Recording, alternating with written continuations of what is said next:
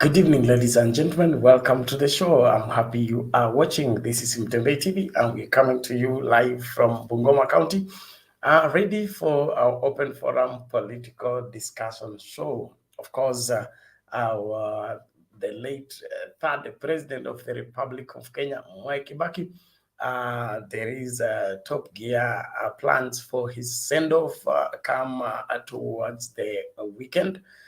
Everybody is towards that. I see people promising to go and view his body at the parliament buildings. We will want you to give us what you feel and think about the same. Well, Ngilu, Her Excellence, the governor of Kitui County, starts out a lobby group lobbying for a female deputy president. What is your thought about the same?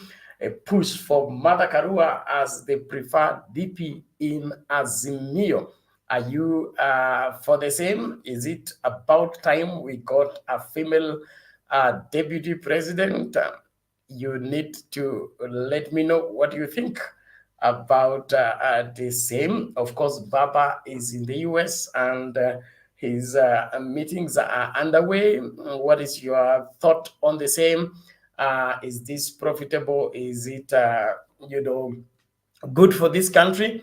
Or what is your feel on the same? Then there is the resurgent, the push for independent candidates even after the so-called shambolic nominations, and we seem to have many people opting for independent ticket. Is it viable in this particular general election? Is it true that we may end up having majority independent candidates in parliament, in the Senate, and in the county assembly? What is your feel about the same? Thank you so much, those of you that are joining us, fast and furious. Welcome to the show. Jackton Ogutu, thank you so much. I am here. Long live Baba. I appreciate it. Rajab Hamisi, hi to you. Thank you so much. Kuna Bakis Mohammed, asante sana. Good evening to you. Kuna Dominic Yego, Azimio la Kuzimia. No presidency for Raila in this great country. Well, you get your grammar right, you will know where Raila belongs. Thank you very much. Kaylina, it is like drug prescription. Raila Odinga 3 times a day. Well, thank you. Simba Omar said, Jambo, thank you so much. Tatu Juma, karibu kwa show. Fabian Adriano, niko live ndani ya Kilifi, asante sana.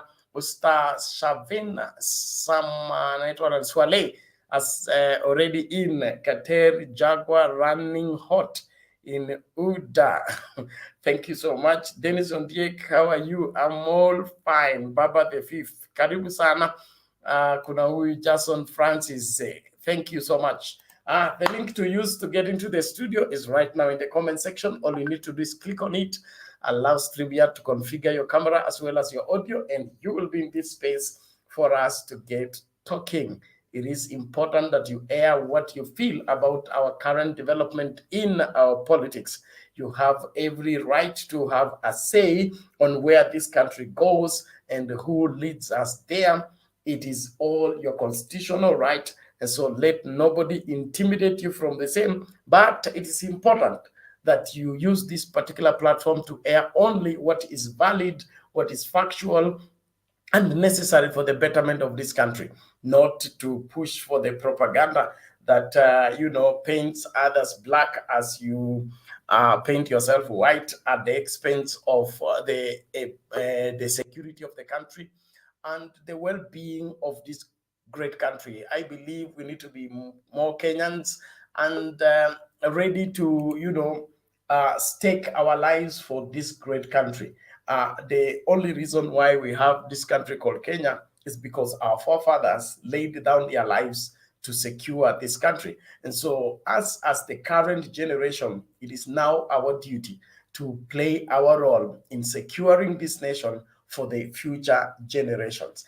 That's how I look at the 2022 elections. It is a historical elections that can make or break this country based on who we entrust the responsibility of running this great country. And so as you come into the studio and you join us into the discussion, we want you to have that as the light. So this is not just about making somebody president or making the other one not president. It has everything to do with what direction does this country take. Is that direction wherever good for this country? Is that person capable of steering this country into the future that we all need? Or is just there to use this country to benefit himself and benefit his family, and at the end of the day will be more worse state than we are right now. So asante sana Jonas Kips, karibu kwa show. Leonard Leon Sulu, karibu kwa show. Amos Kemoi, he said this is Azimio Station. You're welcome to the Azimio Station. Wacha kuogopa, click kwa link uone kama itakuzuia kwa sababu wewe uko kwa UDA. You're free to support whatever you want to support and whoever you want to support. Even on this platform, only that make sure you're factual. Don't come and bring us and call for propaganda in the push of what you think is valid when it isn't. Kelvin Otieno, karibu kwa show. Akengo Omwangu on board from Nairobi, asante sana. Naomba tusonge mbele. Alum, hi to you. Thank you so much. I am in this your county and you have not come to see me, so I'll be leaving tomorrow. Kuna nani huyu anaitwa Johnston Ihaji. We greet you. Thank you so much. You say from Shinyalu, Kakamega. Asante sana. Karibu kwa show. Basi sasa tusonge mbele. Jakidu Bey, vipi? Salama sana Bernard. Leo niko kwanza kuingia.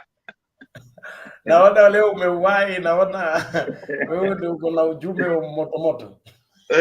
Nimewahi kwa sababu nimefurahi na masikitiko na vile vile nina mshangao. Yeah. Aya, karibu mawili matatu ya rambirambi ya mzee Mwai Kibaki, alafu Ngilu anasema female deputy president. Ninyi wanaume mjipange. Mimi nasikitika na juzi nilitoa rambirambi zangu kwa president wetu ambaye ametuaga. Ni masikitiko makubwa sana kupoteza mtu ambaye angekuwa anawashauri president ambao bado wako kwa wakati huu, lakini hayo yote ni kwa matakwa ya Mwenyezi Mungu. Hatuna lingine bila kutoa tu shukrani kwake Mwenyezi Mungu. Jambo ambalo lingine ambalo linanishangaza, ambalo linanisikitisha sana ni kwamba vile sisi wa Kenya tunachukulia mambo ya demokrasia ama bila kukubali. Unajua, ukitaka kutumia demokrasia maana yake ni kwamba masikilizano. Hiyo ndio demokrasia. Kwa kifupi, masikilizano. Hiyo ndio demokrasia. Kwa sababu bila masikilizano, hiyo demokrasia ambao sisi tunasema haiwezekani. Kwa sababu masikilizano ni kwamba hata ukiangalia mpira, wanapocheza wanacheza kabisa, lakini ile mpira ikiisha wanasikilizana, bado watu watapeana mikono, bado watu watazungumza na upande mmoja imeshinda. Hamwezi kuwa adui sasa kwamba kwa sababu mwingine ameshinda sasa sisi ni maadui. Sio hivyo. Saa zingine penalty inapeanwa kwa labda mpira imekugonga mkono au ulikuwa unakimbia, referee ameona labda umetega mwingine na wewe kwa labda kwa roho yako hukumtega, lakini ndio penalty. Hivyo ndivyo mambo ya uchaguzi iko namna hiyo, hasa tukiangalia hasa kwenye chama hizi mimi nimekuwa nikisisitiza kwamba kuna mambo mengine ambayo ni lazima tuzingatie. Mimi nasema katika nchi ya Uingereza hawana hizi preliminaries, hizi hawana, na hawa ndio sisi tunajipima nao kwamba hawa watu wana demokrasia, ni watu wenye, na hawana hiyo hizi preliminary, hawana.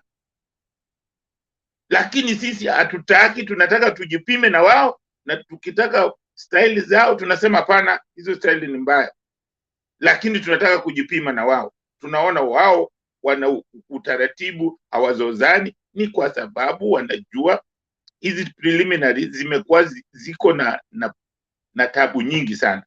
Jambo la kwanza, hizi vyama hazina uwezo wa kuweza kufanya hizo preliminary kihaki vile watu wanataka, na haki ya vile watu wanataka saa zingine ni ngumu, mpaka ashinde ndio haki. Hiyo ndio kitu moja nasema ni makosa, kwa sababu watu wengine nimeona wamelelewa na chama right from the word go.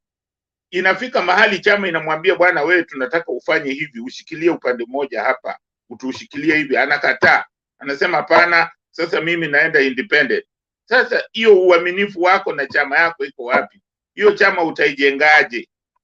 Utaijengaje kama badala ya kuijenga wewe unaenda independent? Utajengaje hiyo chama ambapo sisi tunasema hizi vyama vyetu hazina nguvu? Hizi vyama lazima tuzijenge sisi, kama vile lazima tujenge nchi yetu. Hatuwezi kuanza kupigana bila kujenga, lazima tujenge na mazungumzo nchi yetu. Tukipigana tunaibomoa. So hata hizi vyama vyetu lazima tuzijenge kwa njia ya mazungumzo. Kuna wakati mwingine kuna kitu itafanyika ambayo unasema labda haikufanyika 100%, lakini ni lazima ukae pale useme ile makosa imetokea, isifanyike tena. Hivyo ndivyo ilivyo. Sasa ukienda independent, nani atatengeneza basi? Nikiachilia hiyo, jambo ambalo linanifurahisha kwa leo mimi, kwa maoni yangu, ambapo na mimi nataka kukampeni, kwamba kwa mara ya kwanza kabisa katika historia ya nchi yetu Kenya, huenda tukawa na president na mgombeaji wake na makamu, kwa watu ambao ni watu ambao wamezingatia maendeleo ya Kenya kwa kupigania haki ya binadamu, kupigania haki ya Wakenya, ya kuleta mageuzi katika nchi yetu. Hilo ni jambo ambalo linanifurahisha sana, na mimi nasema kwa siku zote zile tumekuwa na watu ambao sio watu ambao wamepigania hizi sehemu, hizi nazifa za ugeuzi au maendeleo ya haki na utawala usio na mambo ya corruption. Kwa hiyo mimi naona ticket ya Raila Amolo Odinga kama mgombeaji wa president, akiwa na makamu ambaye ni Martha Karua, nafikiri itakuwa ni jambo la kushangilia kwa maoni yangu sana, kwa sababu Martha Karua ana fit hiyo sehemu kabisa. Ni mtu anafaa kuwa mgombeaji ambaye atakuwa makamu wa rais wa bwana Raila Amolo Odinga. Itakuwa ni jambo nzuri sana wa Kenya tukifanya hivyo, na tutaona maendeleo makubwa kwa sababu kila mtu anajua Martha Karua msimamo wake katika mambo ya haki ya binadamu, katika mambo ya ufisadi, yani corruption, unamjua msimamo wake. Na hiyo ndio tumekuwa tukilalamikia kwamba hatutaki corruption, tunataka mtu ambaye ana msimamo ambaye inajulikana, na Raila ana msimamo ambayo inajulikana, na ni watu ambao ni wanapenda maendeleo, ni watu reformist. Tunataka nchi yetu ireform kabisa, iendelee na kureform, kwa sababu hizo ndizo vitu ambazo tunasema zina miss, hizo ndizo software zinazo zina miss kwa nchi yetu. Kwa hiyo mimi hiyo kitu imenifurahisha sana kama inaweza kufanyika hiyo. Okay. Mimi ningelishauri Bwana Kalonzo kama anataka kuwa president, angojee kama vile baba alingojea, angojee akae na ajenge nchi kama vile baba amekaa pale na anajenga nchi bila kulalamika. Amekuwa akijenga na alimekuwa akiona kitu ambacho hakifanyiki vizuri anasema, lakini sio fujo. Asante sana Bwana Bernard na wenzangu wote, hamjambo? Hatujambo Jakindube, asante sana kwa maoni yako, tunashukuru kwa mchango wako, rambi zako na wasia wako kwa Wakenya, na mimi wote wamekupata kwa njia iliyo safi. Kuna nani huyo Johnston Ihaji anasema mtembei come utembee Kakamega please. Nitakuwa Kakamega Tuesday, kwa hivyo kama unataka tukutane, naomba namba yako kwa private chat. Kama una maoni ambayo ungependa kushare na Mtembei TV, Tuesday nitakuwa hapo Kakamega town nikianza safari yako ya kurudi Nairobi. Kwa hivyo Johnston Ihaji, kuja kwa private chat, uniachie details. Tunaweza panga bunge la wananchi, tukutane hapo tuongee mawili matatu yanayohusu siasa za Kakamega na nchi nzima. Alafu kuna huyu anauliza kama tutaleta baba live hapa. Feed ishakuwa ready, itakuwa kwa Mtembei TV, lakini sioni kama tutachanganya hapa. Itakuja kwa channel tofauti, I mean a different link, but you are free to to oscillate between the two of them and follow what will be going on. If it will be able to be added here, tutafanya hivyo, lakini tumetegea pia huo mkutano kishaanza, basi tutakuletea mbivu na mbiji wakati inafanyika. We have our contacts there and they will give us the feed. Thank you very much. Nani huyo anasema niko Kisumu, Alumu yuko Kisumu. Basi labda tutaona kama tutapita Kisumu, lakini Mtembei TV ipo, inahakikisha kwamba kila mahali kila mmoja anapata nafasi ya kusema yale anayofikiria kuhusu siasa zetu, na tukipenda kuwa sehemu ya suluhisho, sio sehemu ya tatizo. Anaitwa nani? Njok. How are you? Is it Njok or Njok?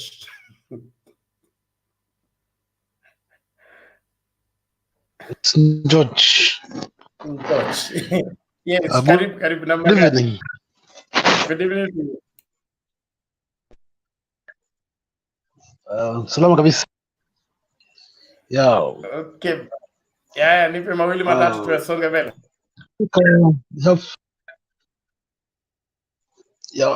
I have several issues to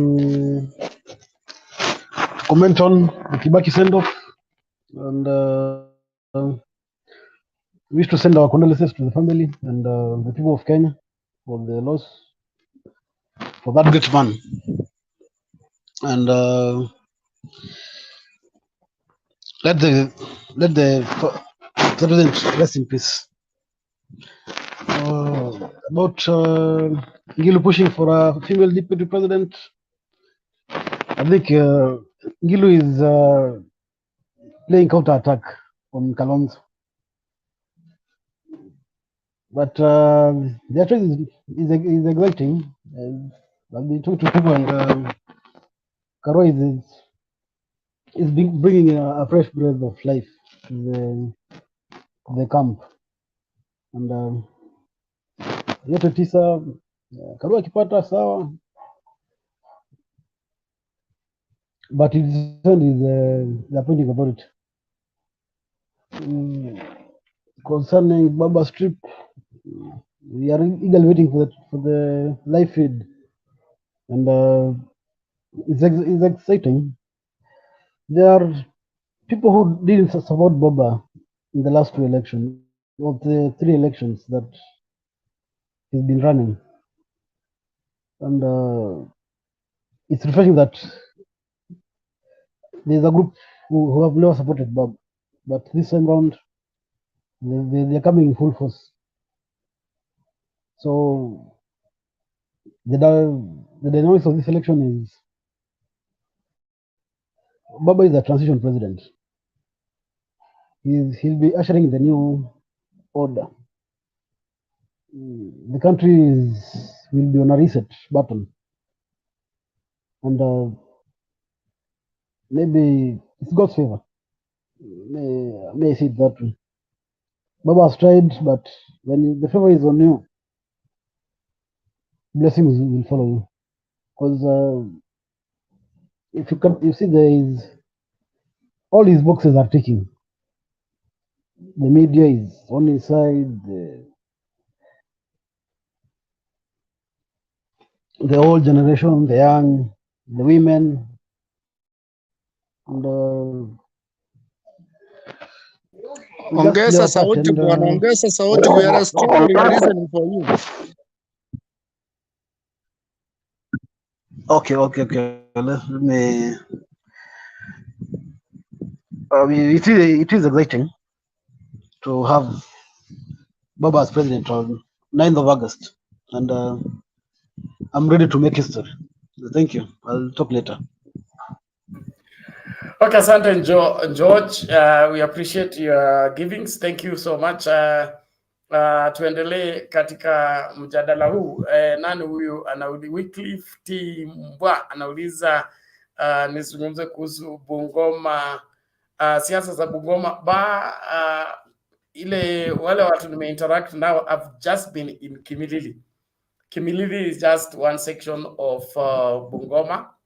And what I get from the ground is that there is a footing for Kenya Kwanza, but it seems to be 50-50 between Kenya Kwanza and Azimio in Kimilili section.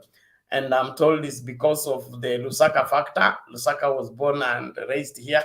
And of course, Didmas is the favorite of the Kimilili people. And so you say his influence and his association with Kenya Kwanza is what is giving them a strong hold in this part of Bungoma. But the rest of the Bungoma County, I'm told that Azimio has an upper hand. So that's all I can report.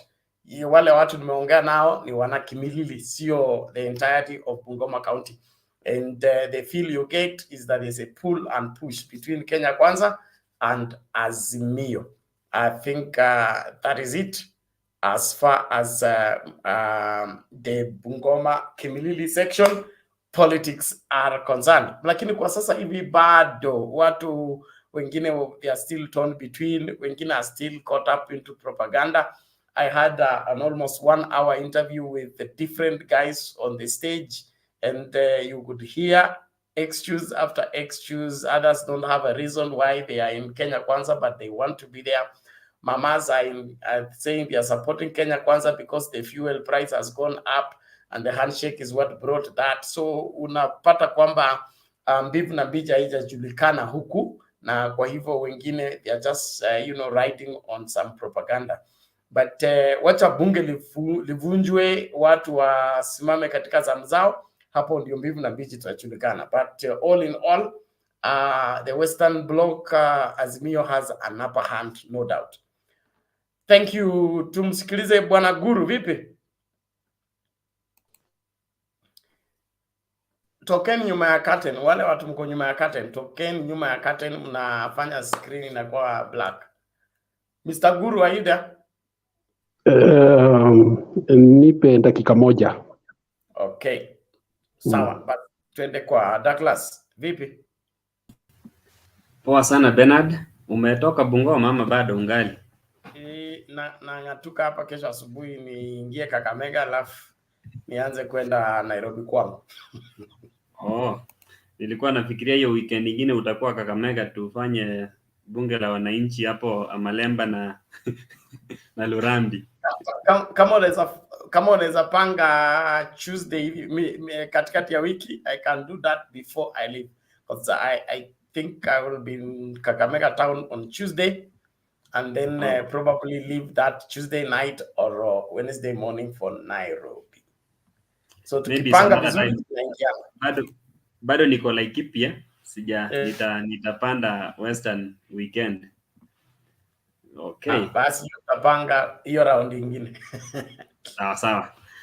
Now, on to the topics of the day. We continue eulogizing the departed hero, our President Kibaki.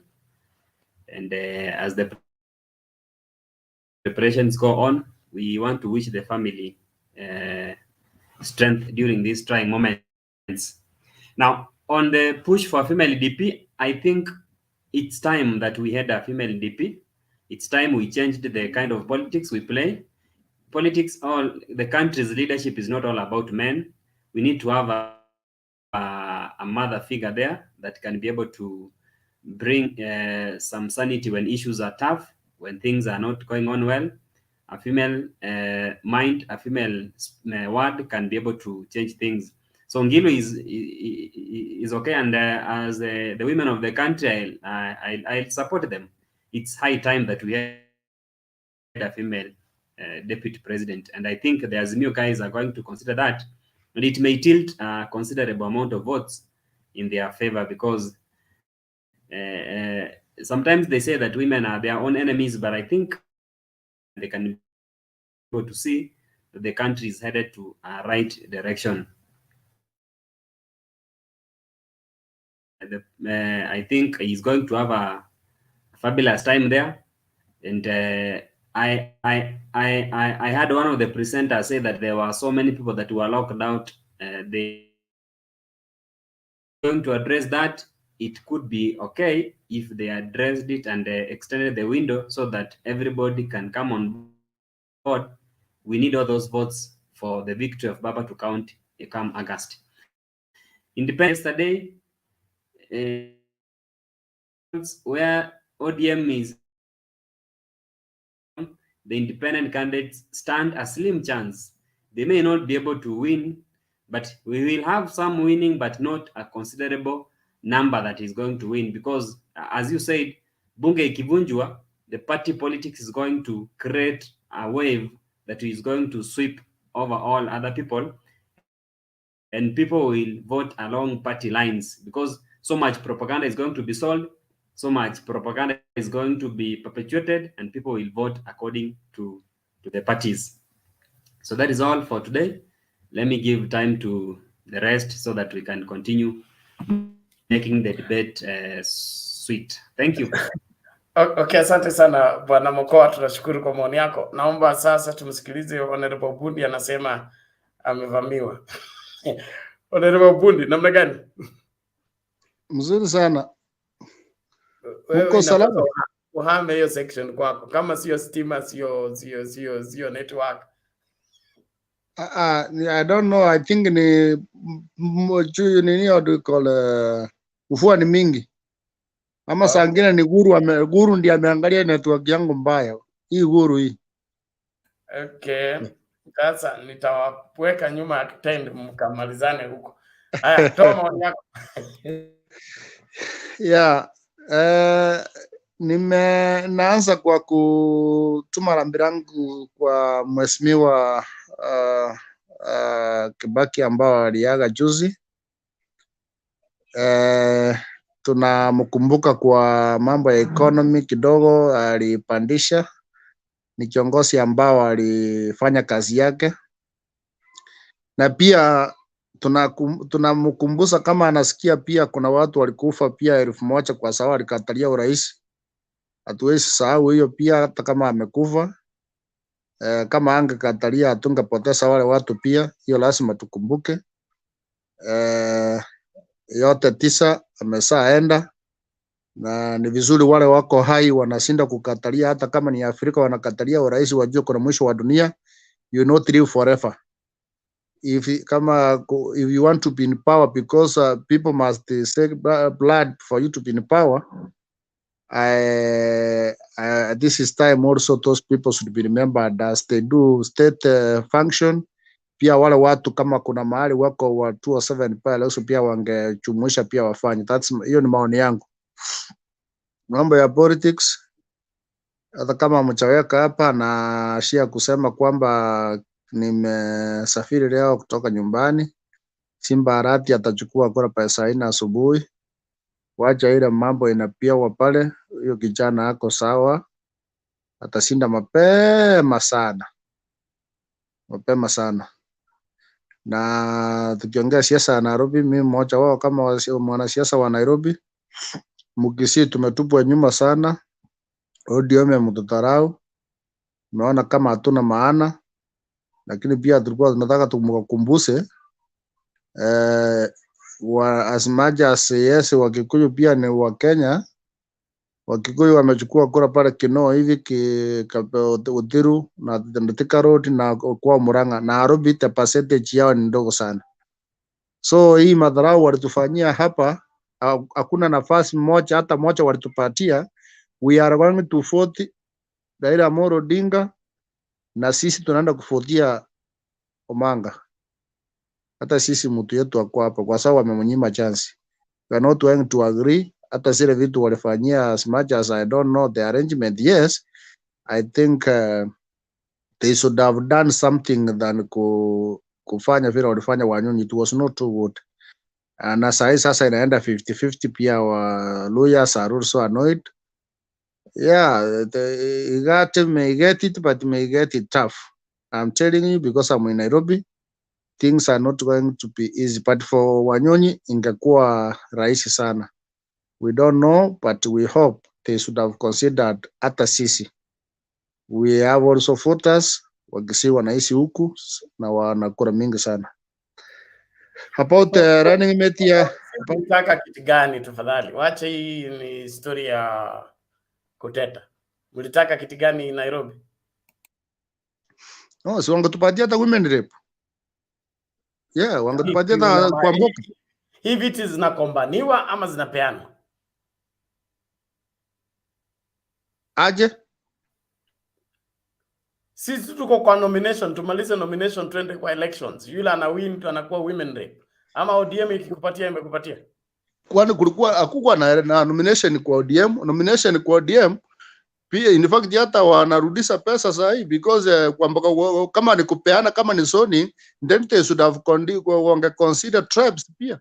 Walimesema so, kama rais anagana Mkisi alitaka women rep wa Nairobi akanyimwa.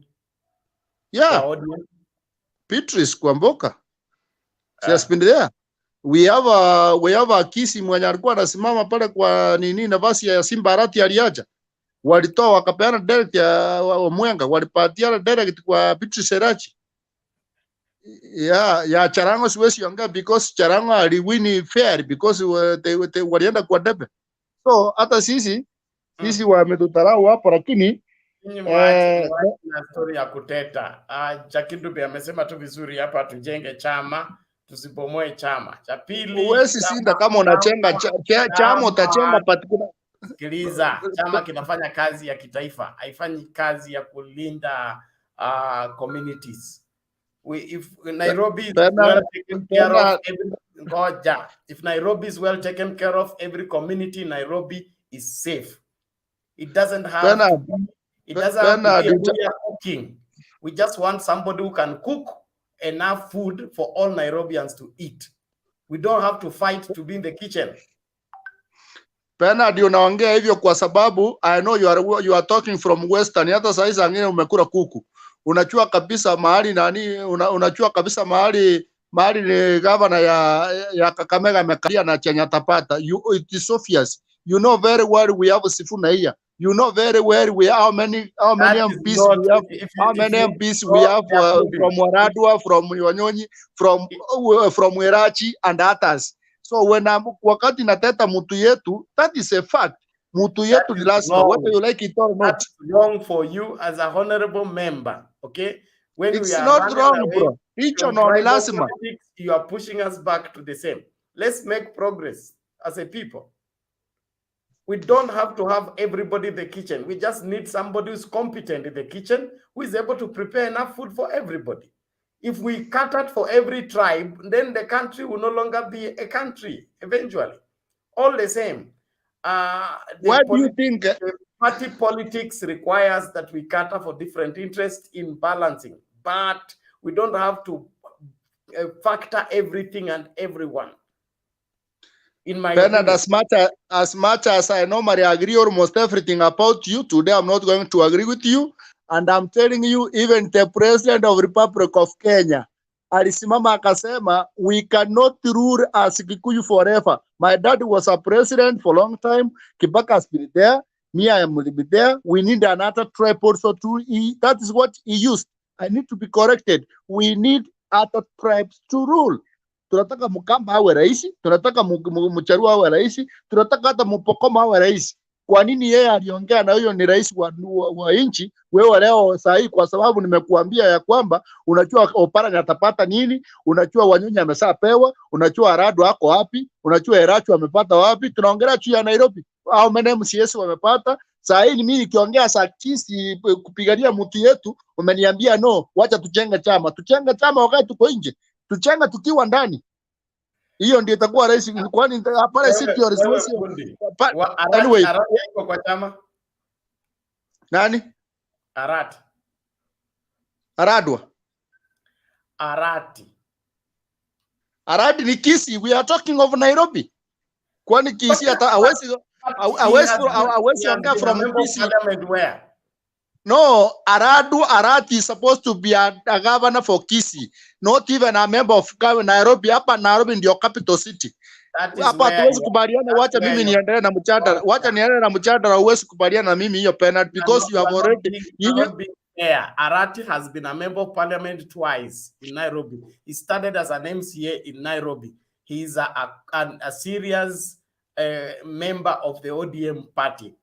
If he's not catering for the Kisii interest in the ODM party, then you people are demanding too much. All the same, we are talking of 2022 politics in Nairobi. We are talking of 2022 politics in Nairobi. Hatuwezi ongea mambo ya ile pipi alienda, uache pipi yako kwa nyumba saa hii. You are being unfair and your judgment is clouded with your push for your tribe. It is necessary for us to chart the way forward as a people.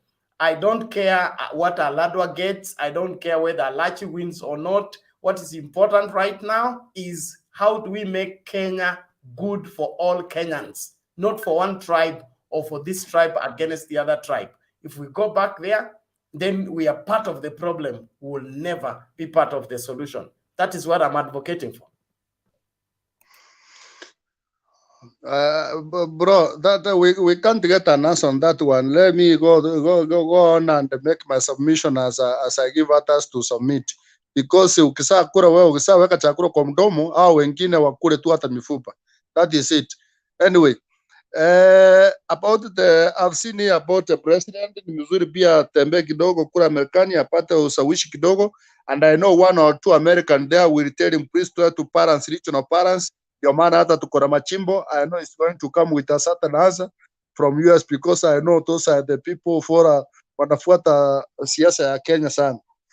Kingine about Martha Karua, I really don't know, but according to small research, those Kikuyus also, they need Kikuyus hawajawai taka kutoka on power, and they are happy if in case Martha Karua come in, they wako na hope ya kesho. And since he's a woman, I think he can also anaweza furuta kura kidogo kikabu ya papa ichae.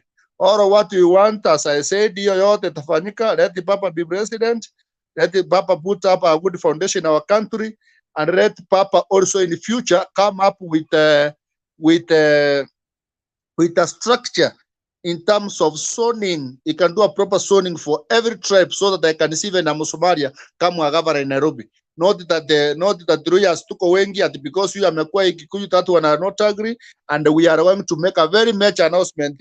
Bernard, I know it maybe to be in the life in Mutembei, and we are more than 3,000 key leaders in Nairobi. We are going to make that announcement. We are not happy. We are not happy.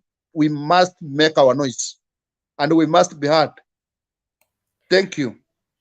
Okay, we have heard your noise. Thank you very much. Bernard, I'm requesting. I'm David Olo, and I'm requesting if I can ask Bundi some questions here.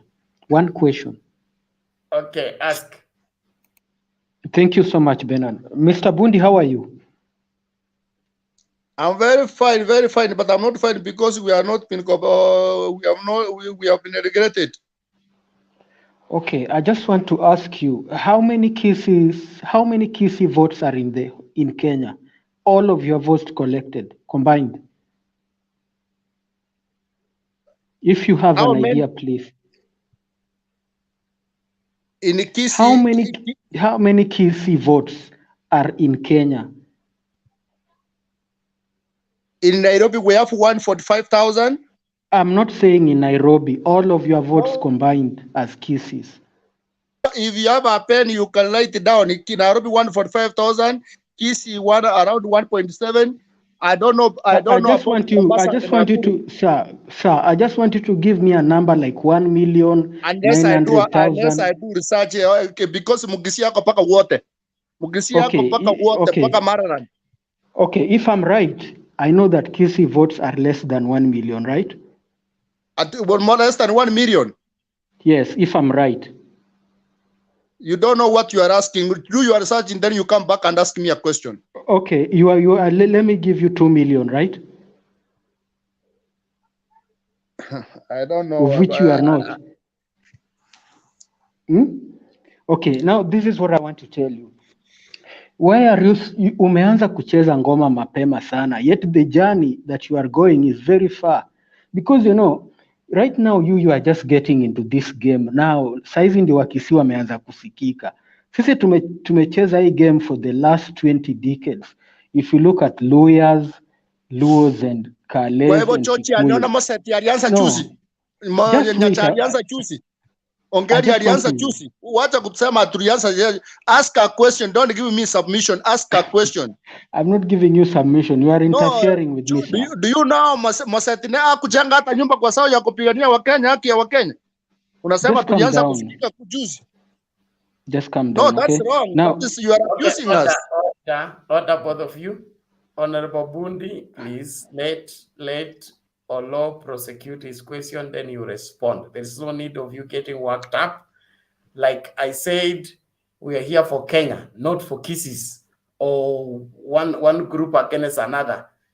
As long as we are raising one group against another, we are part of the problem, and that makes us unfit to provide a solution. David, prosecute your question quickly.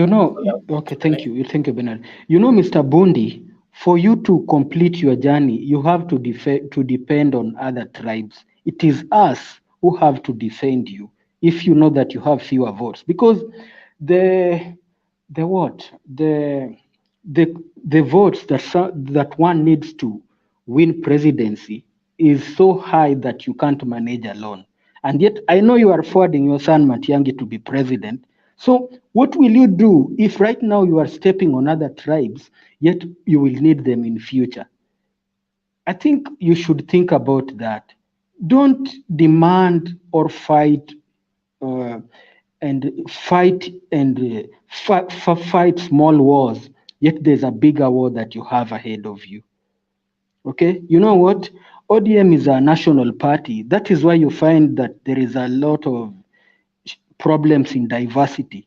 You see, ODM will be given a speaker vacancy in Nairobi County, but I'm sure it will not go to a Luo. Okay, so just calm down, my brother. You see, Play your cards well. Don't spoil things now. Just assume, just play stupid, just act silly, because in future you will gain, okay? We are thinking about you. There is no way we can leave you. You are our brothers, and we are moving head to head. Thank you, sir. Let me respond. Oro, first you are abusive. Let me respond before my guys ask. Oro, they want to ask first. Don't abuse wherever you see. The small match we are. I think you, because you are saying that you are the tribe who started. Kindly try to use a better language when you see our thoughts as small as you, as useless as stupid you are saying. They are also useful somewhere. If they are not useful, aongeona Raila huko Kisii kila mara. They are very useful. Secondly, So, I know. Bundi, you know, you are not making use of this platform rightly, and I'm trying to be very patient. Let us please, for once, accept that Kenya is made of over 46 tribes. Each of these 46 tribes are important, but we cannot vote for one tribe and be successful in building Kenya. I don't know how difficult that is. If I push for the Luya and the Kalenjin push for the Kalenjin and the Luos push for the Luo, we are not doing Kenya. Can we believe that if we have a Pokomo president, he's a president of the Republic of Kenya, and the Republic of Kenya constitutes the rest of the Kenyans? Why can't we be weaned from this old KANU politics of pushing in our own so that we feel secure? If we have hired a teacher in Kisii High School, this principal, okay, is from, let's say, from Taita. Does he teach people in Taita language and only attend to Taita students? Is he not there to feed and take care of all the students in Kisii High School? What makes the principal of high school different from the president or from the member of parliament? If Kisii is cosmopolitan, Nairobi is cosmopolitan, and other places, let us trust whoever is the best person competent to lead, let him lead. We don't have to push our own man there. And then this business of using the number of votes to campaign and push for number of privileges is part and parcel of the segregation that has divided this country. If every vote counts, whether ours are 10 and yours are 2, each vote has the same value in the ballot. Let's not group it into tribes. Bwana Mokoa, respond, please. Thank you, Mr. Bernard. I think we need to call out both David and Honorable Bundi. The direction they are taking is not good for this discussion. I'm a Kisii, yes, but some things are discussed in higher levels that we cannot be able to understand. By the Azimio coming up with the lineup that came up in Nairobi, they have something in store for every community, for every party, for every representation. So let's not come to the platform, David and Bundi, to polarize it. I've seen the comments and people are like, they now want to start saying, oh, it will polarize votes. No, we cannot go that direction. We have a common war to fight, and after we've won is when now we are going to say this and this. ODM party has been instrumental in building up the likes of Simba Arati. We cannot take that for granted. Simba Arati has become a national figure simply because of the ODM party. And then we must who have also grown through that. So let's stop this discussion about Kisii and Luos in Nairobi. Those are things being discussed. The party organs, the party structures are not stupid to have done what they did. Something is happening. So, Honorable Bundi, the Kisii leaders in Nairobi are going to meet. So when you are meeting, kindly do not discuss division. Discuss how you are going to unite and make the Azimio win so that we can all, as a community, get what we deserve. For example, where I'm coming from, where in Kakamega, where I've been living, the Kisiis have come together and next week you're going to meet the aspiring governor. That is for the good of all of us. We discuss together and we agree on a way going forward, not throwing what Sadaki David is doing and you, Honorable Bundi. Sorry for that, but tupunguze. Thank you. Okay, thank you for that. And I really want us to make progress. Let's not get drawn into the push and pull. We don't have all to be in the kitchen to eat. We just need to get a competent cook. If he cooks, we all eat. We will all be nourished and we'll move forward. As a country, the less we push for our selfish interest, the better. Selflessness is what builds a country, not selfishness. Mr. Guru, it's your turn. Habari yenu? Salama, namna gani lakini? Mzuri sana. Tuko salama. Tuko salama. Naona leo we are on sending off Kibaki. Nadhani huyu mzee alikuwa mzee wa nguvu. He was one of the most humble persons you could find in politics. Not just in Kenya, but I think in Africa. You can imagine somebody who does not want to be named after anything, yet he does so much for the country. He was a total contrast of the predecessor who went naming everything in every village in his name.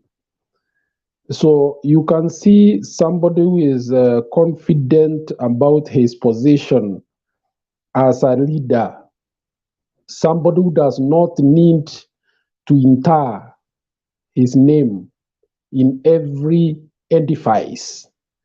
He knows that his name can exist in the hearts of Kenyans through his good deeds. That's what Kibaki did. And for that, he will live forever in the minds and the hearts of Kenyans, especially those who got the opportunity to go to school against their wildest dreams because they could not afford to go to school there before he came into power. Therefore, those people are the ones who will carry the name of Mwai Kibaki through generations, because his name will be narrated by those parents to their children and so forth and so on. So I will not have much to say about him. I think all is in the public domain. His contribution in all areas of development will forever be cherished by those Kenyans who are privileged enough to live during his time. Now, independent candidates, do they have an opportunity? I think independent candidates have a very big opportunity. You can see the hue and cry that is going on across the country in almost all political parties. And I think the more things change, the more they remain the same. But I have observed one thing with the Kenyan public. They always run ahead of their leaders. I think the 2022 elections will be a turning point in terms of party discipline and honesty in picking the person that the public wants. I can predict that perhaps this will be the first elections that the people of Kenya, regardless of whichever region, will put their foot down and direct the people they want. political party euphoria could be there, but I doubt how many people are going to sacrifice good leaders who have helped them, held their hands in the name of a political party. Because now we have had experiences with political parties. They are just vehicles that we bought and disembark anytime, especially for politicians. So that wave that when you join this party and you are in this region, you automatically get back to parliament or you make it through. I think it is going to be weakened this time. I'm not saying it will be 100%, but some percent, at least there will be a statement that will carry us forward into the other elections that will follow. That every party must be honest and must secure the rights of people. If your party is popular in a certain area, you should not try to rob those people of an opportunity to get the best person that they like. So I think that's my prediction on that matter. Ngilu is leading a campaign for a female deputy president. I think there's a big political battle going on in Ukambani right now. And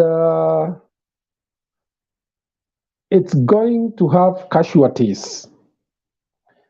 And when you have a political leader who wants to annihilate other political parties by demanding that his area be carved out for his political party, the Wiper Party. And then against that background, you have other equally popular political leaders and experienced ones like Charity Ngilu, Kivutha Kibwana, and Alfred Mutua.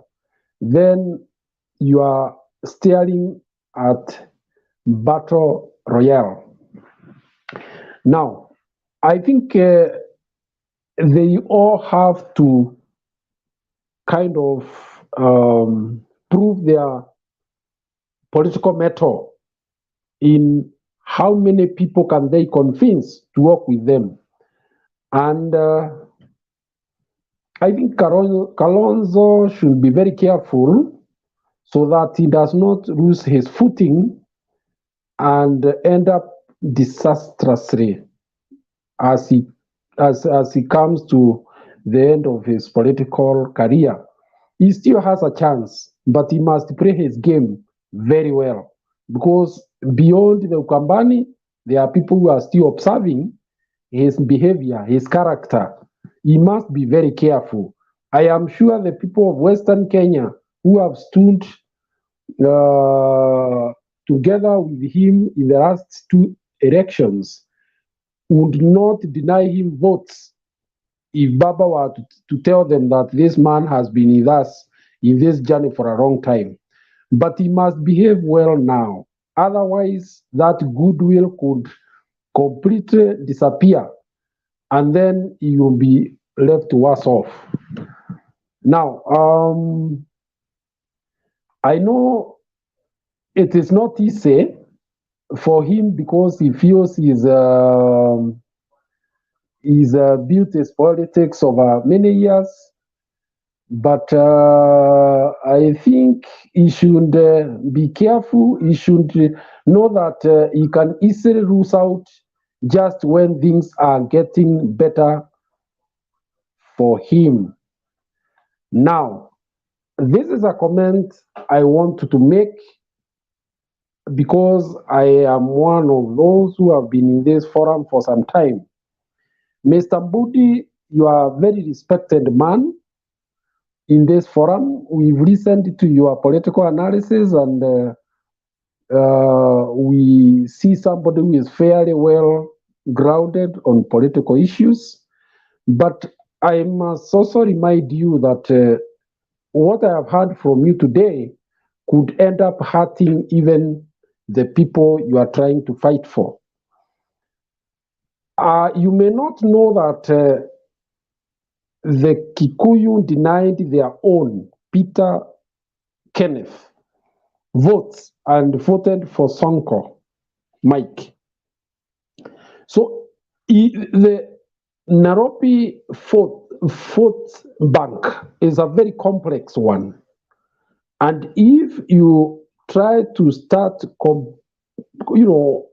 trying to make it like, you are fighting for one community as hard as you are doing, you may end up spoiling things. Because truth be said, Simba Arati has been a beneficiary of the Luo Fourth Bank, and he cannot deny that. Hallelujah. So when you come here and talk the way you talk, you don't help out things. You also are fairly aware that that kind of talk you are making here could even solidify the Kikuyu. Those who may have even wanted to give Sakanja, they say, oh, okay, so that is the way things are and they are viewed. So be very careful when you express yourself in the manner that you do in these forums. Otherwise, I think let me stop there and hear what others have to say. Thank you. Okay, thank you, Bonaguru. We appreciate that. And let's keep the conversation going. Before Nyumba comes in, let's listen out to this.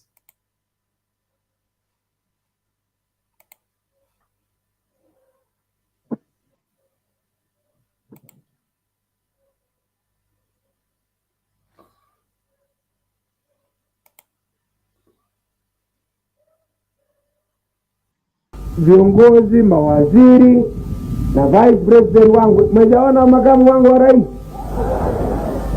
Bado anaitwa Kibaki.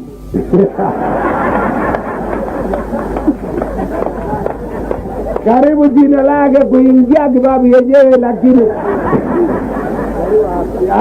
Begi alizaliwa hapa alafu akaitwa Kibaki. Basi uwaje aje. Haya, asante sana. Kama mjuavyo, kila mtu ni Mkenya, na huenda ikawa, ingawa mimi kazaliwa Nyeri, huenda ikawa baba akatoka Kibaki. Yaani mtukufu rais, kama vile mtukufu rais ametuambia mara nyingi, hakuna haja ya mtu kujibuniwa mahali alipozaliwa, kwa sababu yeye mwenyewe binafsi hakuulizwa wala hakujua. Alizaliwa tu, na wale wazazi wake na wao waliomba Mungu wakapewa mtoto. Hawakujua kama watapewa mtoto wa kike ama wa kiume. Kwa hivyo tuwazomeshe wote, na hiyo tu ndio neno ya mtukufu rais. Basi tumpigie harambee tatu mtukufu rais wetu. Rais wetu harambee! Sasa tunasema nyayo. Mtukufu rais wetu harambee! Na umoja wa Kenya yote harambee! Asante sana wakaaji wa Kibabi. Kama mnachoka kuitwa Kibabi, basi muitwe Kibaki.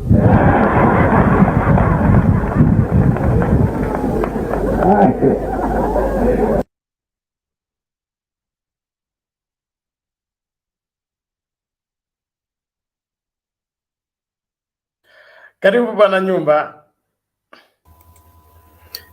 Thank you, Bernard. I salute you, all members of the panel. How are you? We are great. You're welcome, sir. Thank you.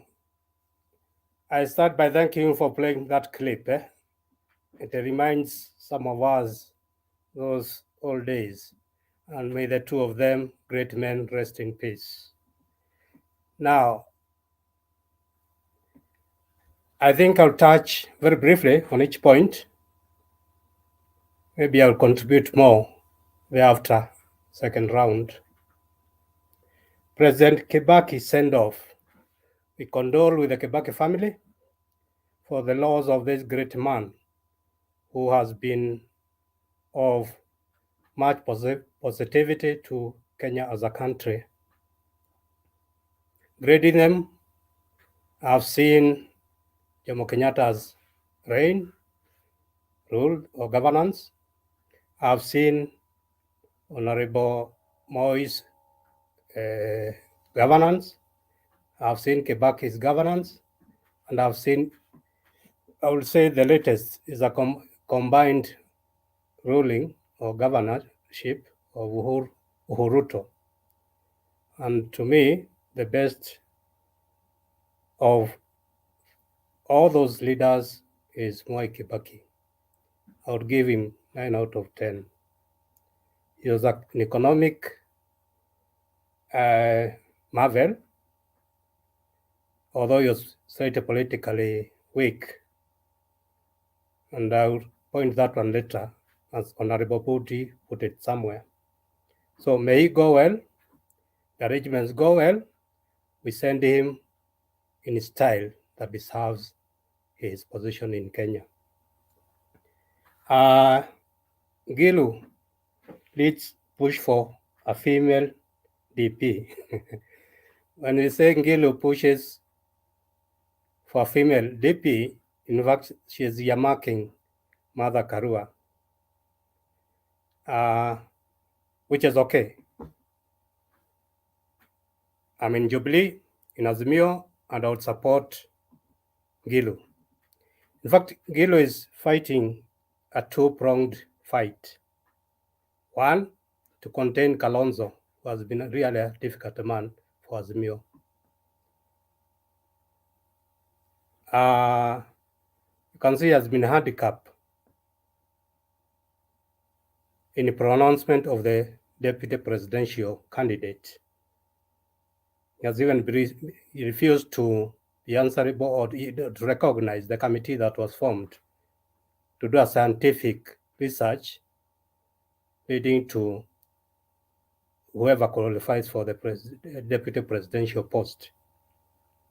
So also Ngilu, the Ukambani fight is in that. That's why I said it is a two-pronged fight. Of course, Honorable Kalonzo wanted to make sure that the three governors who have not been in tandem with him have no say in Azimio or even political clout. He wanted to finish them off, but they have refused. So I agree with the Ngilu.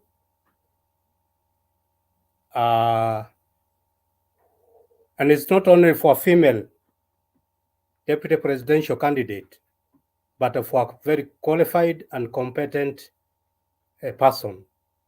And I think Charity Ngilu fits that definition.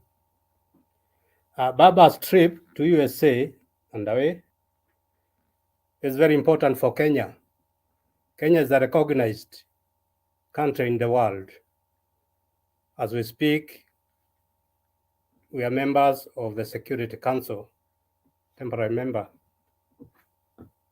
Athletics have brought us very high recognition in the world also. So Baba's trip to USA and to other countries that will pass through, even Great Britain, is of much benefit to us during his reign, which will be as from maybe December when he's handed over, because he'll have laid the ground even to make trade arrangements, his exposure, although he's already known. Baba is a known person all over the world. Cannot compare Baba's recognition worldwide with the Honorable Ruto. They are in two different worlds. So that's good for Kenya. And also the team he has carried, even his potential deputy candidate, Mother Karua and others, let them get exposed to these international people, and that will be good for us. In all ways, you look at it. Is it politically, economically, trade-wise, and all that? It's a plus. Independent candidates, and their chances for 2022. It depends. I've gone through this exercise one time. I've stood for a political post, and in a place where a particular party was very prominent. Let me give you an example.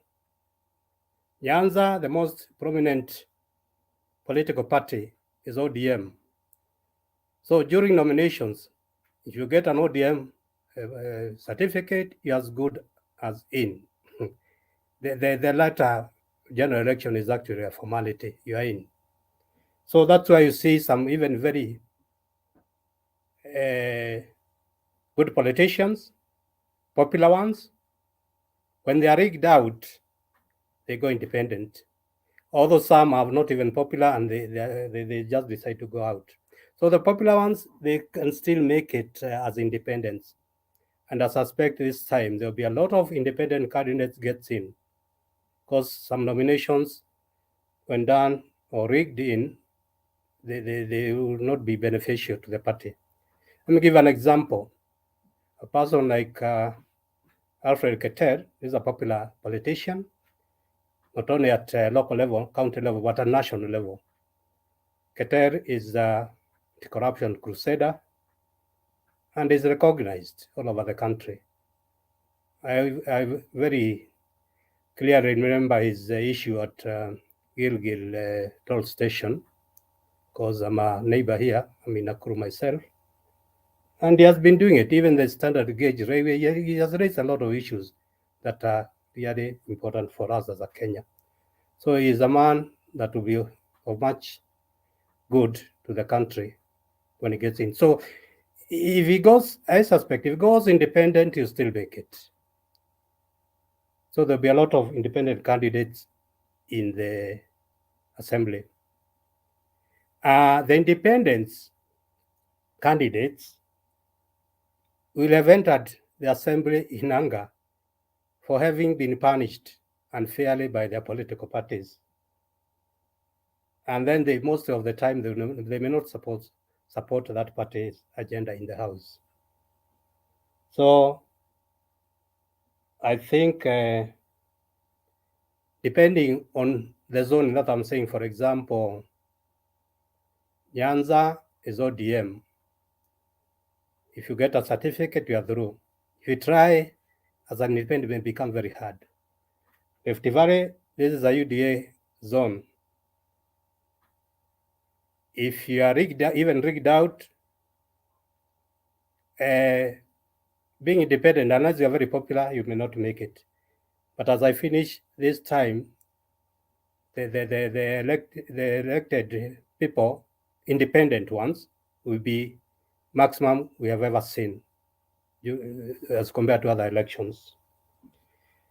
Now, I said I'll go very briefly. I'm finishing. I've been watching this channel behind the scenes for quite a long time, many months. Bernard, if I meet you in the street, I will know you and greet you. You will not look a stranger to me, and many others. And it is a very constructive channel. But today I felt a bit low. One thing, I'm an elder myself. I've been following, and I know each and everybody who are here, most of them, Olo, Kamau, Guru, Bundi, Oti, Sarah Kabon, Madam, that is. I may not talk of shifts, but all those ones have followed your talk here. I felt very low by Honorable Bundi's contribution, and maybe that's not the way it should go. Because one thing I thought Honorable Bundi is also standing for an elective post in Nairobi, you lose it if you go that way, please. Let's not be, I'm a Kikuyu, but let's not go that way of being so much tribal. The tribal element is there, but not that extreme. Because even those ones who have been chosen to run, it's a consensus. It's not one person. It's not Raila Odinga sits there and says this. Neither is it Uhuru. Neither is it Kalonzo. they sit and agree. Me, I'm a Kikuyu. So Polycarp Igathe is going to be the Jubilee, and I'm a Jubilee member since 2012. Does it matter if it's Polycarp Igathe for governorship, or the other way, and Wanyonyi deputy, or the other way around? To me, it doesn't. It's no problem to me, really. So let's come a bit high on that tribal element. Wanafundi, I like your contributions, but today I felt a bit let down, please. And we wish you well in your political journey. We wish you success. Thank you, Bernard and panelists. Thank you. Asante sana Bwana Nyumba, we appreciate it, and let's keep the conversation going. Let us love this country enough to secure it for the future generations. I've had this as my stand for long. One of the reasons why Kenya has not taken off is that some of the people we have had in leadership have not completely believed in this country. And if you're going to forge forward as a people, we must believe in this country enough to appreciate that we have enough resources to help each and every Kenyan be proud of being a Kenyan. There is enough for everybody if only we have right governance that secures that for everyone. We don't have to, push that we must have our own at the helm so that we get something. There is enough in this country for every Kenyan, if only it's well managed and is properly distributed. And so even with the existence of the counties and the county government, the cake is now being devolved and being distributed around the country. We need to get wind from all this aspect of Mtuwetu and get to know that Kenya is safe with every Kenyan safe, not only a few Kenyans. Naomba tucheze hii video kabla tulete Eli then OT. Sara upo?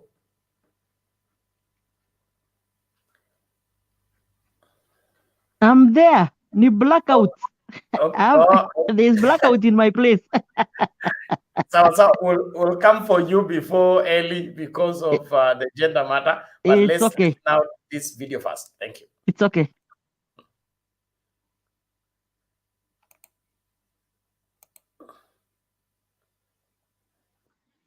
Wametubora mpaka mahindi wamemaliza, wale wanalia kule nyumbani.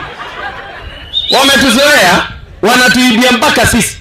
Na unajua watu wakiiba, juzi niliuliza kwa sababu walinipigia simu wakaniambia sasa wewe naona unaanza kukoroga mambo na mimi naomba kura 2022. Nikamwambia wewe, maombi yangu mmemheshimiwa Ketere kwa sababu mimi nataka kuwa rais hata mimi siku moja. Wewe ukipata nafasi, watu wa Kenya watachukia jamii yetu ya Kalenjin wakifikiria sisi ni wezi kama wewe. Nikamwambia kama kuna mtu anakuombea usipate nafasi ya kuwa rais, ndio mimi wa kwanza. Kwa sababu there is nothing like a tribe. You don't steal on behalf of a community. Ukiiba na ununue helikopta unajiandikisha wewe mwenyewe. You don't register in the name of Nandi Nation, then Kalenjin, Kipsigis, or Tugen. You register on behalf of yourself and your family.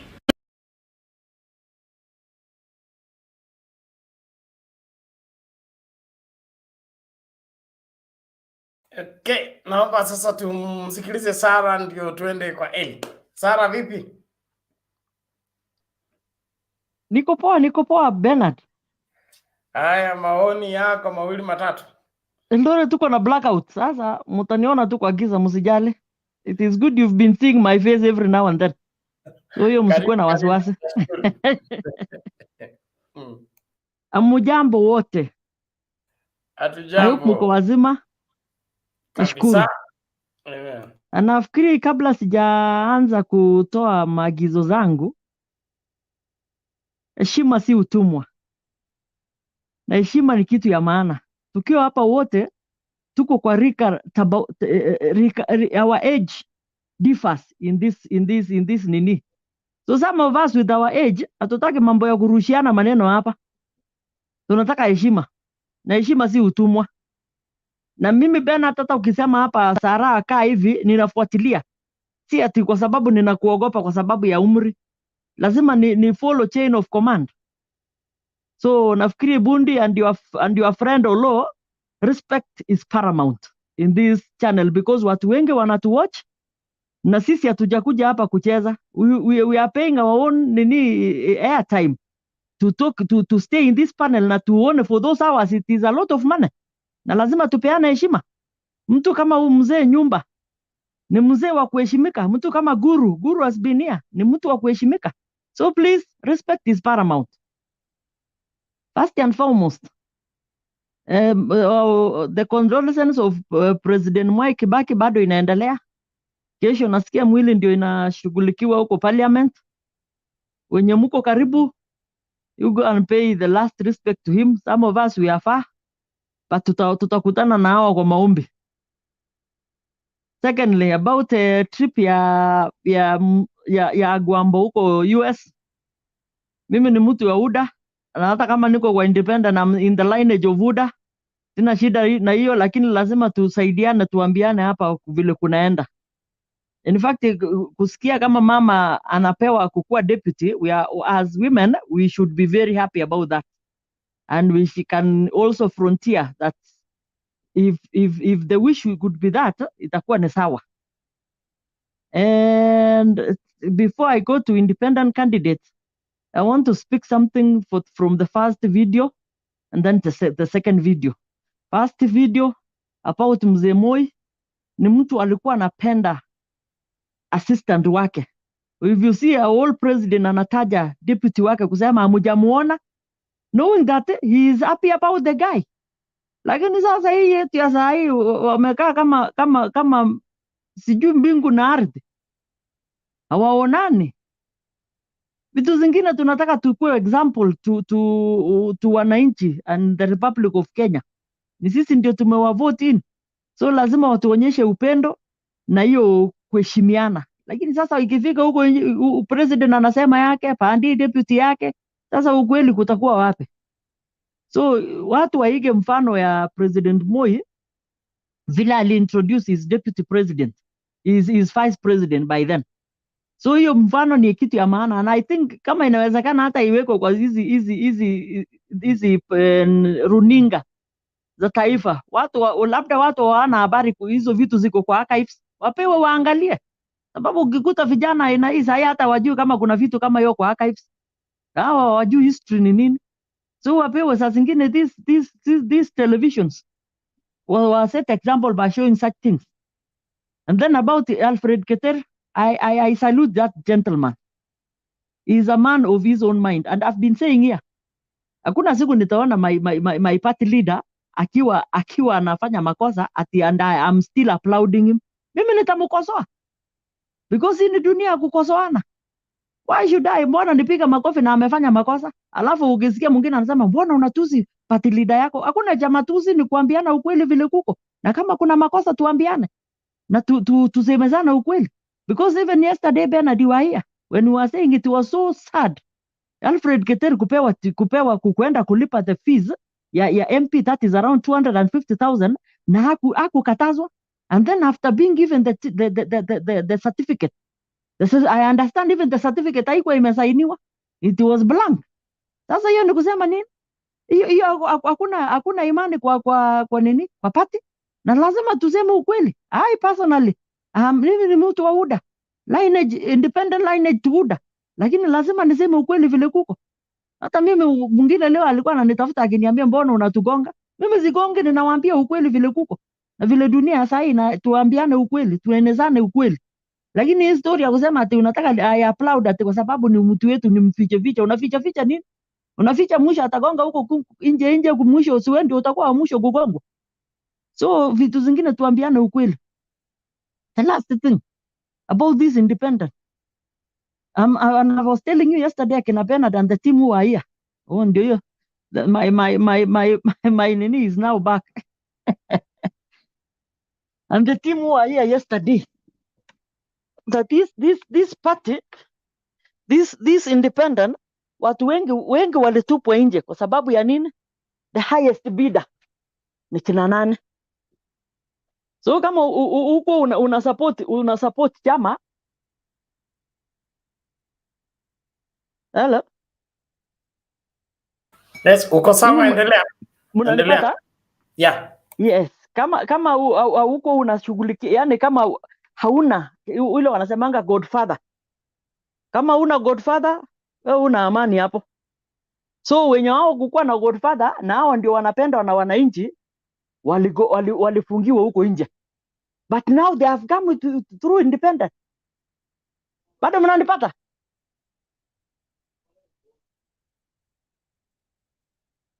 Uko sawa Sara, endelea. Oh, so coming through this independent, it will prove to those people who in the party list that people who are coming on independent ticket have the more say, because they were denied their right in party system.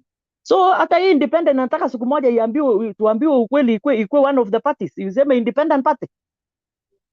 So let me rest my case there. Juu unaona hata si wapati. Okay, pole. Sasa vile net imerudi sasa, anzisha fresh, utatupata. Lakini tumekupata kwa njia iliko hiyo safi. Sawa. Picha yako ilikuwa imekwama peke yake.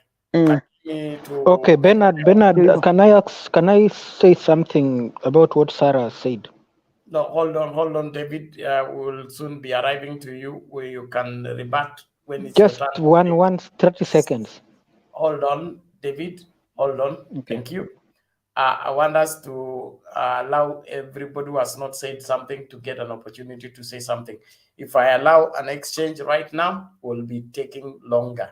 Let's make sure that everybody in the panel has gotten an opportunity to submit. Then the second round, we can now allow the rebuts. Thank you very much. Let's go straight to Eli. Thank you, Bernard. Thank you for this moment, and thank you to the panelists. It's the first time I'll be contributing here. I've been here before, but the last time I was here, I had to leave early. But yes, I like the forum. I've been watching behind the scenes, following up behind the scenes, and I like the contribution. I like the diversity too. People from all corners of Kenya. And I like the inclusivity, even people from UDA who are here, people who, I think one or two claim to be independent. I use the word claim so carefully. But yes, it's a good forum, and we learn a lot from it. And towards the tail end, that additional bit through the team Themba, where we have the constitution and reciting our own anthem as a prayer. It's exciting, and it makes me more Kenyan than anything else. So going to today's topics, President Kibaki send-off. As one person said, and I think that was Nyumba, President Kibaki has been a figure in the public limelight, I think, for a long time, pre-independence, all the way to his tenure, and even in the first tenure of the fourth president, Uhuru. Maybe he went quiet a bit, and for obvious reasons, during the second tenure. But he's a man we will remember. And as I always say, people who've been there, seen it all, lived long, up to the age that he was in, we can only celebrate the time and moments that we had with them and the contribution they had to the nation. I remember very well when Kibaki came into power through the famous Kibaki Tosha statement at Uhuru Park. And I remember very vividly Kenya being voted one of the most optimistic country or people in the world. And for sure, we were optimistic when the new government took over after the 2002 elections. And a few things I remember during that reign. Of course, I remember the free primary education. He promised pre-election and he delivered during his time. I remember the famous Michuki. Michuki can be remembered for so many things, but one very positive thing I remember very well was the Matatu strike. That Kenyans, in their positive thinking and in line with being optimistic people, stood with their own minister and said, Matatu industry has to reform. The other bit that we remember Kibaki for, of course, was the infrastructure, which he started but was not able to finish it, and we saw its completion during the Uhuru era. But we have to remember that it was born maybe before Kibaki, but it was given the speed, fuel, and energy for implementation during his era, and we are reaping fruits out of the great infrastructure policies that he left behind. On Ngilu, push for a female DP, like Nyumba said, yes, we're looking at it from two fronts. When we look at it, we are looking at it from a point where she's there is a Kalonzo factor in it, but most importantly is it's time.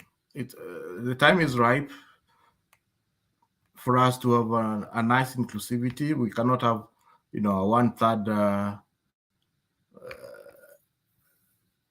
presidency because there are only two people, the president and the deputy. But it would be nice to have a female DP.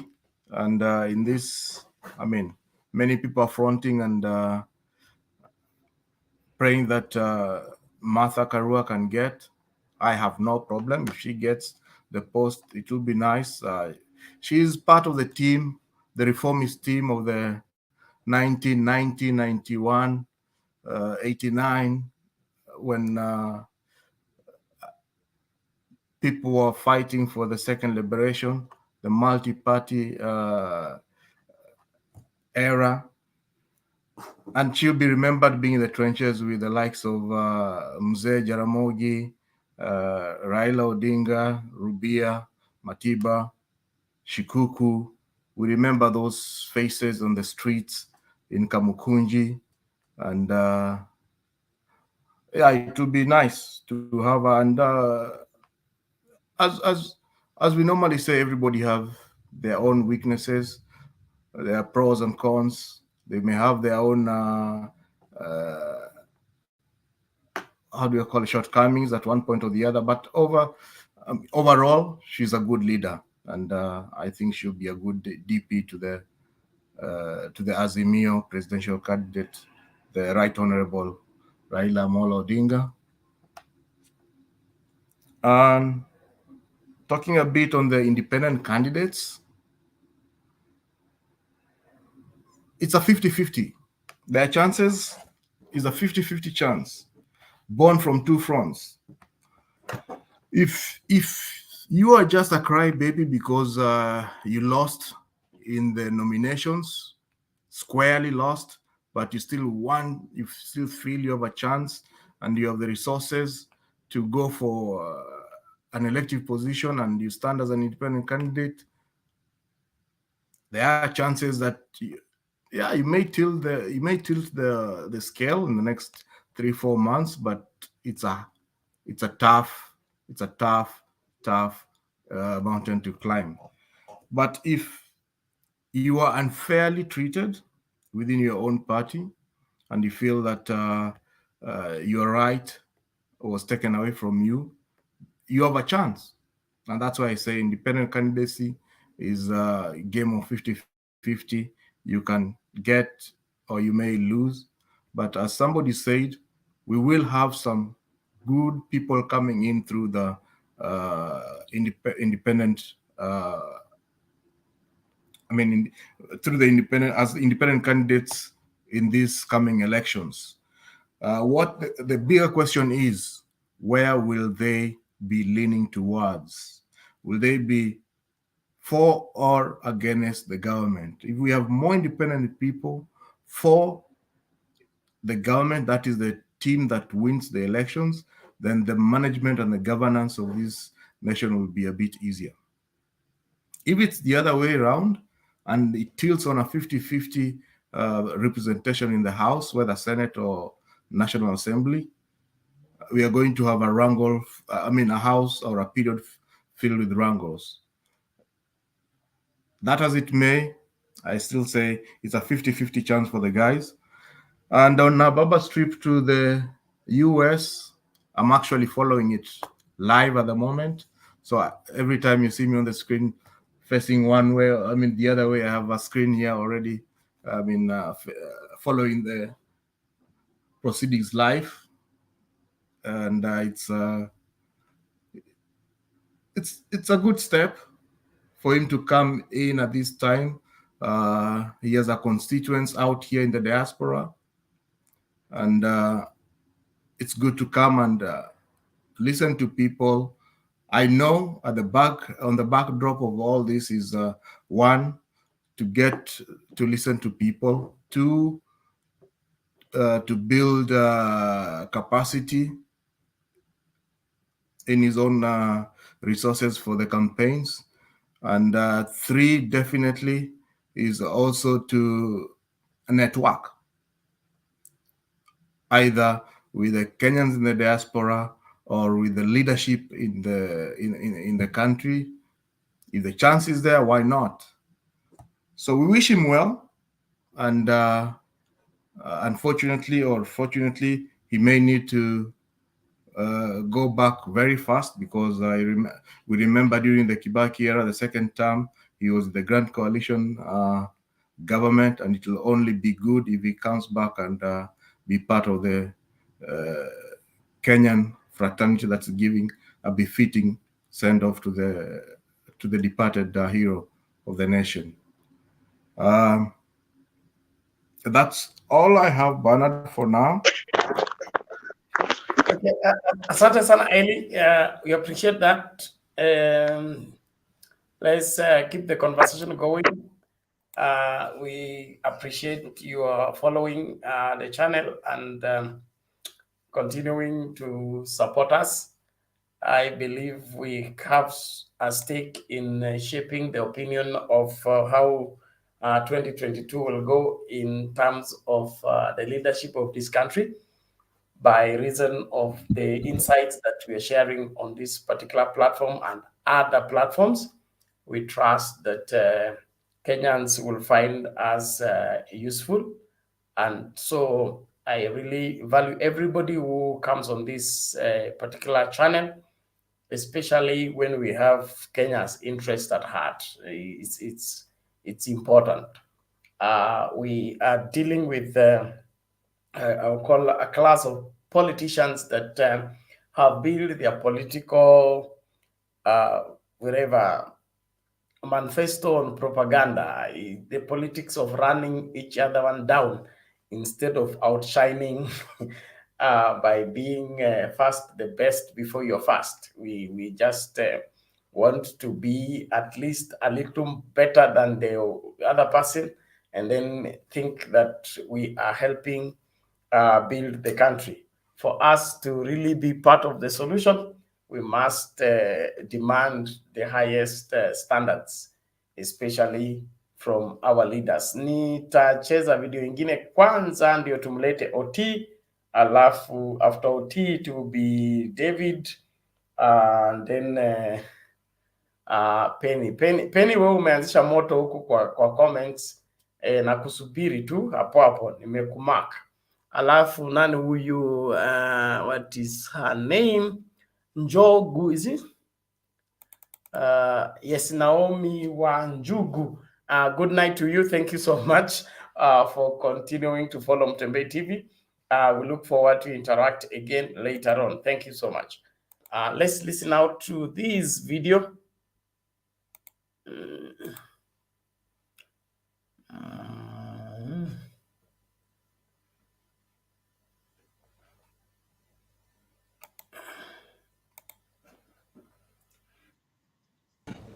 we must prosecute that fight on the basis of facts. We've heard, for example, that, the government has lost 21 billion in Kimwarer and I don't know, Aror Dam, which is a flat lie.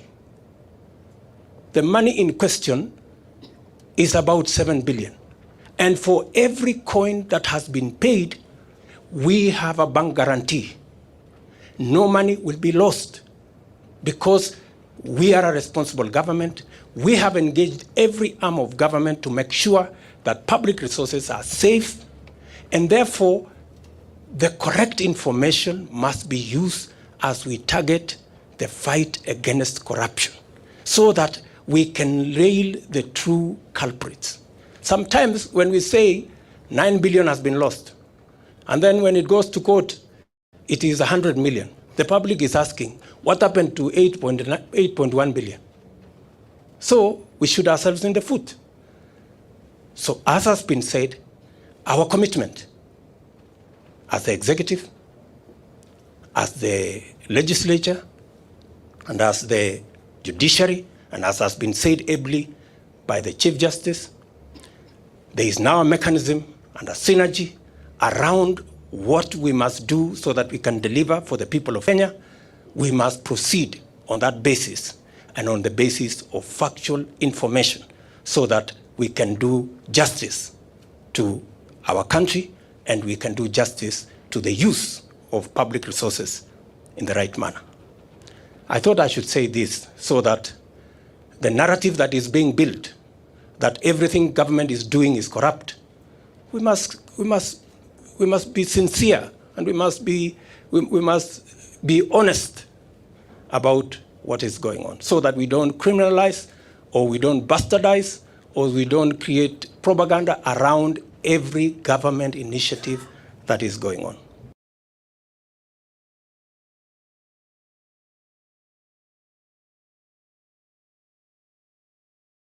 Okay, Bwana Oti, karibu. Namna gani? Poa sana, sema umepotea, ulienda Bungoma? Mimi bado niko hii Bungoma. Oh, thank you. Nimewasalimia nyote, habari ya jioni, hata kama ni late. Salama, Thank you salama. for thank you for having me. First issue, the former president Mwai Kibaki. It's so painful to lose such a leader, though he has been sick for some time. I remember meeting him physically in 2007 early at monetary studies, that college next to Delaru. They were with the Ura, so that's the first time I interacted with them. That he was a very friendly. He gave us audience, and then we took lunch, and then we were given fare back. I think around 2K. But by then I was studying at KCA, then Kenya College of Accountancy. So at least I had the taste of what is cash. So my condolences to the family. I think if I get time on the second day, that is Tuesday, I might be at Parliament building to witness, and I'll take a photo. But I know I will not be allowed. So that one said and done. The issue of Ngilu pushing from female DP, that is a strategy such that they want to be relevant. I know Kalonzo is pushing for some, is it a professor or doctor, to go and seat her, which we are also not very happy. Women are very few in such positions. So if Kalonzo can be listening to me, then they can just leave Ngilu to go and finish her term. But I think Karua is also a leader, and she's up to task. So even us, we are even me, I'm for Karua to be the deputy, because first, learning from our past experiences, what I've seen with what has just happened to Mr. Uhuru Kenyatta, you should not have an overambitious deputy president. I think Martha is not overambitious, but truth be told, Kalonzo is more or is overambitious. And there's a statement he uttered sometimes back that he has learned some lessons from DP. That in case he will be chosen as deputy president, then immediately the president is sworn in, he will start campaigning and looking for votes the same day. So I think that kind of a leader, if you want to have peace of mind, then you should just be very careful. You look for another person who will not give you. In fact, you should avoid that kind of idea like a plague. In the case of independent candidates, but this time around we are going to have them. They must be there. They are going to be there. It is only that we are not. I'm not ready to wash that name in the public. There are some issues which you just go back home and then you handle them there. If you are convinced, then the issue of even that independent candidate can withdraw. But if the way things stand, I think, but there is time. August is still some days too. So these independent candidates, in the way people love them, like the case of Keter. Keter is a darling to those people, and in fact, yes, those, the DP side, they are not comfortable with that guy. So they have decided. So if I was reading somewhere that is going to go independent through independent. So I know if he vie for as an independent candidate, the Nandi people are still going to vote that guy in. I also have got some scenarios where I come from, but we are still negotiating. We were told that Mirima, bitterness, or what do we call it? Asir. Atuwe kama uko na hasira kojoa hiyo hasira, usiweke hasira kwa roho, because it might make you make some uninformed decisions. So allow me to talk about the issue of Nairobi. I think Raila is a genius politician, and truth be told, Nairobi is very tricky, and if you want to form government and you don't have Nairobi and Mombasa, then you don't know what you are doing. That government cannot do it to the best of how you can do it. So the equation that this new team decided to put in place, you people will just, if I say something wrong, you will just have to correct me. But let me just say this: some things I just approach them the way they are. Oh, Kenyan politics must just go through this direction of tribes. And in 2013, Kidero became the governor there because we had Kamba, or somebody from Kambaland that was deputizing Kidero. That is the truth. And in 2013, there was another Kamba and maybe Igad. If you go to Embakasi South, as we talk, you go there with any other party apart from Wiper, if you will vote a day, because that place is invaded by Kambas, and that is the plain truth. So in Nairobi, what my friend Honorable Bundi was saying, that one is very wrong. That is something that you people could have gone to your private cocoons and you discuss it and you say Abagusi there, pack of one up to Z. And then if you come out in the public, then you portray a very good picture. Our lawyer brothers are also protesting, but I'm privy to some arrangements, and currently I'm following what is happening in Washington, and I'm seeing Raila Odinga, Wycliffe Ambassador Paranya, and the next person in Governor Ongwae from Kisii. And then there is also somebody called Jonah Ondieki, who is aspiring to be the MP for, I think, Kitutu Church, where Nani Onyonka was, I think. So This one is Nini is Nyacha, Nganani, Ungwe. Ungwe is not complaining, and Ungwe has been working with Baba. So there are some arrangement. Right now, the second in command, who is acting as the deputy president, is Honorable Matian. He is there, he's coming from, he's our neighbor here. So I think there are some issues that if we just say that maybe Kwamboka was to be Kwamboka was to be given the mantle to run as the Nairobi governor, and these people could have known. Omanga could have taken that thing the same day. Kwamboka is not as as prominent as Omanga. So there are nitty-gritties on how these people are looking at the equation of Nairobi. And it is true that so even us, even if you say it's right, where are they? Because Raila is there. Raila is in a Simio coalition party. He's not even going to start with ODM. So an arrangement has been placed that I know the speaker of Nairobi must come from ODM. Who knows? Maybe it's somebody from PC or from a lawyer or from where. That person will be there. And mark my words, if team is going to sail through, and mark my words, team might be the majority leader in parliament, and that one will be a very big reward.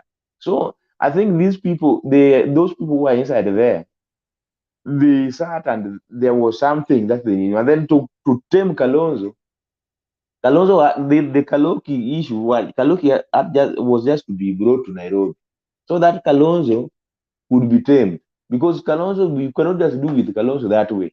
He's also somebody, he's also a force. He had gone to Mombasa to go and ensure that Amara son gets that seat. And this was also taken to the bank. Sonko might withdraw from that race because there are several negotiations going on. So, my brother Bundi, there are so many things that if we place them in this forum, then all cannot go well because everybody will now go and fume. And if you say you were 3,000 leaders, that is laughable. 3,000, they are saying you are going to be leaders, can even be 10 or 20, and then you mobilize some other tribesmen. But Kisi, if you have got 3,000 leaders, so many, even those who are in Mashinani, Nyamira, Keroka, now they're going to travel to Nairobi just to contest that Kwamboka has not been given. I know for each and every person to get something, the pressure that the campus were trying to put, and the lawyers did not put it that, but campus really were pushing that for Kalonzo to be. I know if that pressure is placed there, then something can come. But what I know, these people have already know how they are going to share this cake. And that is why you are very prominent. People are not complaining. It is only, in fact, I've only seen you and Nani. It is only you. If you talk of this Beatrice Elage, Dagoretti, you cannot take somebody there if you apart from Marati. If it is not Marati, then let Beatrice be there because Beatrice was the second. By the 2017, Marati was number one, Beatrice was number two.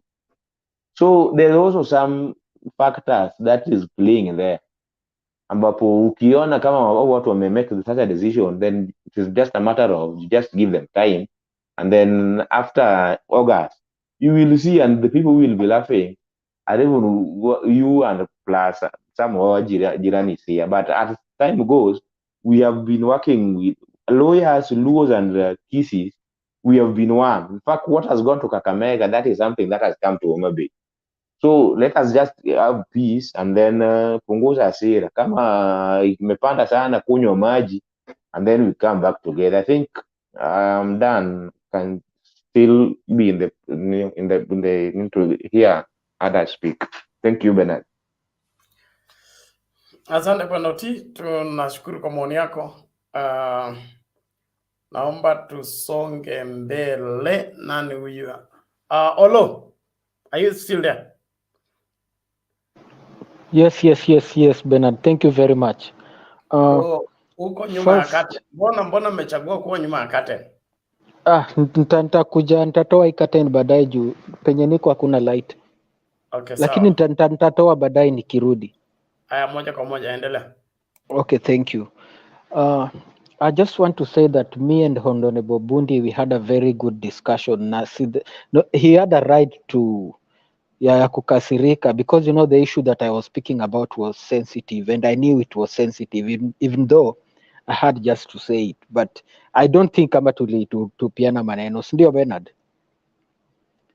Okay, now I just want to talk about two issues. Hizo zingine sioni kama nitaongea about because I feel like I'll just be repeating myself. Now, I've just been searching for anything to say about Kibaki, but sijapata.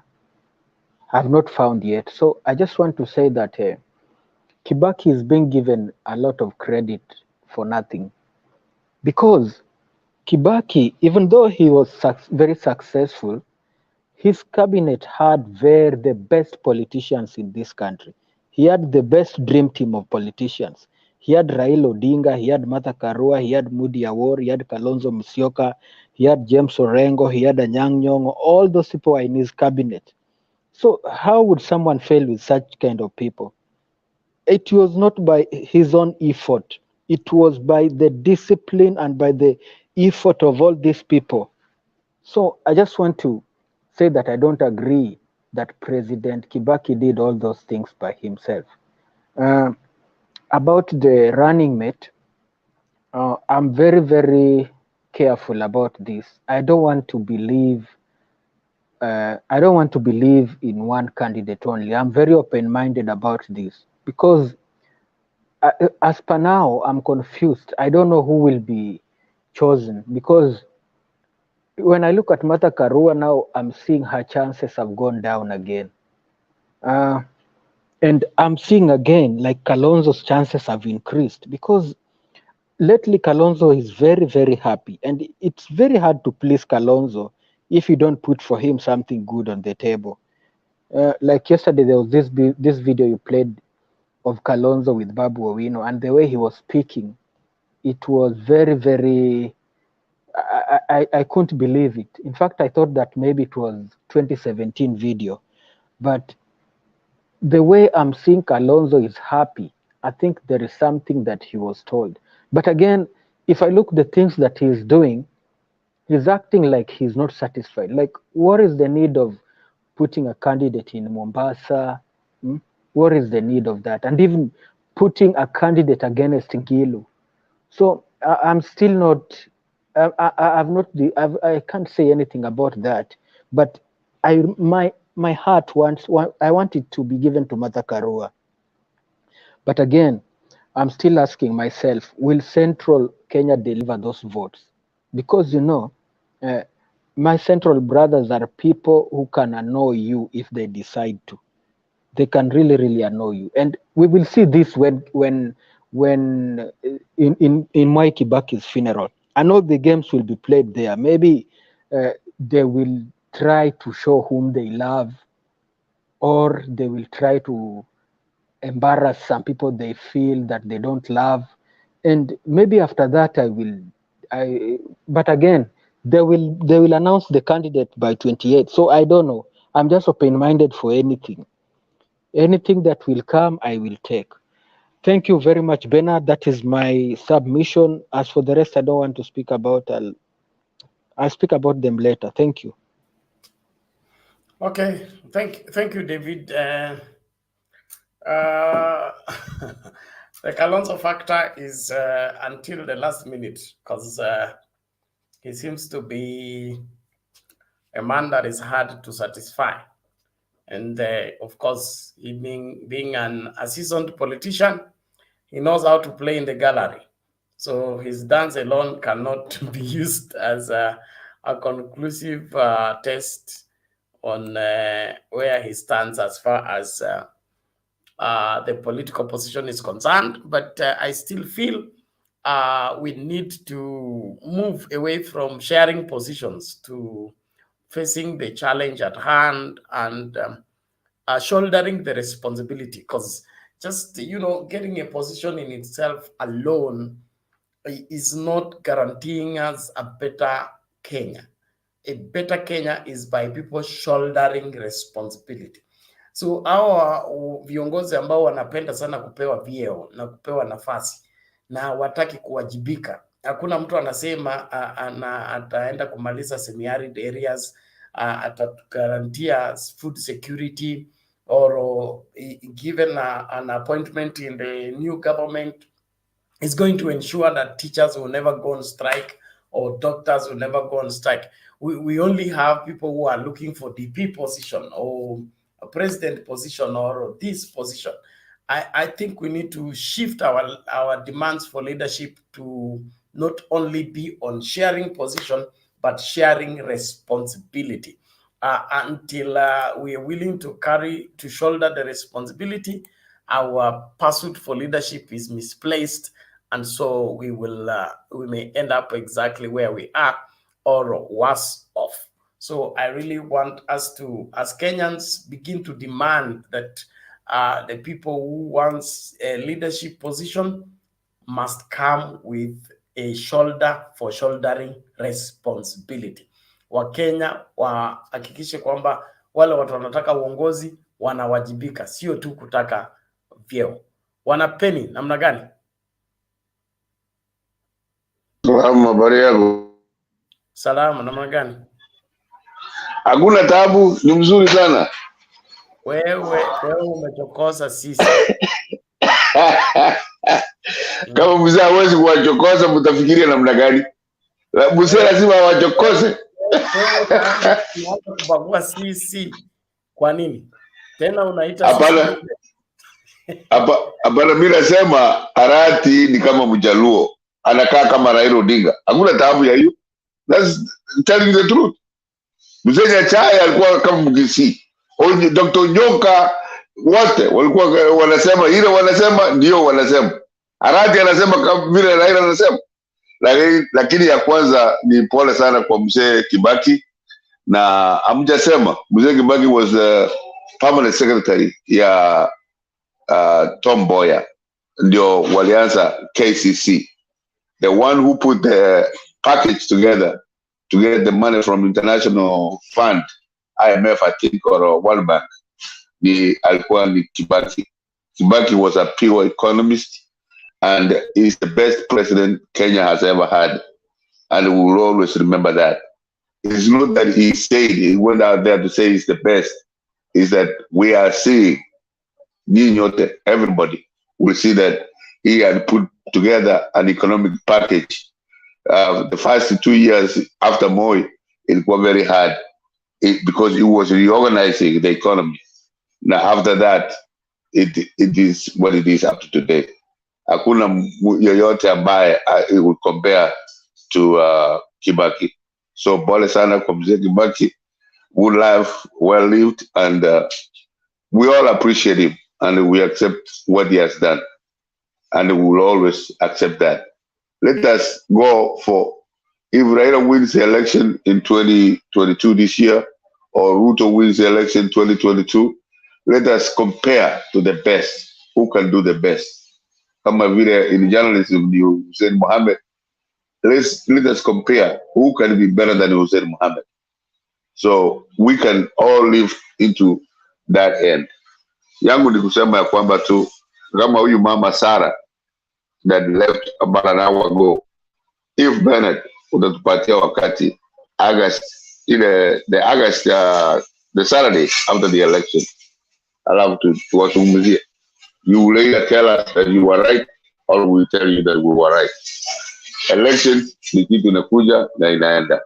There's no animosity. Hakuna mtu anapiga mtu. Sasa Bernard nikupata nasema munya omulandi. Nganoda. Let us continue with life. And that's what the afternoon guys have told me, that everything is good with me. Yes, it's true. Everything is good with me. So that if we go the opposite, tukianza vita, who will benefit? Nobody. Benefit. And Bernard, sadaka yako, sasa naona huyu kijana yangu Alex Yabara mfuatia sana, mimi nitafuatia sadaka yako sana, kwa sababu you are putting together a very good product na tunazungumza sana. we let out our views, what we have learned, what we have seen, alafu ndio tusaidiane. Mimi kuja kwangu kweli sio kwamba I'm coming here to make you musikie mbaya, hapana. Nataka musikie mzuri, lakini mjue mimi ni UDA ndani, UDA. Na nyinyi mkue Azimio the way you are. There's nothing wrong with that.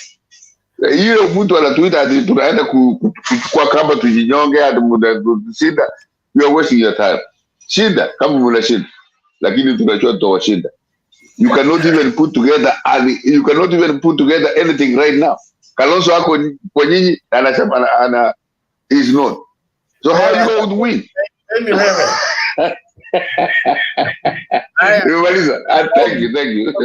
Ombi kutoka kwa Fabiano Adriano anasema anataka kuona sura yako. Ako hapo kwa comment section. So naomba ujitokeze uonekane uhesabiwe na Fabian Adriano. Sio mimi. Bwana Penny, kama unasikia, Fabian anataka kuona sura yako. Weka kamera.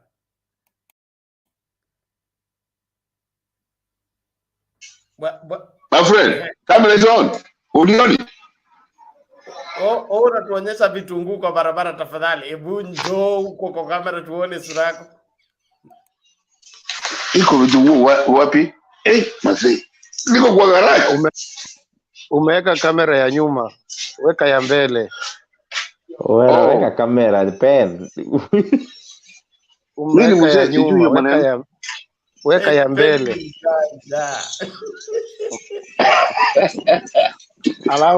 Alafu umwambie Bernard, umwambie aje kuwa fukufuku wala baridi. Yeye astiki kama aliamua ni kwa Kaisari, akae kwa Kaisari. Kama aliamua ni kwa Mungu, akuje upande wa Mungu. Hii story ya kutuambia ati upande wa Mungu ukishinda ataruka kutoka kwa Kaisari akuje kwa Mungu, hiyo hatutaki. Safina itakuwa imefungwa. Hiyo hautahesabiwa. Wale watahesabiwa wale watakuwa ndani. So wewe kama umeamua uko UDA ndani, wewe kaa huko. Hakuna mtu anakuja kukutoa huko. Hapo nimekubali.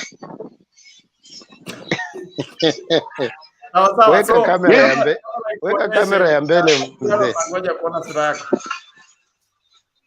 Aya, nani akitengeneza kamera yake? Naomba sasa tusikilize huyu Tom. Tom namna gani? Tom ako salama sana, bari ya masiku.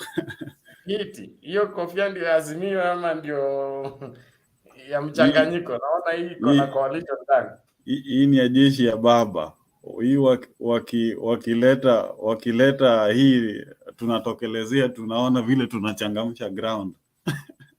Ninyi watu mlimaliza Wanjigi kabla afike Kasarani, nini wabaya sana. Wanjigi sasa alikuwa anajaribu babu, najua ni mtu that's a global leader.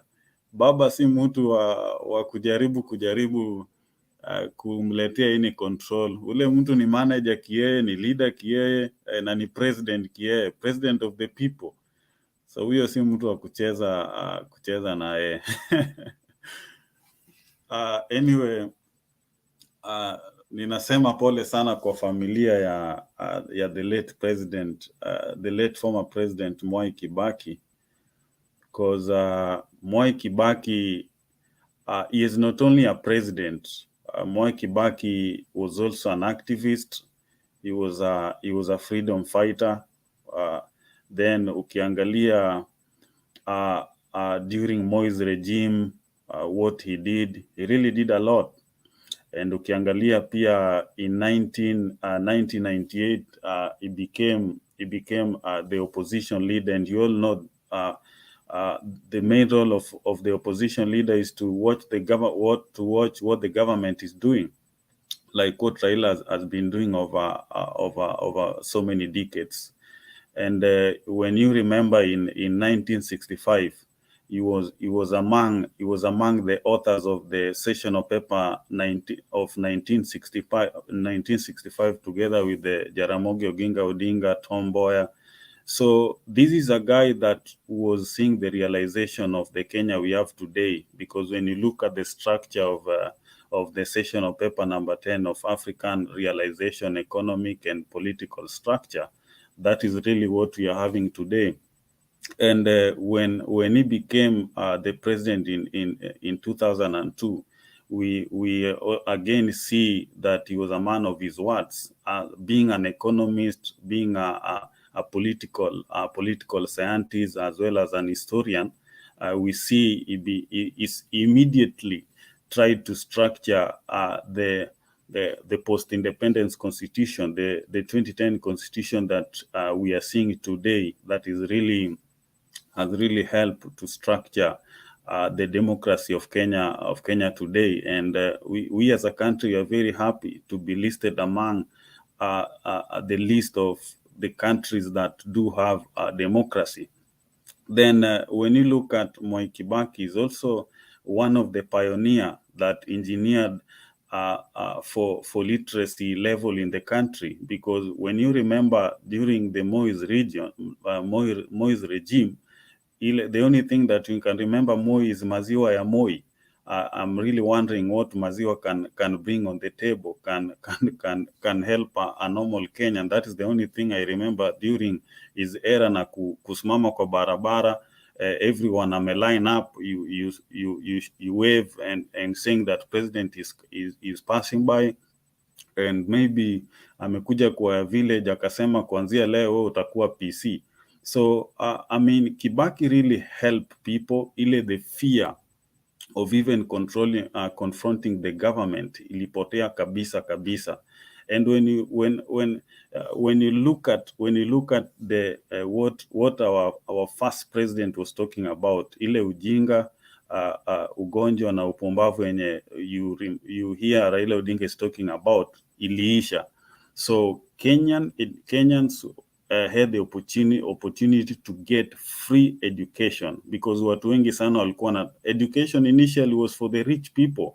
That's why you see during Tomboya used to have a very good program that was lifting Kenyans, educated Kenyans from Kenya to the US, and these were only people that got education through colonialist education system. But immediately Kibaki got the seat, we see a good numbers of Kenyans becoming engineers, good numbers of Kenya becoming doctors, teachers. We see even this. I remember even during those days, street children were taken out from the street, taken to school, receiving education. And we also see Kibaki is also initiating the introduction of many polytechnics we have today. The TVET, the vocational training that Ruto is always campaigning about on the ground. Sijui kama ni za ukweli hizo zenye anasema ama ni propaganda. But Kibaki really did a lot. But everyone is also having a weakness. Watu wanasema that power is sweet. So I think after becoming the president, akaona vile pale unafanyiwa masaji kwa kichwa, unaamuka, everything is ready, everything is all about briefing and everything you do with authority. So I think at some point he forgot his role as a freedom fighter, and we all know what really happened in 2007. So we should not be afraid of talking about what happened in 2007. Na hiyo ndo ilimharibia CV kabisa. So generally I can give him a scale of maybe 7.5 out of 10. But ukiangalia now, the problem that he was having again, apart from that, the fight of corruption. I think I can say during his era there were so many corruption cases, and you can see some of the projects, funds that were meant for long-term projects, he was not able to fight that. And I can also say that because when I was growing up, I used to remember ukiwa unapanda gari, kuna hizi ulikuwa unapanda gari alafu munakaa munasimama nyinyi wote. You remember those pickups zenye mulikuwa mnakaa kwa kiti you are facing each other. Then kulikuwa na hizi wanaziita Peugeot, kulikuwa na hizo gari, hizo ndo zilikuwa mingi sana. If you can remember that kind of socialization that Kenyans had, it was full of love. I remember even you're waking up, there was this common greetings here, jambo, si jambo, jambo, si jambo. Nowadays, I don't even see it. So immediately after 2007, Kenyans were really divided. And that's why you see we are having several issues today. So I can say those three major problems really disturbed Kenya, but disturbed Kibaki, Mwai Kibaki. But he's a very good president. He was one of the most funniest president I've ever seen. He was always very happy and very, very accommodative. So we cannot really say that he was bad, because even the opportunity to go to school, for example, a person like me, I was sponsored by one of his MP. So I think I'm very happy. I'm very happy with this regime, and let's move forward and give his final respect. Now, talking about the deputy president, it is my hope that we should have the first female deputy president, because we've seen Kenya is really trying to put into practice the two-third gender in all fields. I see even in some of the private sectors they are trying to respect the two-third gender in terms of employment. Even in some of the government sectors, they are really trying to put that into practice. But when it comes to executive, then that is where we do have problems, because I think people are so greedy when it comes to power. But in my opinion, if someone can ask me between maybe Kalonzo Musyoka and Peter Kenneth and Martha Karua, I think I will really go with Martha Karua, because Martha Karua is also a reformist. Martha Karua is an activist. Martha Karua is someone that has really fought for so many Kenyans at a free cost. Yeah, she has risked her life in different situations, and again, Martha Karua has been with Raila Odinga in this journey. Then when you also look at how Martha Karua makes his decisions, she is a very firm decision maker. When she says that I'm going to do this, she will do that. And Raila Odinga really wants people that are so gentle when they are making decisions. So I find it very uneasy if maybe Kalonzo Musyoka will be given the role of being a deputy president. Then I think he can behave like what our current deputy president behave, because there's an interview he was doing, and he said that he is so happy with the deputy president because this guy campaigned for 2022 earlier than people expected. So he said, like, if he get the opportunity as a deputy president, then he will start campaigning for 2027 earlier enough. So I see a person that will misuse his office, a person that will really not work. I want a person like Martha Karua that know that a typical Kenyan on the grassroots really needs to change his life. A typical Kenyan somewhere in Turkana really need good health system, education.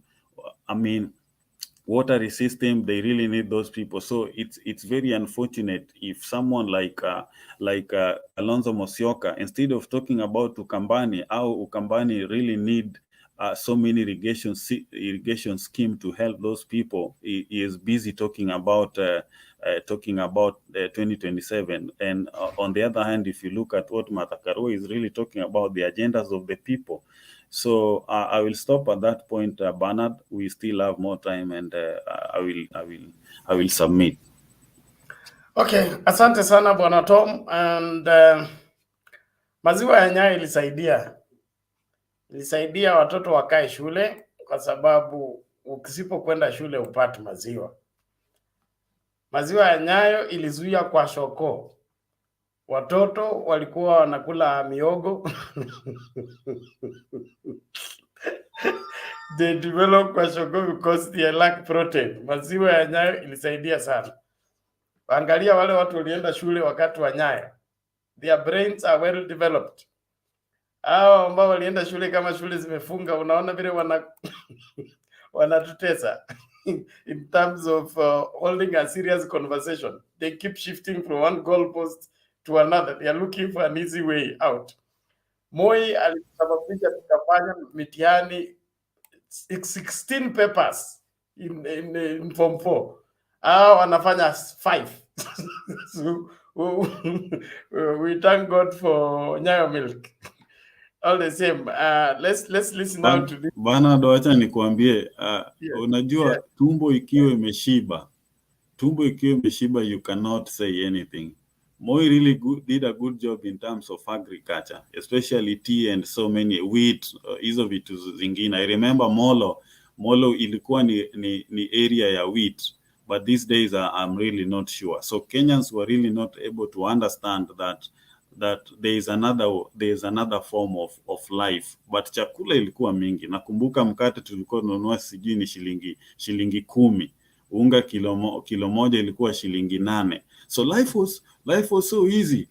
Fred Kasuti, I have experience, one. I'm very young, but yes, there was food security, and the prices will change like 1 shilling. Sukari imepanda na shilingi 1. Sio inapanda na shilingi 20 before you know it imepanda na 50 bob. Okay, let's listen out to this video before we bring in Kasuti to guide us further.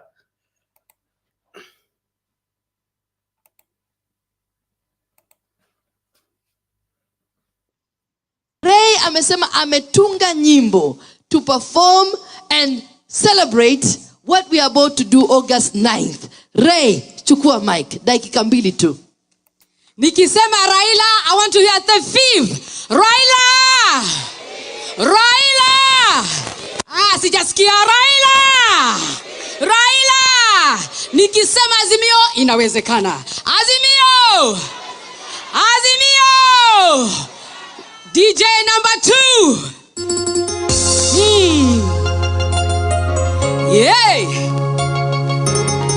Yeah. Inawezekana. Kazi ya kutengeneza Kenya wewe waijua. Kazi ya kutengeneza Kenya wewe waijua. Umekuwa ukisaidia wananchi wa kawaida. Umekuwa ukitetea wananchi wa kawaida. Kiongozi Raila Amolo Odinga anayejali wa Kenya wote. Azimio inawezekana baba. Raila Amolo Odinga hadi Ikulu. Azimio inawezekana. Kaleta mabadiliko, kaleta hadi majimbo. Raila kweli anaweza, hakuna siyeona haya. Mwenye macho atazame, aliye na masikio asikie. Kura yako weka kwa Raila, kiongozi mwenye busara. Kiongozi tunaye Raila Amolo Odinga anayejali wa Kenya wote. Azimio inawezekana baba.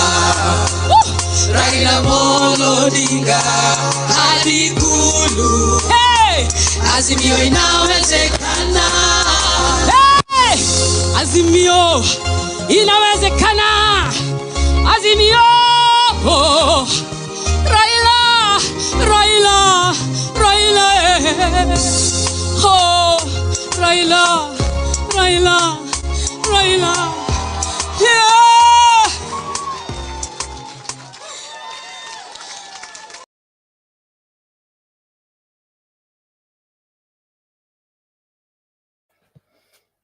Bwana Kasuti vipi?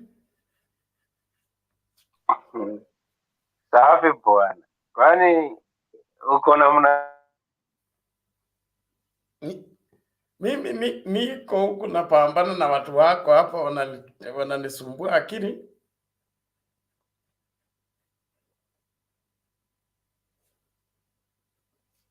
Kasuti, watu wa UDA wamekuzima tena?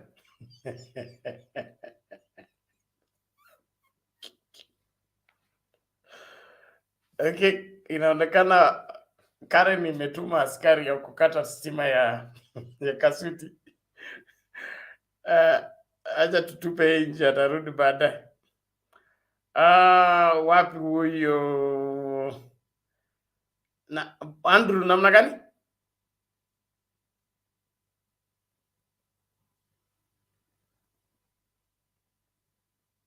Andrew, are you there?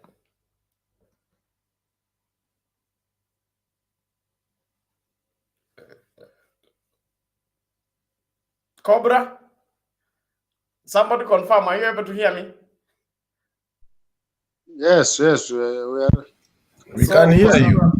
Andrew amekwama, Fred Kasuti pia amekwama. Bwana Cobra?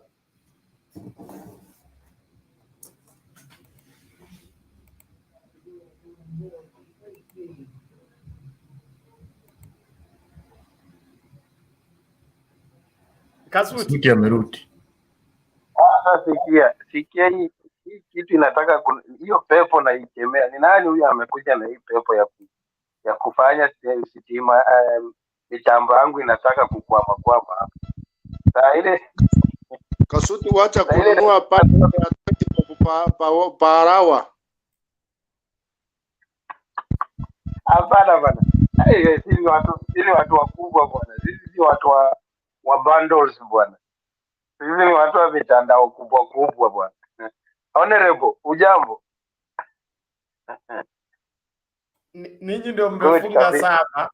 Mmefunga saba kwa sababu nyinyi wenye mitambo mikubwa.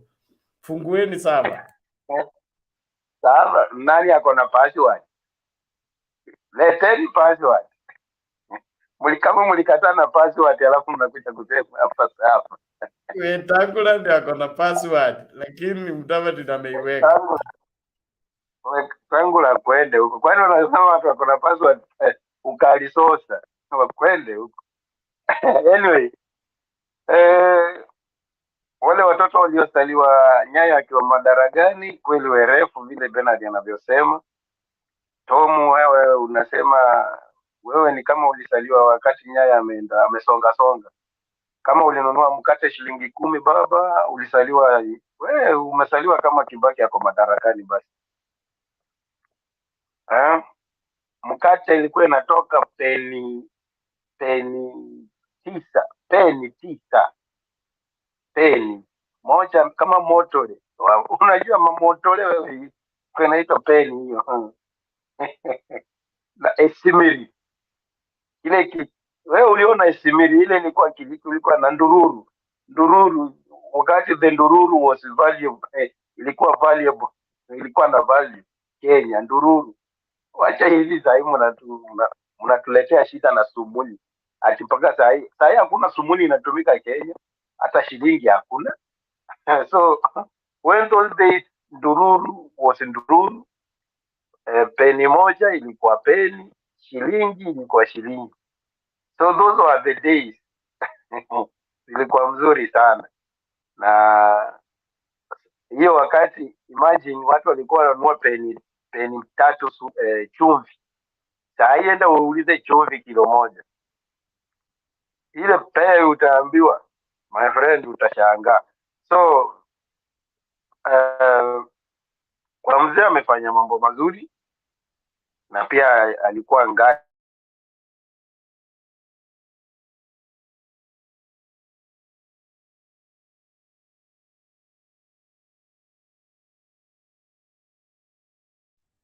I think Kasuti ametoka, Bernard Simoni pia. Kasuti amekwama, I think amekwama. Okay. Pole. Inaonekana Kasuti yako na itilafu ya mitambo. Wacha to nini Honorable Bundi, hebu endelea kama una la kusema kabla tuende kwa huyu Beni arudi ajitetee. Yeah, network I think iko kila mahali. Ile kitu mimi nilikuwa nasema all in all what I know, na niko na hakika kwamba if we have Raila Amolo Odinga as a president, as I normally say every day, it's going to put up a very good structure and a foundation. And I can urge Kenyans not to expect change in one day, in 1 year, in 2 years. A foundation needs a lot of years. To put up such a very good structure needs what we call change of a constitutional, amend the constitution, whichever way, and then look injustice zile vitu ambazo zimefanyika kutoka nyuma. And you know our country Kenya, when you do something, there is some people, kuna vibaraka lazima ikimbie kotini to stop, to until Supreme Court, to delay the progress. We must expect that.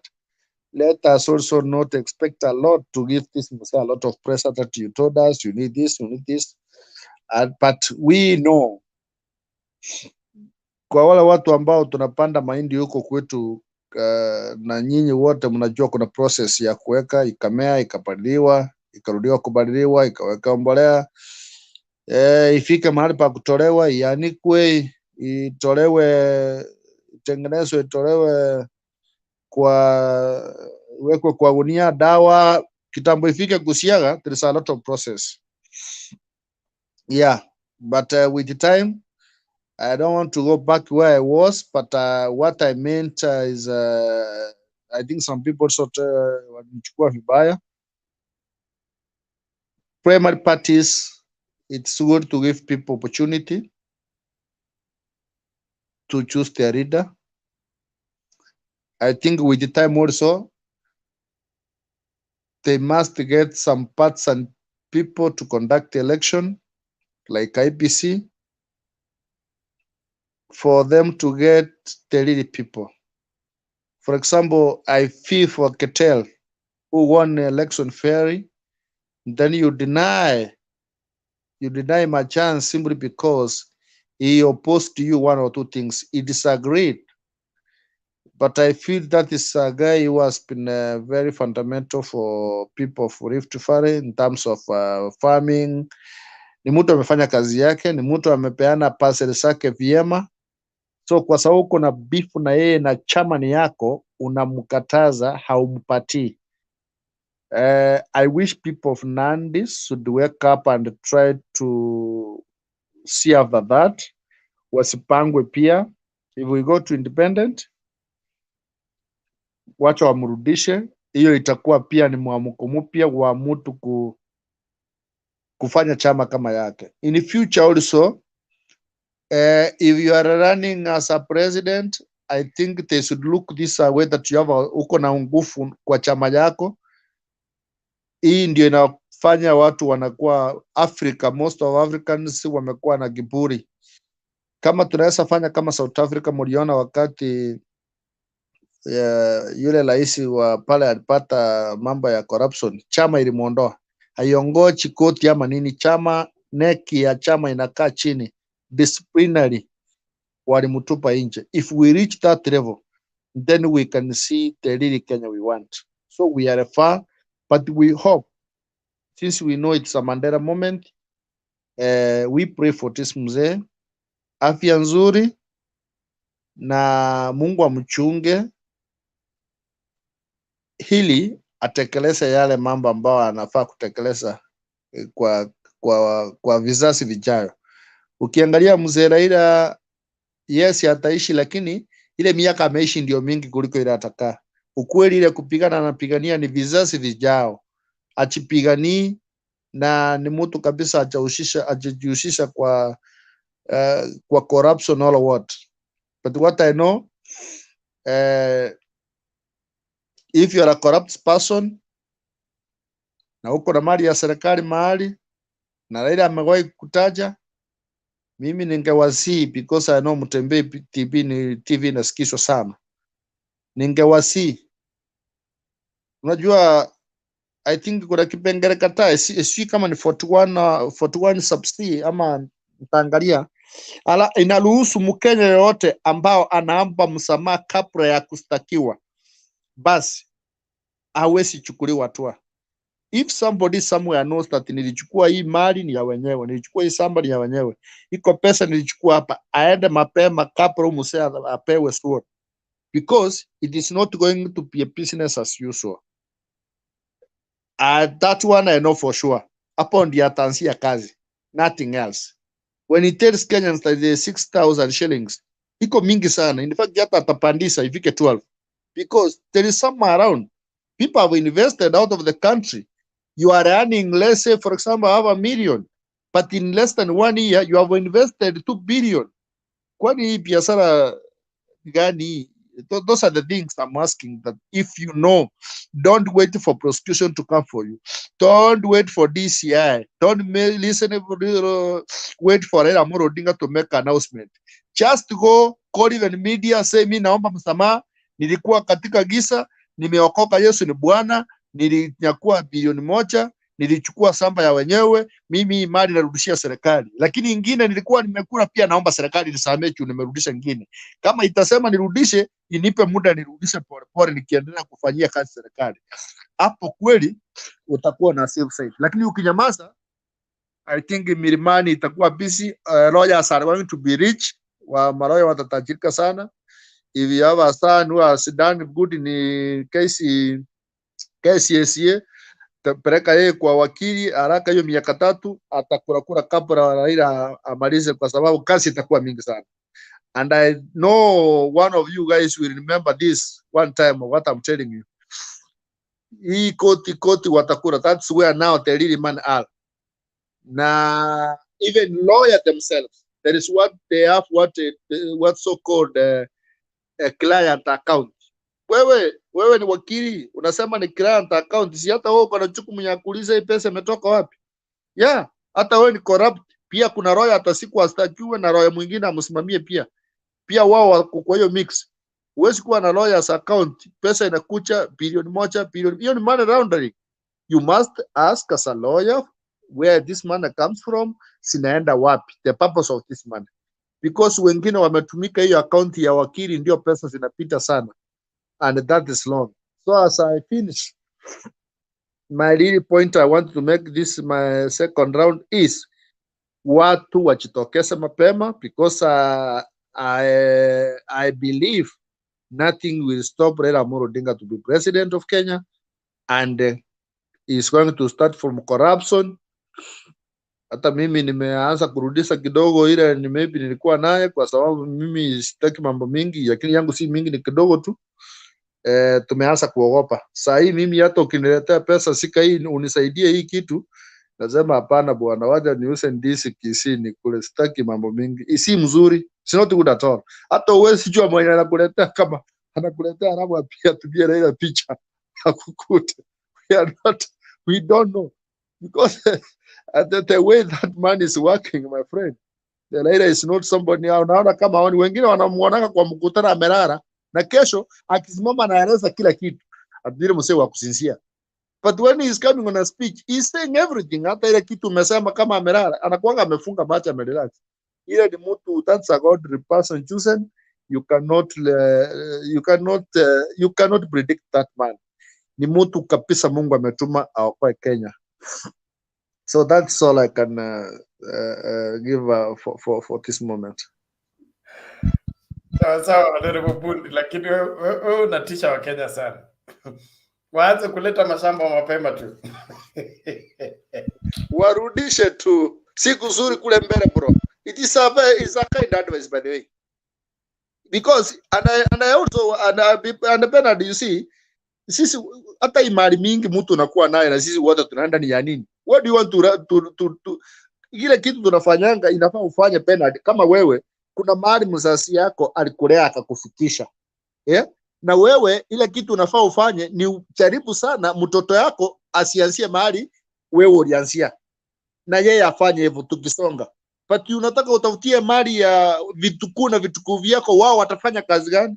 They will just grow up and start taking cocaine, wakunywa madawa because there is money, wakunywa pombe, watakufa, kizazi yako itaisha. Sisi wetu wengine hapa tulikuwa tunalialia, I think Morias knows, if coming from my region, Rio, Neri Chambe, tulikuwa tunaambiwa blanketi mnajifunika watu 8 inawekwa cross. Na hiyo ni ngozi ya ng'ombe merari, ukiamka asubuhi ni kama umepigwa viboko na uchapiwa, unarara ni usiku lakini ni maumivu. The following day mnapewa supu watu 10 mna sahani moja. Gari ndio kubwa lakini mboga ni kidogo. Wakati wanyama kwata moja ni watu kama 20. Morias can affirm that. So we have come from far. We have really come from far. And saa hiyo unaenda shule bila kinyasa. Sati ndio mrefu inafunika hiyo chakula peke yake. Sati mrefu, kitabu ni kitu ya kubeba kitabu ni karatasi ya chofi. Ama ya mkate, kama hiyo mkate unachunga, mkate ilikuwa Sansora hii ya Kisii ama United, hiyo ni sanduku ya vitabu. So we have come from far. So what I'm doing now is to make sure my child asifike hapo.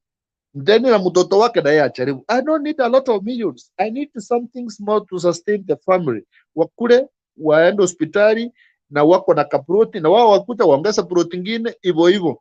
So if you are looking some millions and a lot of money which will put you on trouble, that is dangerous. It is so sad if my child amemaliza university anakuja kuniletea chai kwa seli.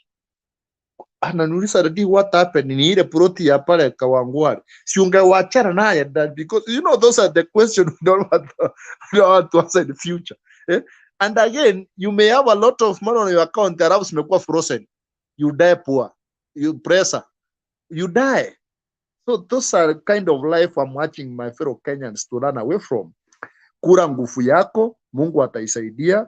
Ukipanda, for example, let me say for example, 40 years. Kama kuna miti nilipanda 30 years ago, maybe 20,000 trees somewhere in the settlement or somewhere in somewhere. I believe in 10 years coming, I'll sell it like 150 million.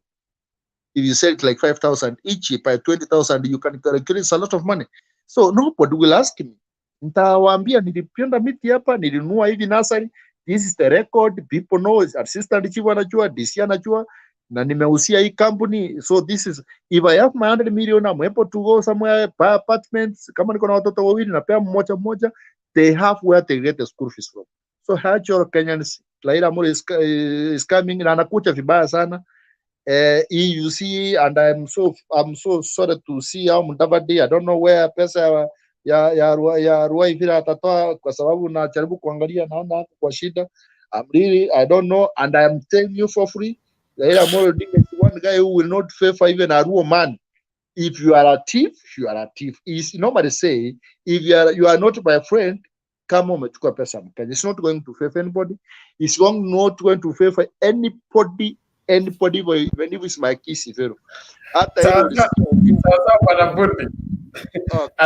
Asante sana kwa maonyo ya mapema. Kila mtu ajihami. Kule tunakwenda ni kuzuri, lakini si kuzuri kwa kila mtu. Itabidi kila mmoja ajitahidi kuhakikisha kwamba you clear the way. Yesu alisema wakati umekamatwa usingoje ufikishwe mbele ya mahakama. Jitetee mapema. Alafu mambo yako yatafanya nini? Yatashughulikiwa.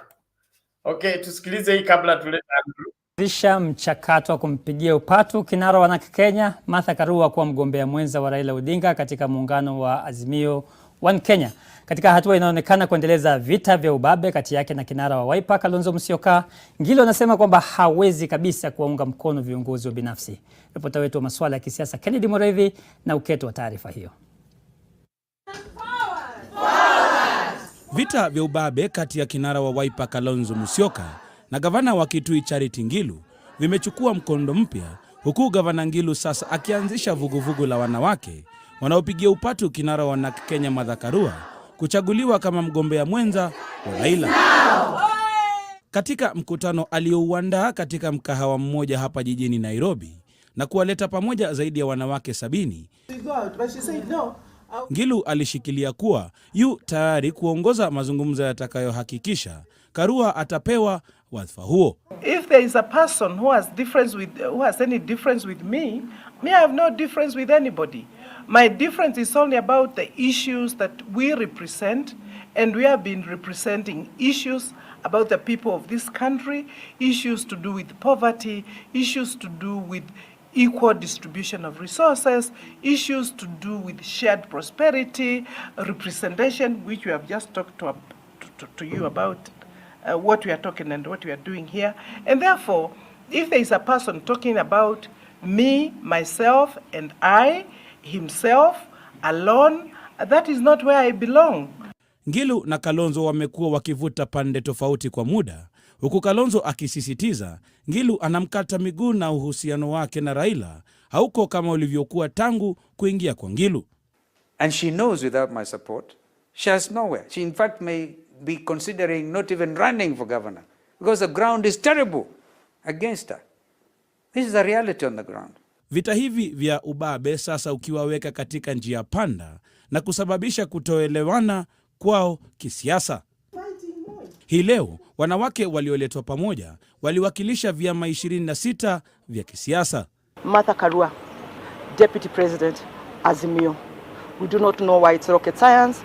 We do not see how you cannot see the value of Martha. And one of the values of Martha is, of course, she's a national figure. We as women, we have our 50% share.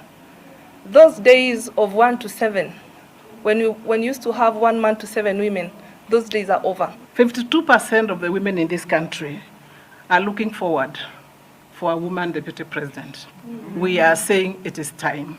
According to the last census, 50.3% of this nation belongs to women or are women. Now, if 50.3% of this nation are women, then the women agenda is a national agenda. Kwa mujibu wa taratibu zilizotolewa na IEBC, wawaniaji wote wa urais wana hadi tarehe 28 ya mwezi huu kutangaza nani atakayekuwa mgombea mwenza. Kennedy Mureithi, NTV katika kaunti ya Nairobi.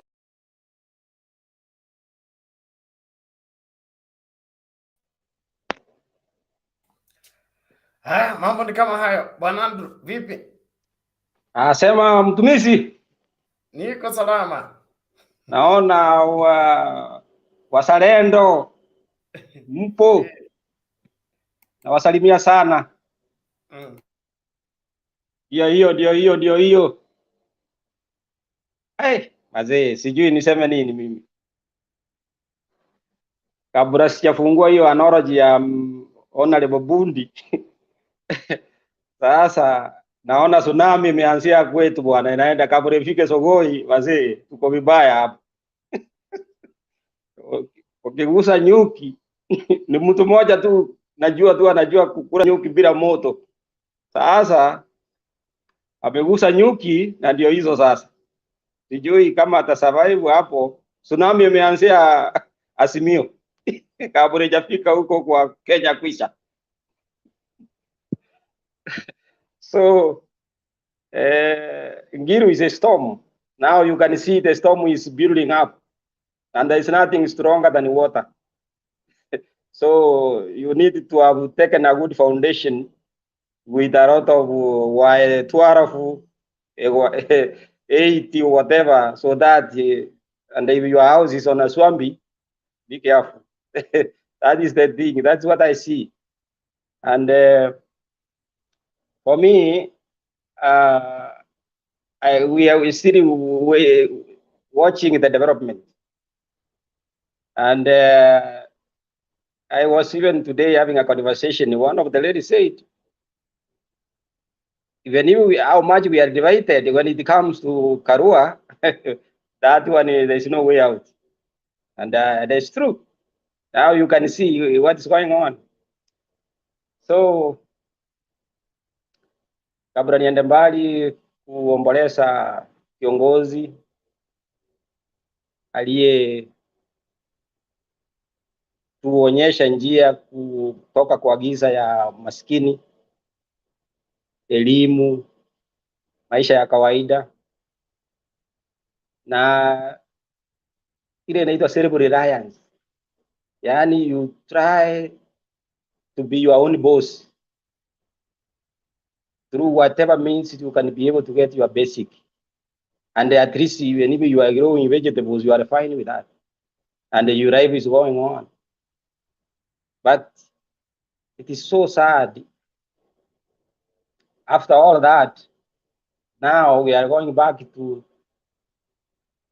we can't even know. We can't even say anything.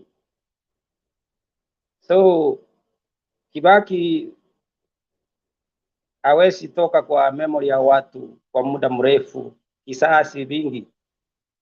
Kwa ajili alisimama na akajaribu ile hekima alikuwa nayo, elimu. Those are the almas of Makerere University. So you can see, even in the background, he was, and as a humble person, focused. We imitate, we inspired us most, and that's where we are now. We try to also bring our children to also be focused on work. But this kind of telling someone he uses a plate and they leave there for a nanny to wash, and is your child, and you say, yeah, we are paying for her, that is the mentality of the other side. We are what we call good natured. Bernard can affirm. He is reading, because if the nature, the way we are being nurtured is not proper, we don't have a future. And to some extent, you see, we have a common saying that we pray for them. But even the Bible says, not everything you pray can work. Matthew 17, 20 to 21.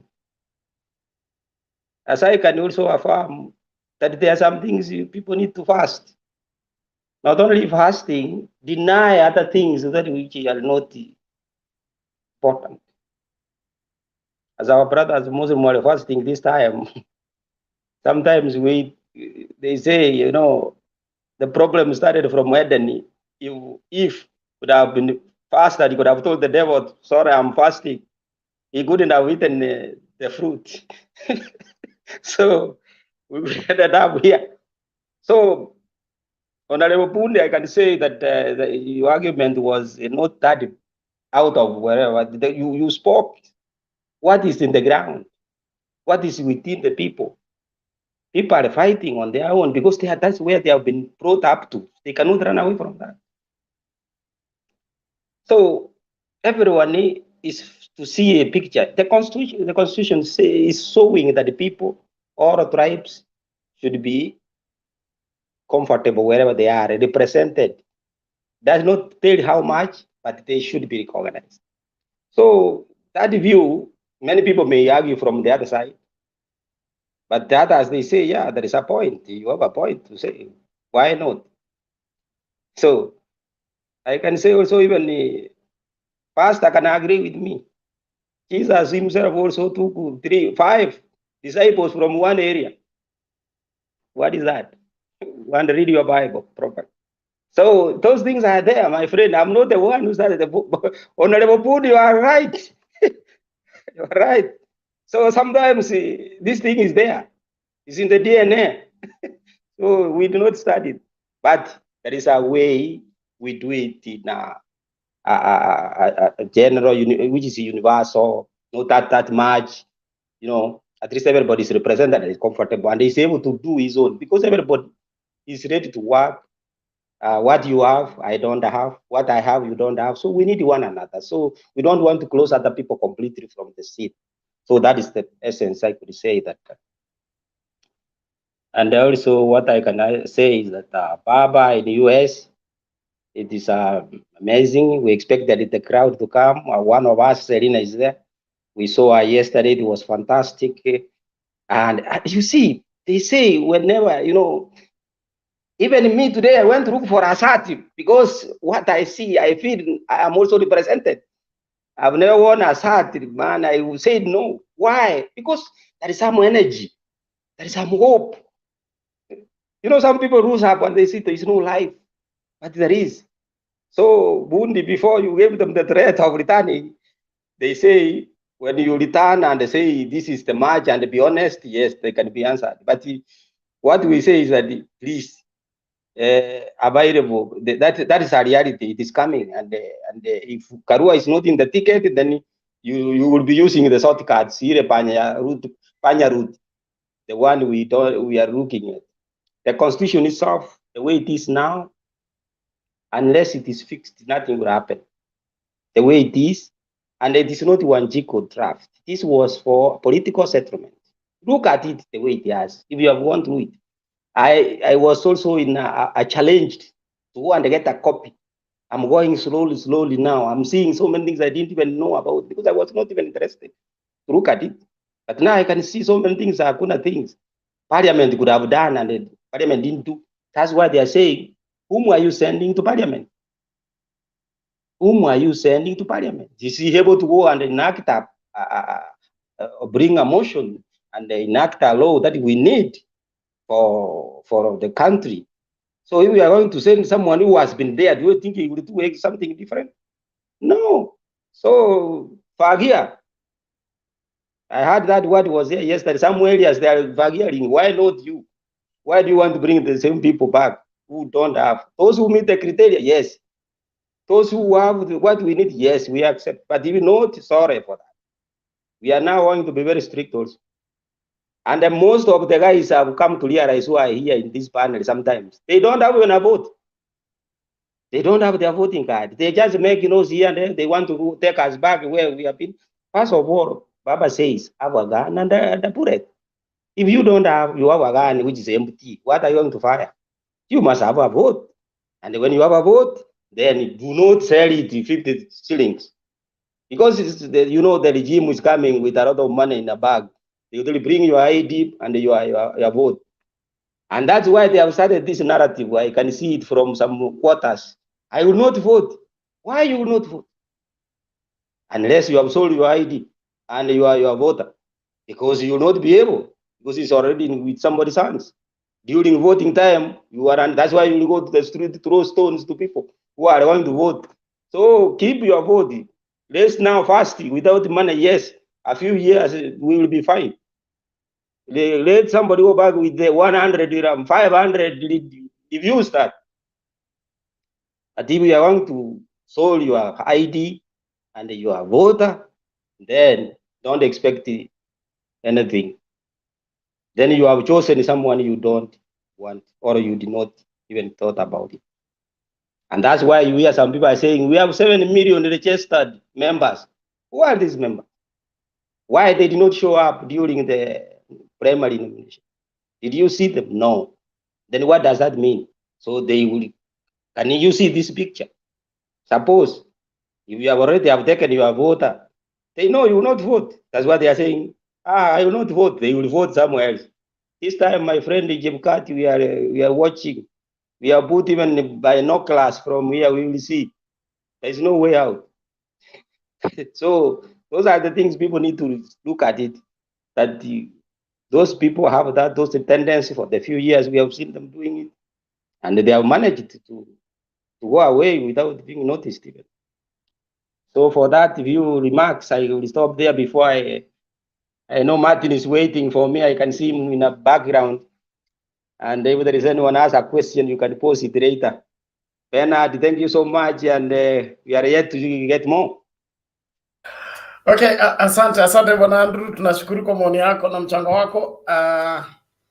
Tutasonga mbele. Kabla Martin aje, naomba wale watu mko nyuma ya curtain mnaharibu screen. Watazamaji wanateta. Bwana Black na nani huyu na Mato. Tokeni nyuma ya curtain. Niache niko mahali kidogo, nitarudi kwa screen dakika moja tu. Okay. Hata mimi namalizia kitu. But just in a moment. Ndo mimi unaniona hata ndo you can see me. Just in a moment. Okay. Ile mshahara unalipwa? Wale askari wanakulinda? Yale magari unatembea nayo? Ile petroli inaingia kwa hiyo gari? Zile simu ambazo unatumia? Stima nani analipa? Maji nani analipa? You are the source of the problem, and then you say you are the one who is now going to solve it.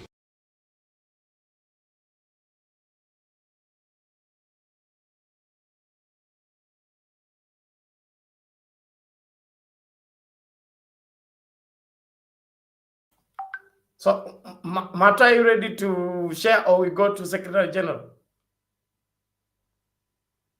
Go to the other person just a minute, and then I'll come after them. Okay. Secretary General, when is Secretary General wa Azimio, wa KANU, wa Tingiza, ama? Mimi ni Secretary General wa mama. Hey, wewe tena ni women rep. I represent women. Quality gender equality. I want to listen. Actually, thank you so much. It is my second time kuingia kwa hii show. Na kwanza wacha ni wasalimu. Hamjambo. Unajua mzee hayati President Moi alisema nguruwe ujikaanga na mafuta yake. Wakati nasikiza kwanza statement ya Mheshimiwa Musalia Mudavadi kabla sijaenda in details, enyewe nguruwe ujikaanga na mafuta yake.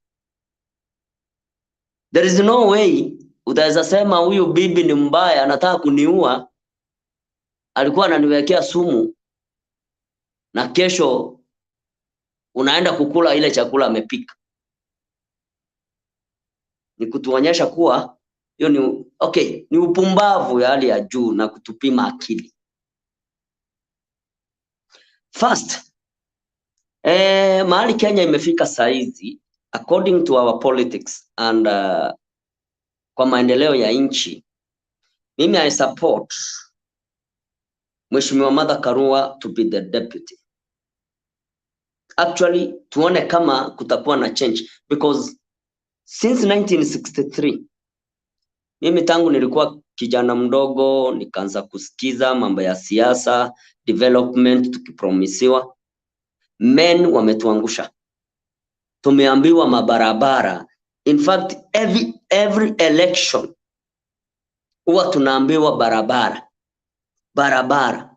Kwani Kenya imekuwa Afrika, barabara imejengwa haijawahi isha. Barabara. Barabara. Wanaume, I think uongozi wetu haisaidii nchi. Okay, according to me, tuone kama huyu mama akipewa deputy, kama ataisaleta change. Unajua, hata naona kuna wazee wawili hapa like Morias na Ellis, sijui ni Chiefs. Ikiwa utapatia kijana uongozi katika boma ashindwe, lakini iwe kuna msichana mwerefu unaona pale, si utamkabidhi hiyo uongozi? Tujaribu huyu mama tuone kama ataweza. But mimi, according to me, I have a confidence with her. And I'm very sorry to say this. Mimi nimekuwa mwanachama ama msupporter mkubwa sana wa UDA. But today, actually, nimehama kwenda Azimio. After kusikiza my statement from USA. Nimehama. Nimeona ni kama nimeona kamwangaza fulani. But we have to be very keen with our politicians. Our politicians huwa wanatufanyia biashara kama nyanya na vitunguu. Unakuta katika masiasa, mikutano ya kisiasa, Mheshimiwa Ruto atakuja atuambie yule mzee wa kitendawili. Raila atakuja aseme conductor ni mwizi. Lakini hao watu wawili wakikutana kwa podium, unasikia right honorable former president, former prime minister of the Republic of Kenya, deputy president of the Republic of Kenya. Mbona muiti wewe mzee wa kitendawili, simama usalimie watu? Lakini sisi ndio wanakuja hapa wanatuchezea akili. Unakuta unaambiwa ama unasema mimi nikichagua Ruto ataniibia shamba. Mimi kwetu tuko na eka 2. Hiyo ndio atakuja kuniibia. Mimi sioni ile kitu ataiba. Okay. Kama utachukia mtu ama utakataa kumvotia, ukatae kwa reason. Kama utakataa kuvotia Raila, ukatae kwa reason yenye ita make sense. Lakini nisisikize ile kitu mwanasiasa anaongea na mimi ni copy. Wa Kenya, I think mahali imefika saa hii tuwe na siasa ya akili. Siasa ya ile ya akina Olente mama I think iliisha. Tuchague viongozi wenye watatusaidia, wasaidia watoto wetu na wajukuu wetu wanakuja. Because hakuna mtu anayetaka kuishi maisha ya kuteseka. Angalia kama saa hii wasichana wetu wanauawa Saudi Arabia. Hakuna kiongozi yoyote hata mmoja ameingia kusupport hizo vitu. Lakini ikiwa ni mshahara wao ama wacheleweshe mshahara, wallahi huwa wanaingia parliament saa 11, wana debate hiyo debate mpaka saa 6 ya usiku. Na sisi hawatujali, na sisi ndio tumewaweka pale. Maslahi yetu. Angalia COVID, hakuna kiongozi yoyote alisimama nasi. Mambo ya hii mafuta, hakuna kiongozi yoyote amesimama nasi. Lakini juzi uliangalia parliament, wakati sijui ni nini Babu Owino aliongea about the speaker, kila mbunge alisimama kumdefend. Wanajijali wao wenyewe. Wakenya wenzangu, tupige siasa ya kusaidia watoto wetu na kusaidia sisi peke yetu wananchi. Wakati wenzetu wako na njaa, sisi ndio uwekewa pay bill tunawachangia. Kama kutoka Pokot, Baringo, sisi ndio uchanga. Lakini hakuna siku mheshimiwa utoa pesa wale watu waende kununuliwa chakula. Wale watu hawaendi pale kwa manufaa yetu sisi. Bwana Secretary General. Yes. Naomba hivi ushaweka foundation ya matatizo. Naomba suluhisho sasa, kwa sababu tukiendelea na hiyo line ni either inside the public against the elites or the elites against the public. Why can't we focus on what is bedeviling us and how do we sort it out, other than just condemning the parliament and the politicians who will still have to vote them either in or out.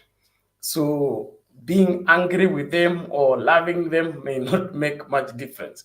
So help Kenyans decide between mirengo ile iko ama viongozi wale wapo, tufanye nini ili after August 2022 tusikue mahali tupo. I believe that's the reason why we're on this platform, and not for us to already stress Kenyans with the same stress they already have. Tuchague watu kulingana na sera. Hiyo I think ndio nitasema, nitaambia wenzangu. Na hiyo ndio kitu itatusaidia. Usichague mtu sababu ni wenu na chama. Sera. Na nimeshukuru. Asante. Okay, asante bwana Secretary General. Na nishasema kwa hii platform kwamba licha ya sera lazima tuangalie tabia, kwa sababu sera nzuri na tabia mbaya tabia mbaya itaharibu sera kulingana na mimi kwa sababu ukichukua anaitwa nani, fisi achunge kondo, hata kama sera ya fisi ni nzuri kondo zitapotea tu. So, so lazima tujihadhari. Kwanza tuangalie tabia ya mtu.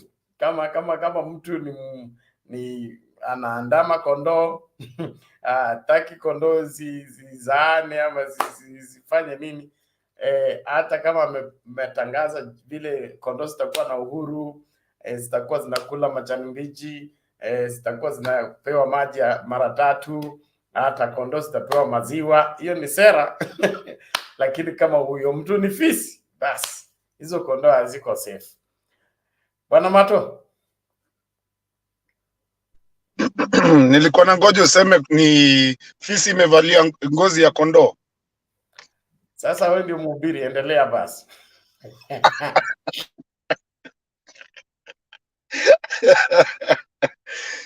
Mi unajua kuna mtu ameniingiza hapa. Nilikuwa hata I was doing some things. Nilikuwa kwanza I was supposed to be in Washington lakini sikutoboa due to unavoidable circumstances. Wacha kwanza ni Andrew, shati mzuri bwana. Lakini ingekuwa ya nini? Ingekuwa ya blue.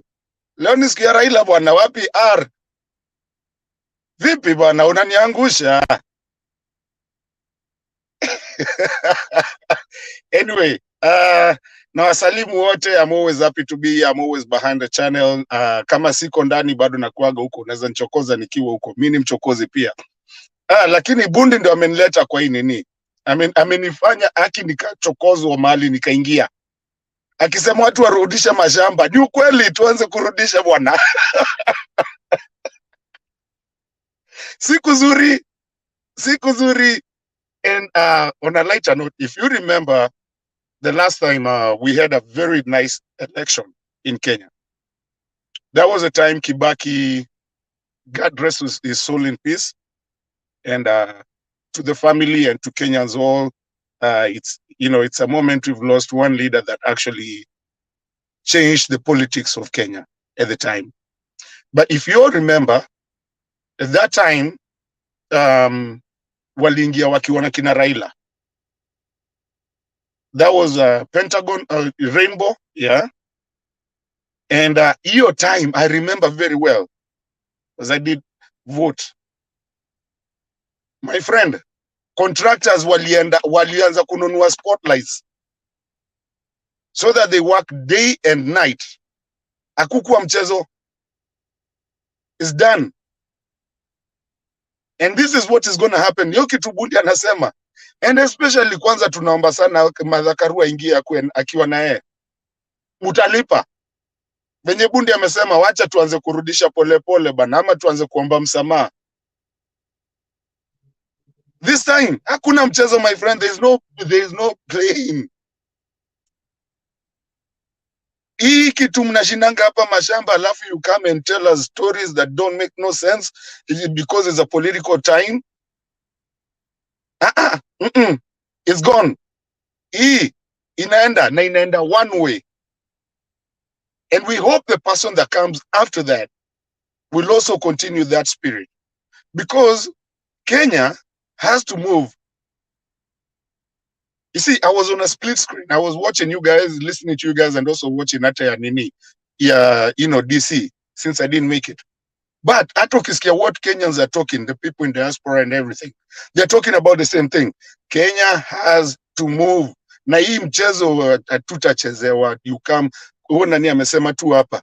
You come on the podium and start talking about something different, and then you go, huko, you start talking different. No, we have to make our socio-political, economic ground work right. Na saizi watu watalia, mtaenda ndani. Venye bundi amesema, go make peace with KRA. Ongea nao, jua venye tu mtajuana tu. Ukirudisha kidogo sawa, mali mtakubaliana. Because first of all, this story of corruption, we are going to get rid of it. Inaisha. Make good business. And if you're in government, by the way, you shouldn't be working with government in trying to get contracts nanini in government. Because what really happens is, you know what is about to happen in the government. Then on the other side, you go and tell somebody, we harakisha, kuna kitu inakuja kufanya. We don't want to do those kind of politics. Go there as a public servant.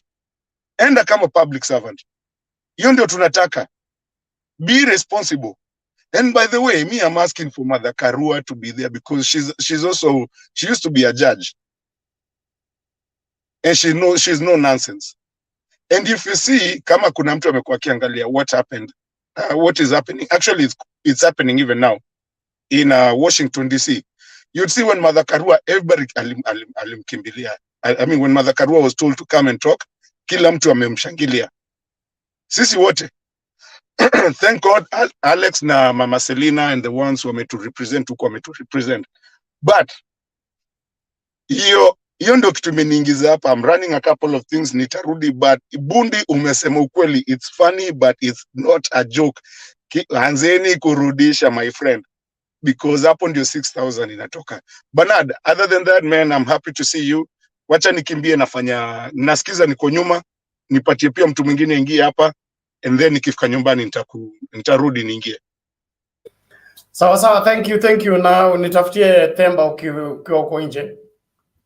Sawa, nampigia saa hizi. Mapema, lakini unatoka mapema. Ewe. Mapema vipi? Nilianza mapema. Asante Mato.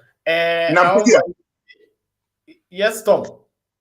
Kwa nataka kuuliza Martin, though representative wake hapa Mheshimiwa Bundi yuko. Unajua hizi issue ya land ya Kenya haijaanza leo. And issue ya land ya Kenya ilianza wakati wa baba ya Raila Odinga. And actually that is the main reason why there was a difference between Kenyatta's and Odinga's family. Because, you know, immediately after independence, the agreement was all the lands that were occupied by the white settlers were supposed to be given to the native Kenyans. And you remember some of the things that Kenyatta said. He said two things. Number one, Swahili to be the Kenya national language. Number two, all the lands were supposed to be given to Kenyans. But that did not happen. And you remember so many people occupied these lands. The people that were so powerful during those days took over these lands.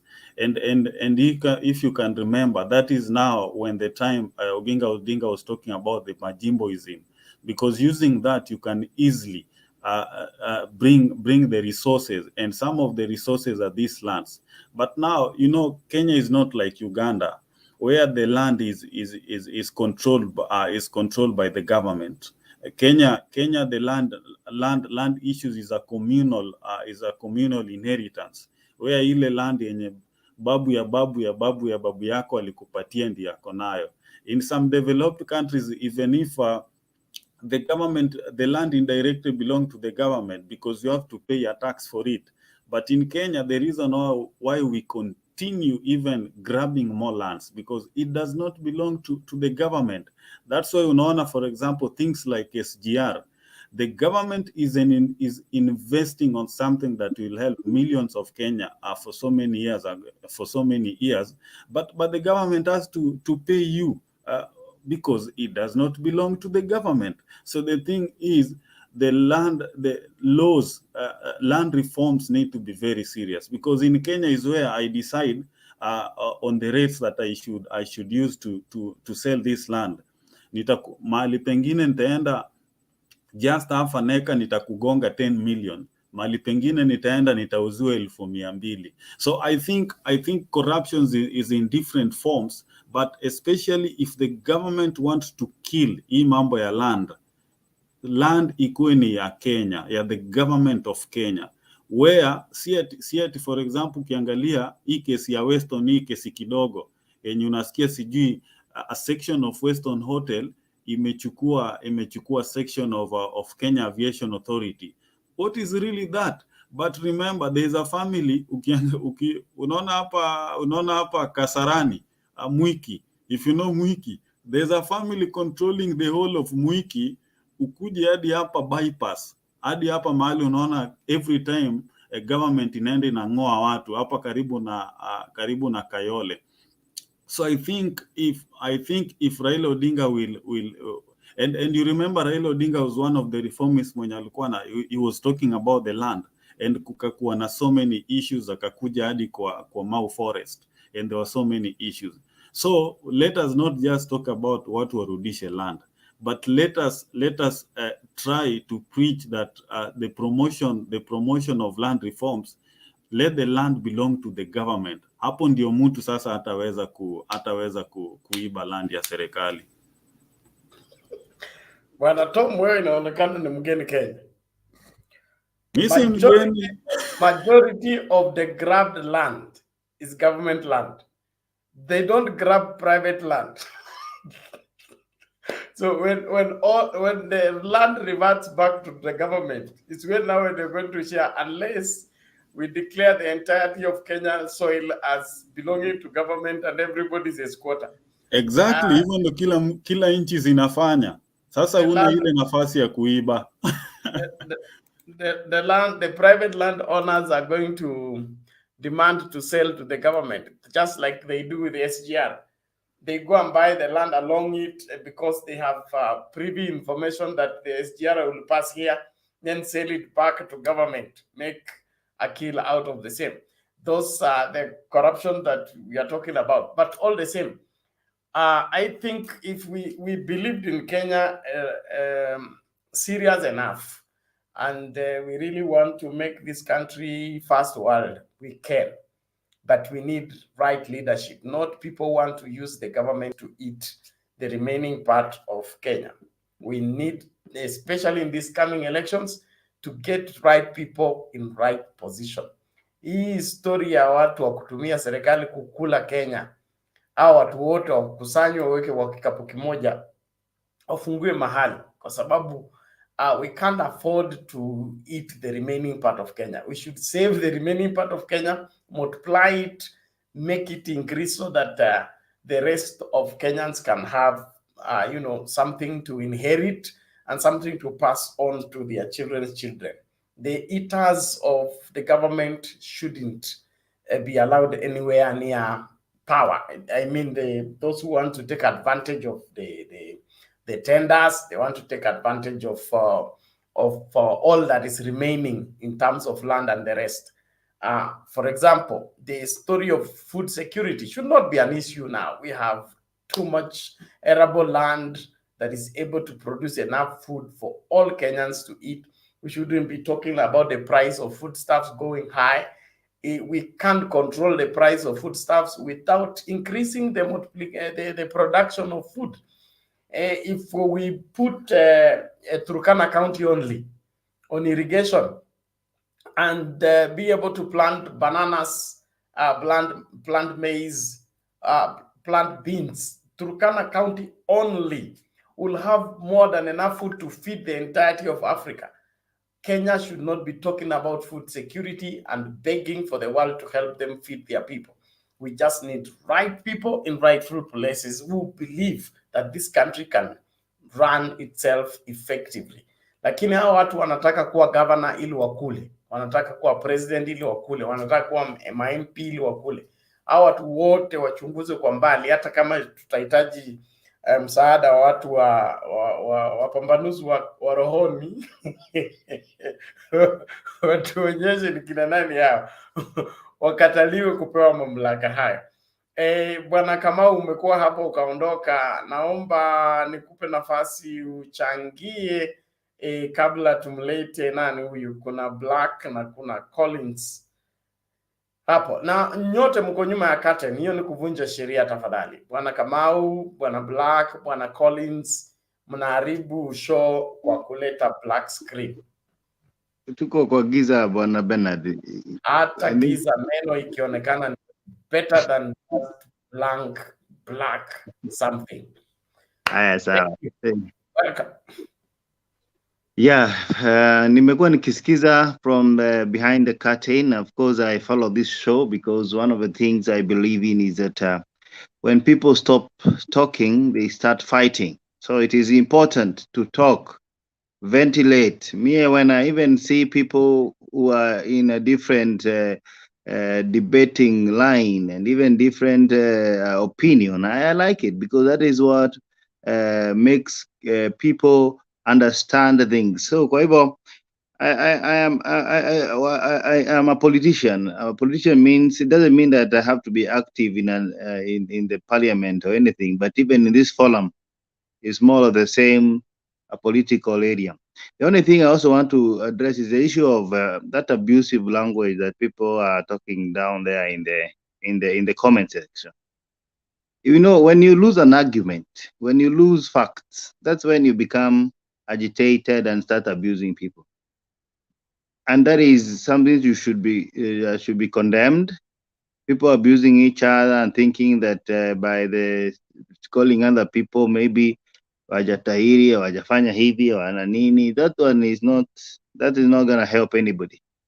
Yeah, everybody has a right to defend his right to speak what he believes in, and that is something that we should. And that is why I love this forum, because I think even the moderator is always calling people for civility and telling people that let us raise our argument and the level of debate to a level whereby even if anybody is listening, he'll be like, one day I want to participate in that debate. Having said that, I think I just dig in and get to what has actually been the topic today. I think the send-off of President Kibaki, the former president of the Republic of Kenya, I think he's the third president. I also voted for him, so I'm happy that he had his weaknesses. I usually say Kibaki was not per se a politician. I think he got there into politics in what we call default, because part of his life he was a little bit so honest. In fact, I find him so interesting because when people are talking about stealing, and you find that even some of his family members are still living, even right now, are living in wooden houses, that tells you the kind of a person he is. Because if he was indeed a thief, if he was indeed a person who is plundering the economy of Kenya, which he could have made it, he could have done, then he could have reveted these brothers and sisters who I even see right now being questioned on TV. They are still in wooden houses and very funny, because to him the most important thing was the country, and that is why, to me, I say we have lost a son of the soil of Kenya. Yeah, he had his weaknesses. Politically, I think he was very poor. Economically, he was very strong. I think it's 10 out of 10 if you are to vote for him. By politics, zilimchanganya kidogo, because in his tenure of 10 years, that is when people really fought, died, and stuff like that. Those are things that people don't talk about now because they believe anybody who has died now, everything negative should not be spoken. But I think it is also important to point out that his weaknesses of politics brought this country almost to a halt. Yeah, and we learn from that, so that next time we accommodate each other. It doesn't matter where you come from, what you do, but we accommodate each other. And then I also want to talk about that issue of land. You know, land is an emotive issue in this country, and it is only because we have spent lots of our time in this country making land very lucrative, and that is where the problem is. Because I can tell you, the land that we talk about here, grabbed or not grabbed, it occupies a quarter of this country, a quarter. Because this country, interestingly, if you're good in geography, you'll find that it is a third and almost a quarter arable land. The only place you can till, it is almost a third. And that includes the water, includes the forest, includes the government land. So where we are fighting for, it is a little bit of that land. The only problem in this country is that arable land, it is very lucrative. And in fact, a place like, I'm told a place like Upper Hill is even more expensive than land in New York and in Washington, D.C. And the reason is because we have speculated. We have put a lot of our mind into that land and forgot that that even the land mass in this country is too huge. Yeah, that you can even from Nairobi to Garissa, you'll find a free land. And let me put it this way: the reason why people don't go there is because it is semi-arid and desert. But as we speak today, if you Google what is happening in Egypt, Egypt is purely desert, but they are building huge dams, very huge dams, to a point that they might have man-made kind of a lake for the country to have enough agricultural water and domestic water. That is where we need to think about. Let us not think about the land that is surrounding Nairobi and these other areas that are fertile. If we can have a proactive country, a proactive president who can make mechanize the land that we have, yeah, even in Garissa and Wajir and those areas, and even as you go to Namanga, these are free land. They are open. The government can mechanize them. And this issue of food, this issue of fighting for land, it will end within a very, very short time. But the reason of us thinking that the only thing we should fight for is the small land we have around where the Alam Burand is, then that is a problem. And therefore, I agree with many people who are saying that at the end of the day, we need to come with proactive ideas, not reactive. Because even if we return, for example, all the land that has been stolen in Nairobi, it will still not have solved the land issue in this country. But if we can mechanize hundreds and millions of land that are empty as you go to Northeastern, as you go to Lodwar, those areas, you'll be so amazed how we can solve the land issue. As I finish, I also want to talk about the deputy president's choice. I think it's now rather obvious that the deputy president of Azimio, which will form the government, that is a guarantee, it will be Martha Karua.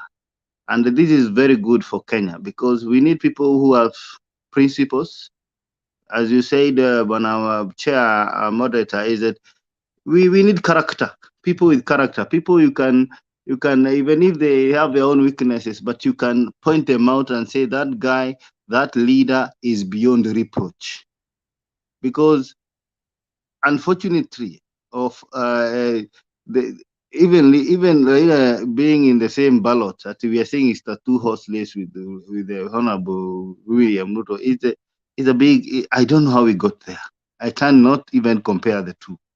I think these two people are completely different because Raila stands for many things: historical, fighting for democracy, fighting for justice, human rights. The other side fight is a person you find who was for the government that tortured, that destroyed these fundamentals of these countries. I mean, what are we talking about here? It is like light and day, and therefore I know the combination of Raila and Martha Karua will make sure that even the wash guys who are Amejaa huko Kenya Kwanza and all those grabbers and all those corrupt individuals, they fear and they tremble, and that's why they are doing everything in their power to make sure that they pay for propaganda and all those things so that they can confuse the young people of this country. Thank you, Bwana Chair. Okay, asante sana Bwana Kamau, tunashukuru kwa maoni yako. Ningependa tu kurespond, kuna huyu mtu anajiita nani? DCI Kenya. DCI Kenya, tafadhali kama uko na advice ya kutupatia later too. You don't have to personify yourself.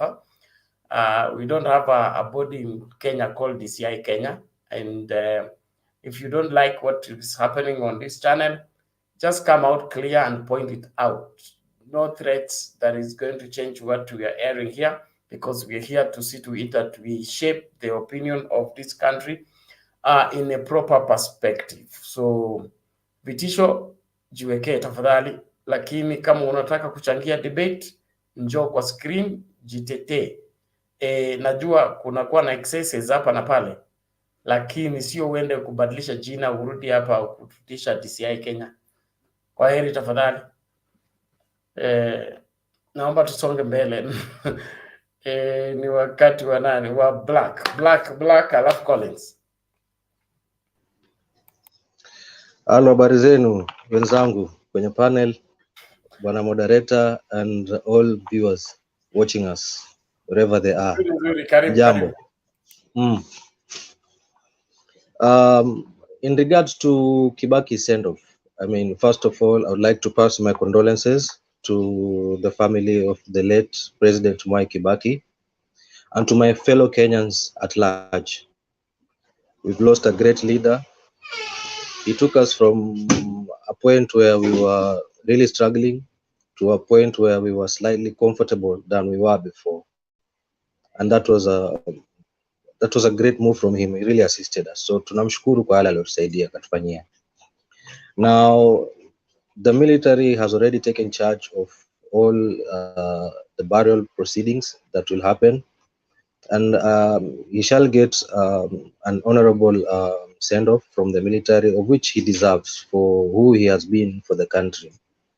Now, I'll really be looking forward to the list, the people, I mean, in regards to the dignitaries, foreign dignitaries that shall come to that occasion, and to listen also to the speech that they will give in regards to Kibaki, the man they knew in their view. So it's going to be something to look forward to.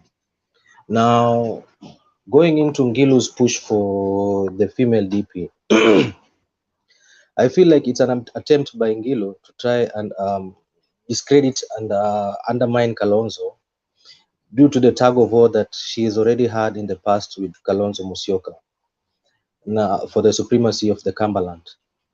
And then again, she might also be trying to carve her niche into giving the impression that she's also influencing to the top tier of the Azimio decision makers, such that she would be seen as a very important person, because when you look at it, she seems to be the person that's in the front line pushing for Martha Karua's deputy presidency. Now, this might work for her well in the national level in the event that Baba wins, an unlikely event. Let me put it that way in bold capital letters. In the unlikely event that Baba wins the presidency, I'm saying that for obvious reasons, you know where my political alignment is on, that will be on the Kenya Kwanza. So you should expect me to say that. So in the unlikely event that Baba wins, Ngilu, it would work for her best, because I believe she'll be getting favors from her, because when you look at it, it's also going to be working against her in the local level, whereby Kalonzo is considered to be the leader of the Kamba community. And we also expect at this very moment, now that we have Julius Malombe, who was the previous Kitui governor, who's going to be vying for the Kitui governorship ticket, we do expect that Kalonzo is going to be very instrumental in trying to assert his revenge through that particular seat, ensuring that his candidate, Julius Malombe, beats Charity Ngilu convincingly. So now what I see here is Ngilu is trying to play smart. How am I saying this? She does know that whenever she has a problem with Kalonzo Musyoka in regards to the political, who's the political supreme in the Cumberland, most of the times she ends up losing, just like she did in the first time when Julius Malombe won the governorship. Now, she also expects the same to happen right now. But what she's trying to do, she's trying to have a backup plan in the likely event. Now, this one is not unlike, in the likely event, because it's going to happen. She's going to lose the governorship. What will happen next once she loses that governorship? Now, what she's trying to do right now, by trying to push in Karua for the vice presidency, someone is going to be owing her a favor. She's going to lose the governorship, but she's going to get something in the government, for sure. So what she's trying to do, she's trying to have a win-win situation for herself. That's how I view it. Now, in regards to Baba's trip coming to the USA, Martin, you just wait, I finish, then you can come in, so that I do not lose my trail of thoughts. How are you, though? In regards to Safi, in regards to Baba's USA trip, mostly just like all the presidential aspirants, it's usually for fundraising as well as to campaign for themselves. So hiyo hata ilishangazi. I mean, it's expected of both candidates, so it's not something new. It's been happening, it is happening, it shall happen in the future, in the next presidential election that we shall have. So I don't expect anything less than that. But the one thing that I noted was that in this trip that Baba came to the USA, he tagged along with Martha Karua. Well, it might not resonate well with Kalonzo supporters, especially in the Kamba community. It would seem perhaps that he would be sending a wrong signal to the Kamba community, that one of being a betrayer, because the Kamba community, through Kalonzo Musyoka, they have stood with Baba all the times that Baba has stood for the general elections as a president, and now just ghafla kumgeuka when everybody out there believes that Kalonzo should be the deputy president, and already anaonesha like he's leaning towards Martha Karua by traveling with her to the USA and leaving Kalonzo back home. I doubt whether it's going to be resonating well with the Kamba community. I mean, in my perspective, see, we all have our views on it, but that's my view. See, so I think it might work against him when it comes to the Kamba vote. And then in another way, I also think that the way Ngilu is fronting Karua, I believe there must be other external forces behind her pushing for that, because I mean, ukiangalia vizuri, I've not seen anybody else disputing that or coming up with any other suggestion when it comes to Uhuru Kenyatta. He's been very silent on that matter of who should be deputizing Baba when it comes to the presidential ticket. Now, what I do feel is like Martha Karua must have been a late attempt by, perhaps, I don't know whether it will be Uhuru, into the vice presidency once the BBI failed, because perhaps he may have expected that if BBI would have gone through, they would have had a share of government through the prime minister's post, whereby perhaps himself would have come in, or perhaps he would have pushed Peter Kenneth onto it. But now that BBI having fell, maybe Uhuru may have thought that since this has we've lost this BBI case, but at this point we do have a presidential election to come, and we do need to have a stake in this next government. How can we do that? So perhaps through Martha Karua, we can push to have the vice presidency vote, such that we would also have sort of a share into this government through the vice presidency. And Martha Karua would have seemed to have been the most logical person, I mean, because she's strong, and their interest would be rest assured that the promises that they may have had, or agreements that they may have had behind the scenes, would be assured of being done, being taken care of, with Karua being the custodian as the vice president. So I look at it as spoils of war, if I may use that. That yes, they may have lost this, but we could also get this to be able to have a share of the government and have our interests secured through Martha Karua as the vice president. Now, in regards to the independent candidates, I think it works best. How does it work best? I think I've explained this in the past. Having candidates standing or vying with parties and them winning does not usually work well for the constituents or the people that live in a particular constituency, because most of the times in parliament, the alignment goes towards the party which sponsors them in the parliament. So most of the times you'd find the MPs being less helpful under the party, getting into parliament under a party which sponsored them, and being more helpful for their constituents when they get in as independents, because their minds and their decisions in parliament are independent. So I believe, I mean, the Kenyan voters right now, they have become smart, and they do believe that it is best to have an independent candidate in some areas, better than having a candidate that's party sponsored. So I believe they do stand a chance of winning. So, and then I must get into this before I finish. I was watching the Raila's speech, or the convention that was happening here in USA, and I saw one Shabal. Just so you know how these politicians wanakuanga na ubinafsi sana. It is worth noting that as much as Shabal says about this diaspora banks being open, that will be great for the people, that it's worth noting that Shabal is a banker. He has owned a bank in the name Gulf Bank in Kenya. So in his interests, akiwa anaongea pale, si eti amekuja pale kwa nia ya kujaribu kusaidia watu in any way whatsoever. Ule ni mwanabiashara bana.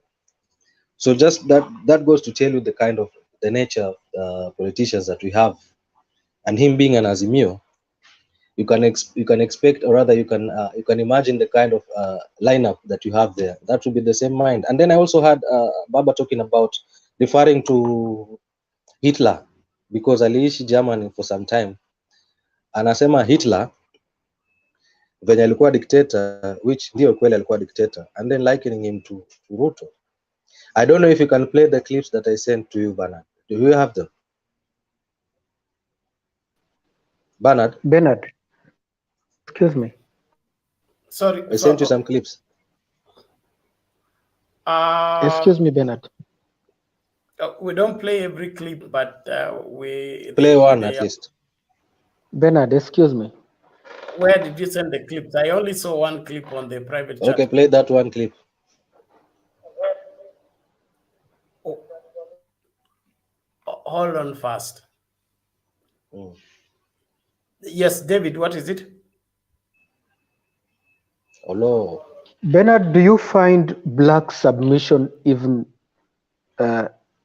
constructive? Because he keeps piling things that are not even on the topic. Now he's instructing you to put on a video that we don't even know about. You see, he's submitting, what is not in and the then topic? when wait first, my substantiate, please. What is not in the topic? Look at his character. Hold on, Black. Look at him. I have patiently waited for you to finish what you're saying, and I also have questions for you. So, David, I hope you have a question. Just ask directly the question. Yes. No, for now, no. I'm just reminding you, because you see, he was continuing to pile stories there that are unnecessary. I understand. Can you substantiate and say what did I say that was not in the topic? Black, stop being mic happy, okay? We have given you time. You said if we interrupt you, you will lose your train of thoughts. Thank you. So I have one.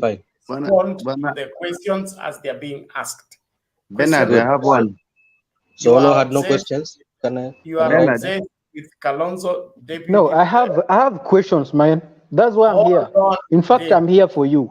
You told me you have got exchange staki, tafadhali. Black, you are obsessed with Kalonzo deputizing Baba. You are. No, don't use the word. Don't use the word obsessed. It's a debate. You are a Kenya Kwanza person. Okay. Yes. So I would care less who comes in as the deputy or not. It's a debate. Deputy president. Yeah. Would you recommend Kalonzo to be the deputy to the deputy president in Kenya Kwanza? I cannot recommend, because again, I'm from Kenya Kwanza. I was just giving my views as to how I see it. That simply like means in the sense, in your advocacy, in the sense, so it's only convenient for you because you want to run down the Azimio campaign by proposing a candidate that you know he cannot deliver. And you are threatened by Martha Karua's deputizing Baba because it's going to disadvantage Kenya Kwanza as far as the mountain is concerned. Ngilu, do you appreciate how much Ngilu has participated in Kenyan politics? Sorry? How long Ngilu has been in Kenyan politics? Long enough. She even Long vied for the enough. presidency at some point, yeah. Do you think she doesn't have a brain of her own to initiate a program? She must be used by external forces? Again, like I said, she may and she may not. But in my view, like I said, in my view, like you have your views, I think there is someone fronting her.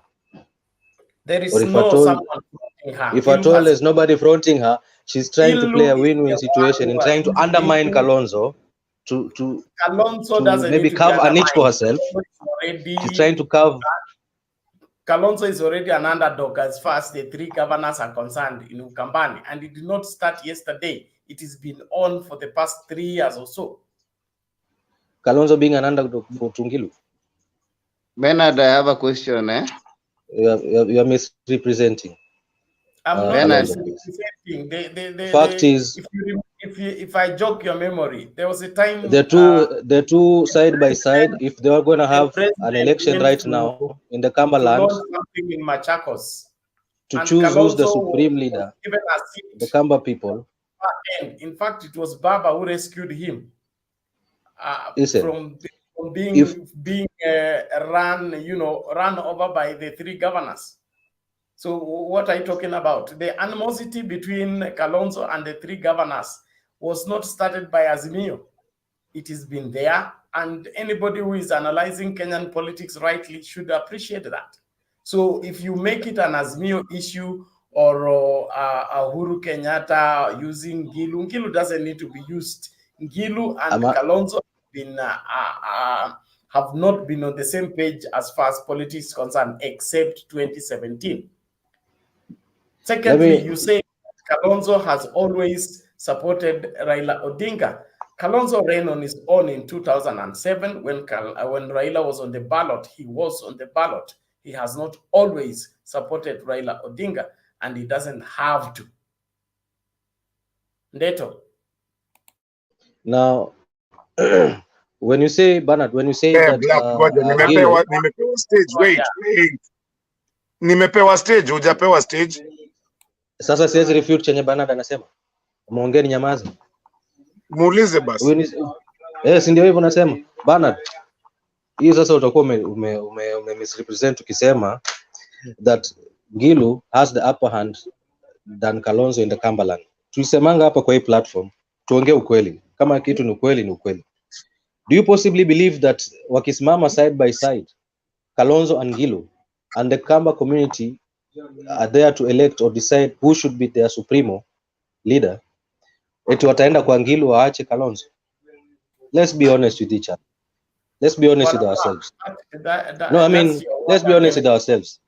Let's look here. I did not say Ngilu has an upper hand. I think you're from the Kamba community. Give us an honest opinion on that. What do you think? If you only learn Bernard, what is wrong with this man? He's not following the rules, and you are just leaving him. Ngilu and Kalonzo. We are talking about the supremacy battle of the Ukambani that did not start with Azimio. Okay? Kalonzo doesn't have a governor as we speak now in Ukambani. Ngilu is on her own party. Kivuta is on his own party. Mutua is on his own party. Wiper doesn't have one governor in Ukambani. And these three governors come together, and Kalonzo is threatened by their coming together because his rule and his supremacy in Ukambani is under threat. That is why he's struggling to survive, trying to stick his head up. That is the true picture of the matter. And then coming to Azimio, that's why he doesn't want to come to Azimio as Wiper. He wants to come to Azimio as one Kenya, okay? Because he thinks if he comes as one Kenya, he has an upper hand against these governors who have come with their own individual parties. He's playing the clever politics he has been playing all along. And I see you're falling into his trap by believing that he's indisputable. He is not indisputable. If Ngilu got the governorship on NAC and Mutua, who has been, in fact, Mutua winning on Chap Chap, it was a disservice to Kalonzo. It was a riot against Kalonzo. Kalonzo did everything to see to it that Mutua doesn't get the Machakos seat, but he couldn't succeed. Supported by NASA and all the whatever the NASA, Mutua still won against NASA and all that coming together. So you cannot say that Kalonzo is the commander of the Ukambani vote, and without him, the Ukambani vote cannot go anywhere. If you believed that, then you would recommend Kalonzo as a running mate to the deputy president. And now that you don't believe that Kalonzo can be deputy president to your candidate, then you are the one misleading the public by recommending him to be somebody else's running mate, especially the person you don't believe in his leadership. So tuelezane ukweli. Tusikuja hapa kujaribu kupush propaganda ambayo tunajua sio ukweli. We are here for Kenya, not for individuals. Yes, Martin. Yeah, unajua hata nikimwambia kuulize bas, because this guy is not even following protocol. Protocol hapa hivi inakuwaga vizuri sana. Unainua mkono. And Bernard is not seeing that. So, please, David, subiri tafadhali. It is very difficult to navigate if everybody wants to speak and everybody wants to rebut. There are things that I'll have to overlook in order to save the day. Lakini nataka hivi. Martin, wacha Martin aulize swali ya Black, alafu David tutauliza swali, a respond mara moja. Twende kwa Collins. Collins amengoja sana, na Lazarus pia. So mimi hawa tu kina nani? Huyu Black kwanza. You know, he's a good member of this place. He comes, he joins every time. And he knows how to rattle feathers. Hizi anaongea politics za Ukambani. You know I'm very good at politics za Ukambani. Ni uchokozi tu. Anaingia ngapa kuchokoza watu. Hiyo tu ndio inakuaga. Hakuna kitu kingine. Watu wa UDA, but I think Black mali amefika saizi. He's already in UDA. Welcome to UDA. Nitakwambia kama secretary. Welcome. And I mean not UDA, Azimio. Kujeni, ni sawa, tunawapenda. These guys are there. Washaingia. Lakini kuna watu wanaingia ngapa specifically tu kuchokoza. Akiongea story ya Ukambani na Kalonzo, he knows, because he knows I'm around, he's gonna atakuja achokoze tu ndio Martin aongea Ukambani. I know the politics of Ukambani. I've said them here. Politics of Kalonzo, nimeisema hapa. I don't think by now, kama kuna mtu anybody that comes here every day, or sometimes, doesn't know where or what I've said about politics of Kalonzo. I know that politics. Hata kina Olo wenye wanakuaga huko kwa nini, they know where we stand with politics of Kalonzo. Mpaka nimekuachia Bernard kuexplainie, because kwanza Bernard ni mtu hatukuwa tunakubaliana hiyo kitu when I started talking about that. But it came to a point he understood. Black, tunaweza chezea na mchezo. But Kenya si mchezo. Kenya ni country inaenda kukua ya mtoto wako na mtoto wako. Let's be serious about it. Hii mchezo ya kuchezea na hapa hivi ati just because of politics is not. Politics will not give you what you need to be on. Let's be real, my friend. Let's be real on what Kenya is. Kenya is our country. We have to defend it with everything. Either politically, we go to war, we have to be there and defend that country because that's our country. Tuache politics ndogo ndogo bana. When you come up hivi and then you've been here for so long, na unakuja ku raise the same issues raise over and over, na tushakujua usha change. When mtu Azimio, see UDA anymore. We know, we can hear how you speak. Uko kwetu bwana. That's why unaingia hii channel every day. Other than that, ungekuwa kwa channel ya UDA. Every day. Uko Sagi, uko hapa. You see, tuache kuchezea na mchezo bwana. Na ulijua nitakugonga tu. Ni mimi ulikuwa ukitafuta. By the way, Bernard, mimi naweza penda upatie mzee kama El Shivs. Ambia watu bwana amekuwa hapa akisikiza. Aongee nao. Unajua mtu mzee aongee na mtu kama Black. Mimi amenichosha alafu analeta Kalonzo tena. What the hell are we talking about? Hala?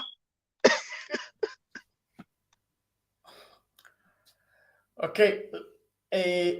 Yes, David, I hope it's swelling.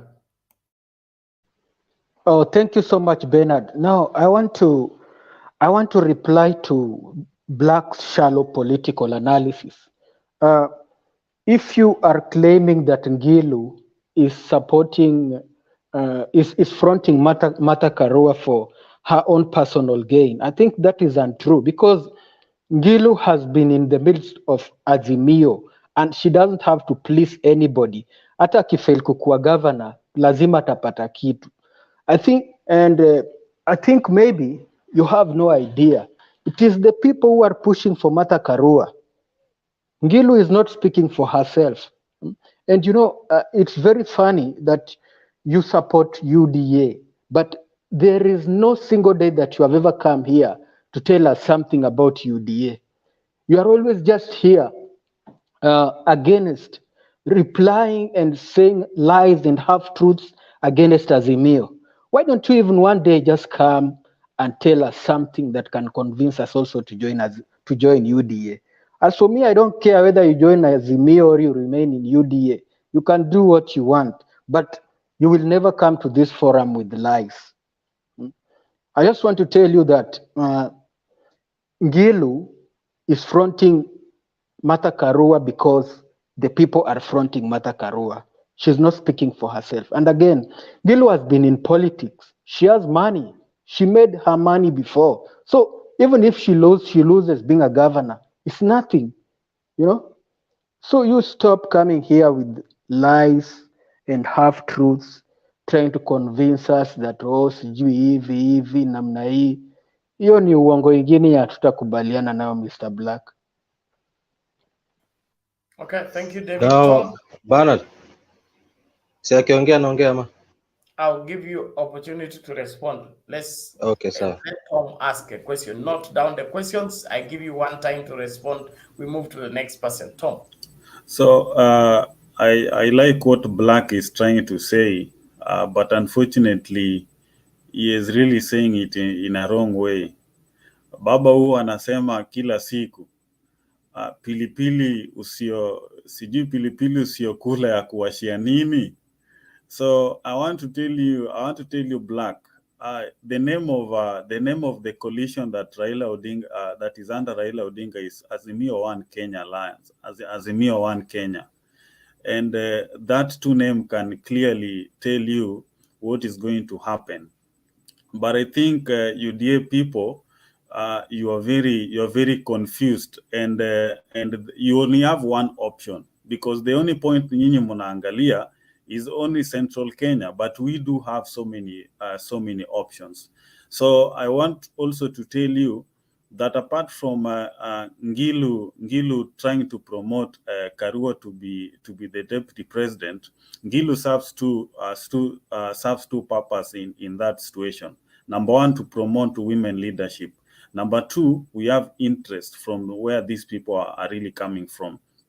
And when you look at the history of these two people, Ngilu and Kalonzo Musyoka, there's a very big difference. There is one who is an opportunist who just join a coalition when it's already formed. Then they come out to be very strong. Kalonzo only have one main character, which is he is a very good negotiator.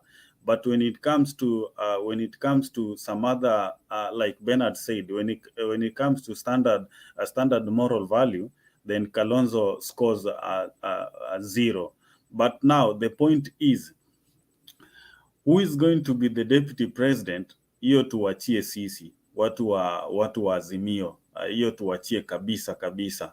Wewe tuambie UDA kama nyinyi, what's really going on huko kwa UDA? Tell us what's really going on, and I want you to tell me what make you think that if a person that support Raila Odinga says something, someone is pushing them. What make you think that if I say today that I'm supporting Raila Odinga, there is someone who is pushing me, either Raila or Deep State? And when you, as a black person, if you say you're supporting Ruto, then it's your opinion. Please tell me what make you think there is someone pushing Ngilu, and tell me as well what make you think there is no one who is supporting who is pushing Ruto to make a deputy president to come from Central Kenya. Can you just tell me that? Okay, thank you, Tom. And Black, as you respond, you should tell us where have the UDA generals gone to from Mount Kenya. They seem to be not as vocal as they used to be. They are not in the news again about UDA Kenya Kwanza. Kashagwa, Ichungwa, Alice Wahome, wako wapi? Black, your minute. Okay. Martin huyo tulimalizana naye. Although you're just busy repeating whatever Bernard said and being emotional, because whatever you said is what Bernard said. So I didn't see anything that you said. Then why are you replying? Bernard was talking about, why are you replying if I'm repeating? You are also repeating yourself. Order, Can you just listen? Olo. You are David, also just you are listen. emotional, that's why you are replying. Otherwise you could have just skipped it. Please, Bernard. Black, your minute is getting consumed. I'm addressing each one by one as they came. So that's why I said Martin aliongea alisema statement yake akamaliza. Olo akakuja akarepeat whatever you said. So there's nothing to get into it because yours was a statement as to what Ngilu has been, what blah blah blah. Bernard repeated the same. So no need to go into that. About Tom, I have no interest as to whoever comes in as a deputy in Azimio, to be honest with you. Even if you go pick a chicken to become the deputy of in Azimio, it will cost me less or anything. I mean, it can cost kitu yote. So it's just that because hii topic mmeweka hapa ya Martha Karua, ndo ukitaja Martha Karua, in one way or another, you'd some way find yourself mentioning Kalonzo. No. You cannot evade that. When you mention Kalonzo, kwa mambo ya Azimio in regards to the deputy, whoever should be, in one way or another, utataja Karua. I think Black Who says that? Where is that law that says that if you talk about mother, you talk about Kalonzo? It's not a law. Listen, so right now, currently, the two deputies' names being fronted are who and who? Azimio. By who? Black. Come on, I mean in the media and everywhere. Bernard, who are talking about everything. Please protect us because watu wanakujanga wanachukua so much time and begin to put limitations on how people should think. We are spoiled of choices as far as deputy president is concerned. We have Lee Kinyanjui, we have Peter Munya, we have PK, Peter. What are the names that are the forefront right now? Come on. Vitu vingine tuongeange. Oje ubaya nyinyi Azimio. Bernard. Ampendani kuongea reality. Are you saying the debate is okay? Right now what wanaongea okay according to you? Kalonzo. Let's do this. Kalonzo. I don't think we are ready to waste time on that. Mr. Black, if I see a lot of much lack of respect in this forum. Make your submission in the right order and talk things that can be related to laws of nature. Not you coming here to limit to us that we only have two options or we can't talk about this without talking about the other. Bernard, listen. I think kila mtu right yake ya kujiexplain vile atajiexplain, sivyo? Kila mtu ana haki yake nyamaza tusikie. Kila mtu ana haki yake, kila mtu ana haki yake kujiexpress. No, Black, you don't have a right. Alex, shut up. Alex, shut up. Alex, shut up. Hold on, Lazarus. And No, acha Alex aongee bana. Acha Alex aongee. Mr. Black, before you defend your right, you should not insult our intelligence by trying to run us to think in a certain way, of which you have been written a script to come and read for us. We are not interested in that. And on that note, let that end there. You concentrate on UDA and Kenya Kwanza and how to arrange their deputy president. Leave Azimio to come up with whoever they want to be their deputy president. Let me ask you one. Choose your deputy May I ask you a president. question? You have the right person. Thank you. May I ask you a question? May I ask a question? What is your question? Bernard, the way you're taking it personal. And I'll tell you why. I'm not taking Just again, I've not finished. By telling me finish, that I please. cannot talk about Kalonzo without talking about Ngilu. I've Let been me finish in it. this for too long to know who Ngilu Let me is, who finish. Kalonzo is, who Raila is, who Deputy President is. You cannot come and tell us that you can define them afresh for us and we should follow Listen. Again, listen, Bernard. What you're trying to Bernard, do, you are weak against this guy. Bernard, you are weak. No. Bernard, you're making this man think that he Kila can talk mtu ana over mawazo yake everybody. bwana.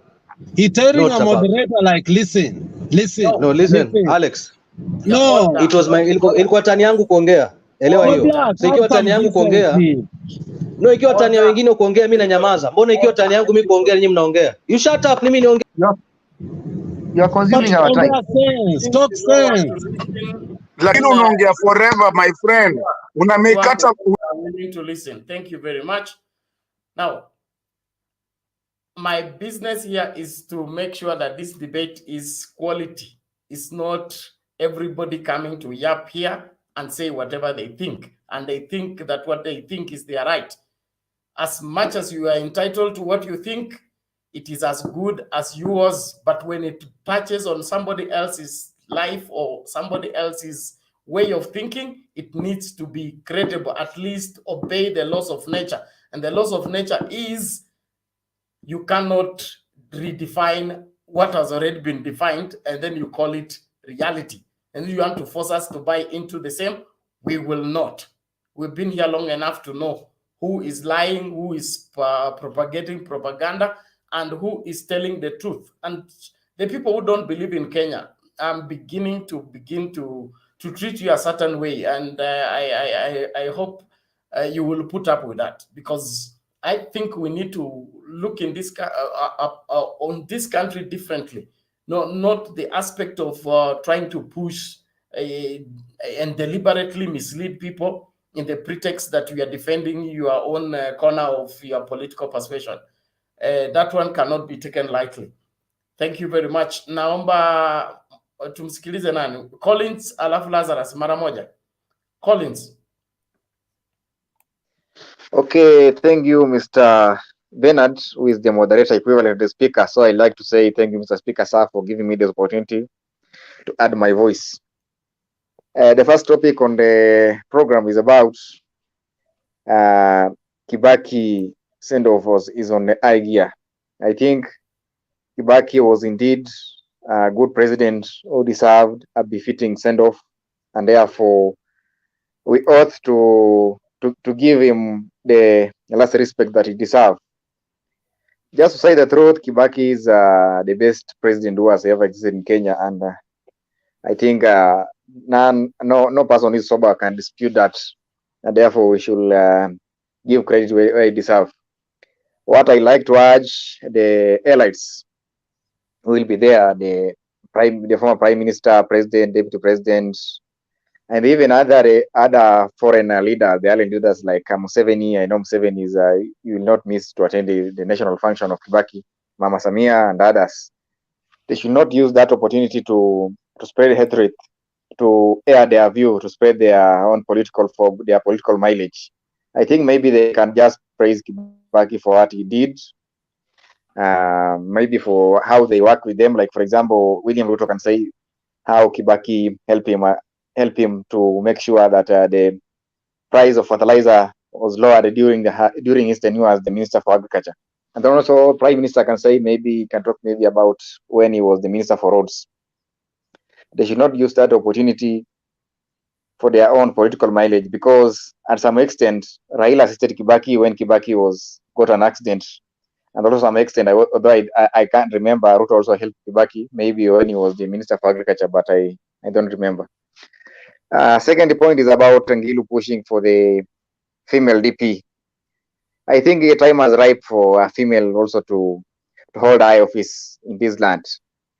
Since the time of independence, the two offices, president and the second in command, that is a deputy president, then Speaker of the National Assembly, because in the absence of the president and deputy president, the person who takes over is the Speaker of the National Assembly. Those the key positions, hakuna mwanamke amewahi kalia, so it is good that that position should be reserved for women. Also, the BBI, others were saying the purported BBI, the purported constitution change. It was talking about the BBI 1. We had the BBI 2.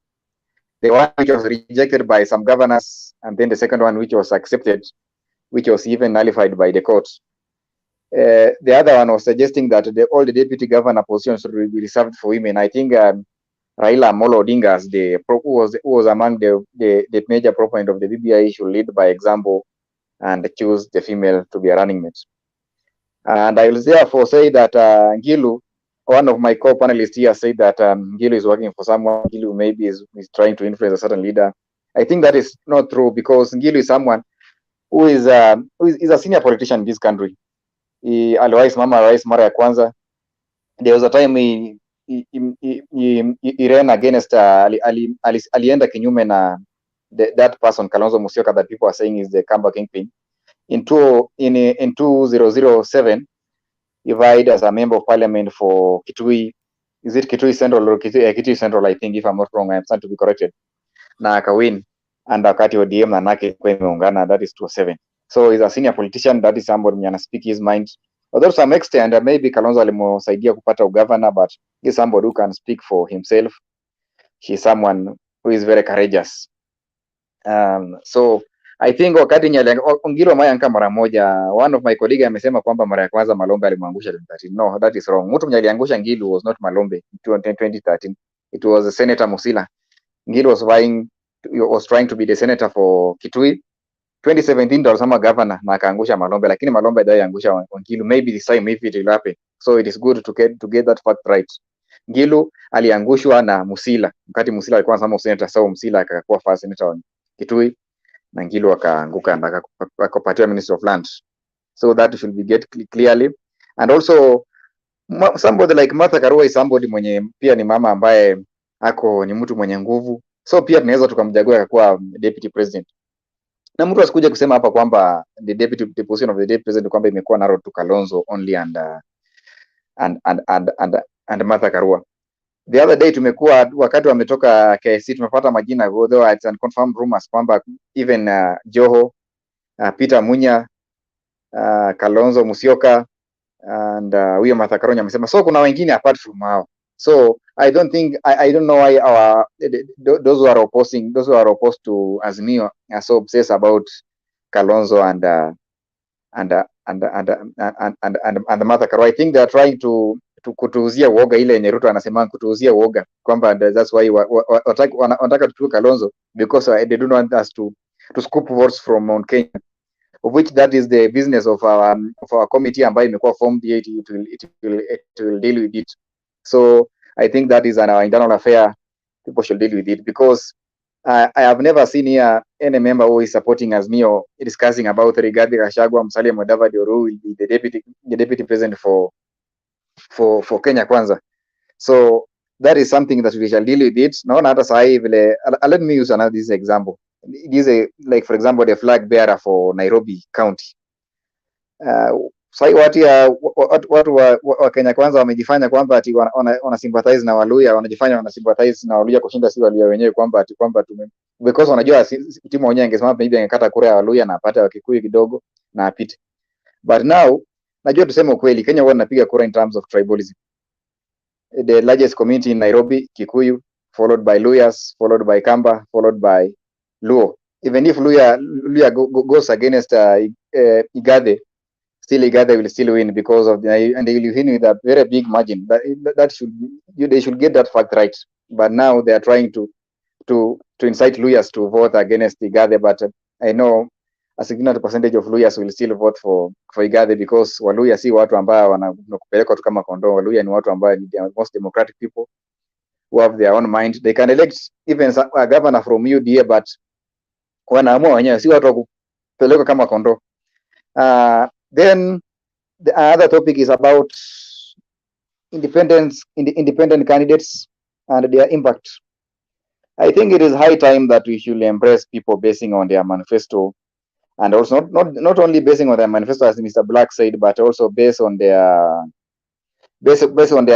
track. There are some people who maybe they were denied the party ticket, like for example the likes of Mr. Keter in Nandi Hills. This politician who was crying with her mother, Majimaji in Seme. I think people can weigh them. If indeed they are good politicians, they should be given. If indeed they are good leaders, they should be given room to vie. And I also think that it is high time that we inject new blood in the system. Like for example, in the position, like for maybe Senate position. Okay, I'm entitled to my opinion. I think we need people who are very vibrant. People maybe have some knowledge about law. People will represent the interests. Not people who are very old and very tired. You know, sometimes even war normally war inatokea kwa Senate, National Assembly, maybe etc. Sometimes they are trying to argue. Sometimes they are trying to defend, or not physical war, but maybe verbal war, argumental war. So it needs somebody who is very young and energetic. And I'm very impressed because despite Mr. Orengo is not going back to the Senate, we have a new blood in the name of, is it Dr. Wu, Professor Wu? There are certain professor who has been nominated to represent ODM in Kisumu. He's a very vibrant professor. I think he'll represent ODM well. And also, so we should just embrace these independence leaders when you run in the independence candidates, because some of them are indeed they'll be much loyal than even some of these watu wenye wamekuwa handpicked. Unajua kuna watu wamekuwa hapa handpicked but they are not performing. If you go to some areas, like for example, I've stayed in Baringo for quite some times. That area imekuwa na president for 24 years. But if you go to some constituency like Tiati, Mogotio, those some of the constituencies that are performing poorly. Why are they performing poorly na wamekuwa government for this long? Because some of the leaders ambao wamekuwa huko ni watu ambao wamekuwa tu sycophant for long. I'll also use another example. In Eldoret North, there was somebody in the name of Chesire. Chesire was not even a Nandi, although he was a Kalenjin. He was a Tugen from Baringo, but alikuwa planted in Eldoret North, na Eldoret North wakati ilikuwa ina prosper sana, but when Eldoret North wakadecide kwenda against the advice ya Moi na wakalect their own son, which is William Ruto, who is now the one of the front runners, although I'm not supporting him.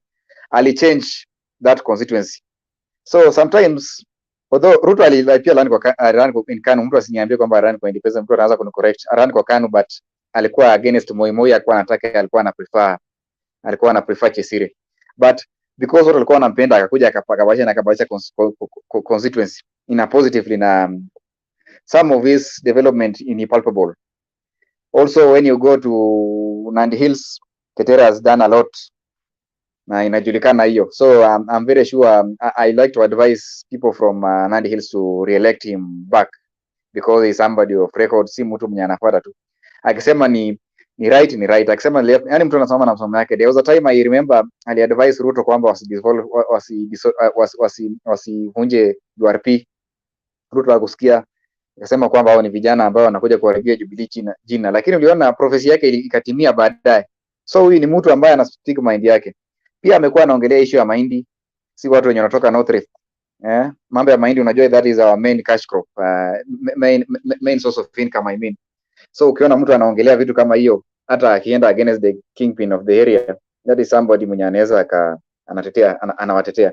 Also going back in Nandi, tulikuwa na MP ambaye alikuwa anaitwa Seronei alikuwa anaelewana na Moi na Kenyatta, but it is alleged kwamba alikuwa assassinated politically, but ni mtu ambaye alikuwa anasaidia. So watu kama walikuwa na leaders kama ambao wanasimama kidete. the likes of Masinde Muliro, the likes of the late Wamalo Kijana, watu ambao wakui bribed hata kama wako independent. Najua kwa independent you are at liberty. Hakuna mtu atakutishia kwamba utakuwa expel. Now at independent they will have impact in the both Senate and the National Assembly, because itafika mahali tutataka kuvote kunakuwa na tie. Na independent anaweza amua vote pale yote. So that is my humble submission, unless there is someone with question or a clarification or a point of correction, you are at liberty to air your view. Thank you, Mr. Bernard. Okay, thank you, Bwana Collins. We appreciate that. Let's go straight to Lazarus. Bernard, good evening. Good morning from Nairobi. How are you? Have you landed back? Sorry. Have you landed back in the city? Not yet. I'm still in Bungoma. I have a disclaimer to put before I do my submission. It has been an observation, and I think all of us panelists should respect your office. That is where you earn your daily bread. And I'll be very candid, because there are some of the panelists who think they are running this show. I think we should always have respect. It's a bit of observation I've seen for more than a month now. I think tell someone like David Olo, some of us we support Raila and you are low like him, and I would like to face him head on and tell him he's not more than a low than us. It is unfair to come to the panel and tell someone has a shallow contribution. That is being, I'll use a very silly word, he should style up. And he's always very rude on how he interrupts, and he thinks he's very perfect. As much as Mr. Black is not a Azimio person, he should be respected. He has that tendency of having a rough voice, distracting people, and I find it a bit unfair. He has a tendency of attacking people on the group, doing a lot of text and exchanging. I find it that unfair. So let us have respect. And there's something I did when I was doing hotel management. He should know that people he meets here, he may one day meet them physically. He doesn't know who is meeting and who is addressing. Respect is reciprocal.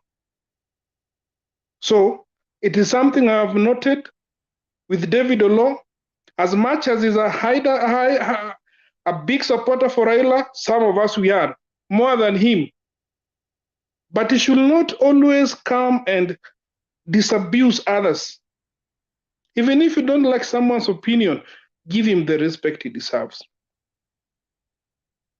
I wanted to make it clear so that I've been seeing it. He does it, and he has that stupidity of abusing people on the back curtain, where he exchanged. The other time, I'll be honest with you, Bernard, he addressed Sarah without respect. The other time, he addressed Mama Selina without respect. If he's a chauvinist, let him do it on his own house, not in the public domain. You are not a man by trying to belittle women. You are not a man by trying to belittle other men, but just have respect and give your idea. A man should always be judged by the presentation he gives, but not belittling people. That is my disclaimer. That is why I said I'm putting a disclaimer about an observation I've seen about specifically David Olo. The other week, he was addressing Alex, and he had a very big tackle on Alex on the background.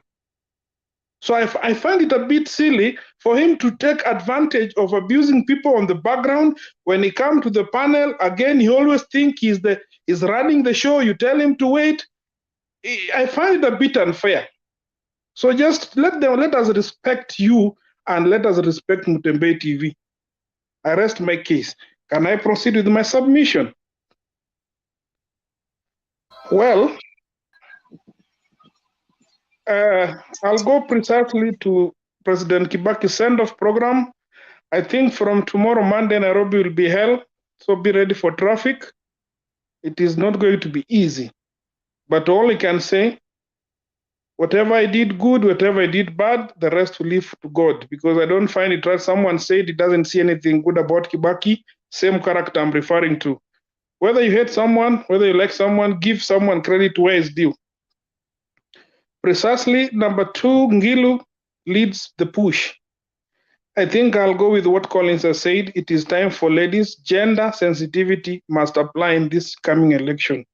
Even if other governors could have gone for deputy ladies, when a lady is contesting, a deputy should be a man, I think will have been very fair.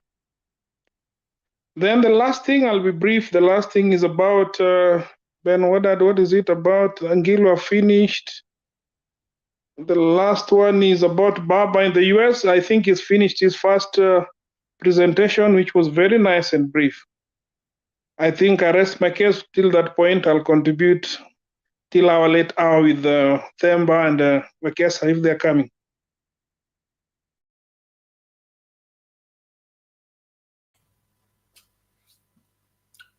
Okay. Can we have Jared? Hey, Bernard, and the rest of the panelists. Hello to you, Sema. Sema, umetoka huko Bushero? Oh, no, bado niko kwa Varivari. Niko Okay. bado naongea na this is my in-laws. Okay, good. So on today's topic, I just popped in. I was listening on the background, and I heard that they are overwhelming you. So I was coming to help you to deal with some of these figures, but they ran away fast. So anyway, thanks for the rest of the panelists' submission. On the side of the president, as I have said before, what we can only do is to celebrate the life which he has got for Kibaki. He did what he did. The only thing we have to be very candid. We don't want to, you have to tell somebody when he's alive. Don't tell when somebody has died that you start saying everything that he's done is good. We will be lying to ourselves. Either you don't say or we leave it there. We still hold him accountable for what happened in 2007, but we moved on from that. So as normal, everybody has ups and downs, but we ask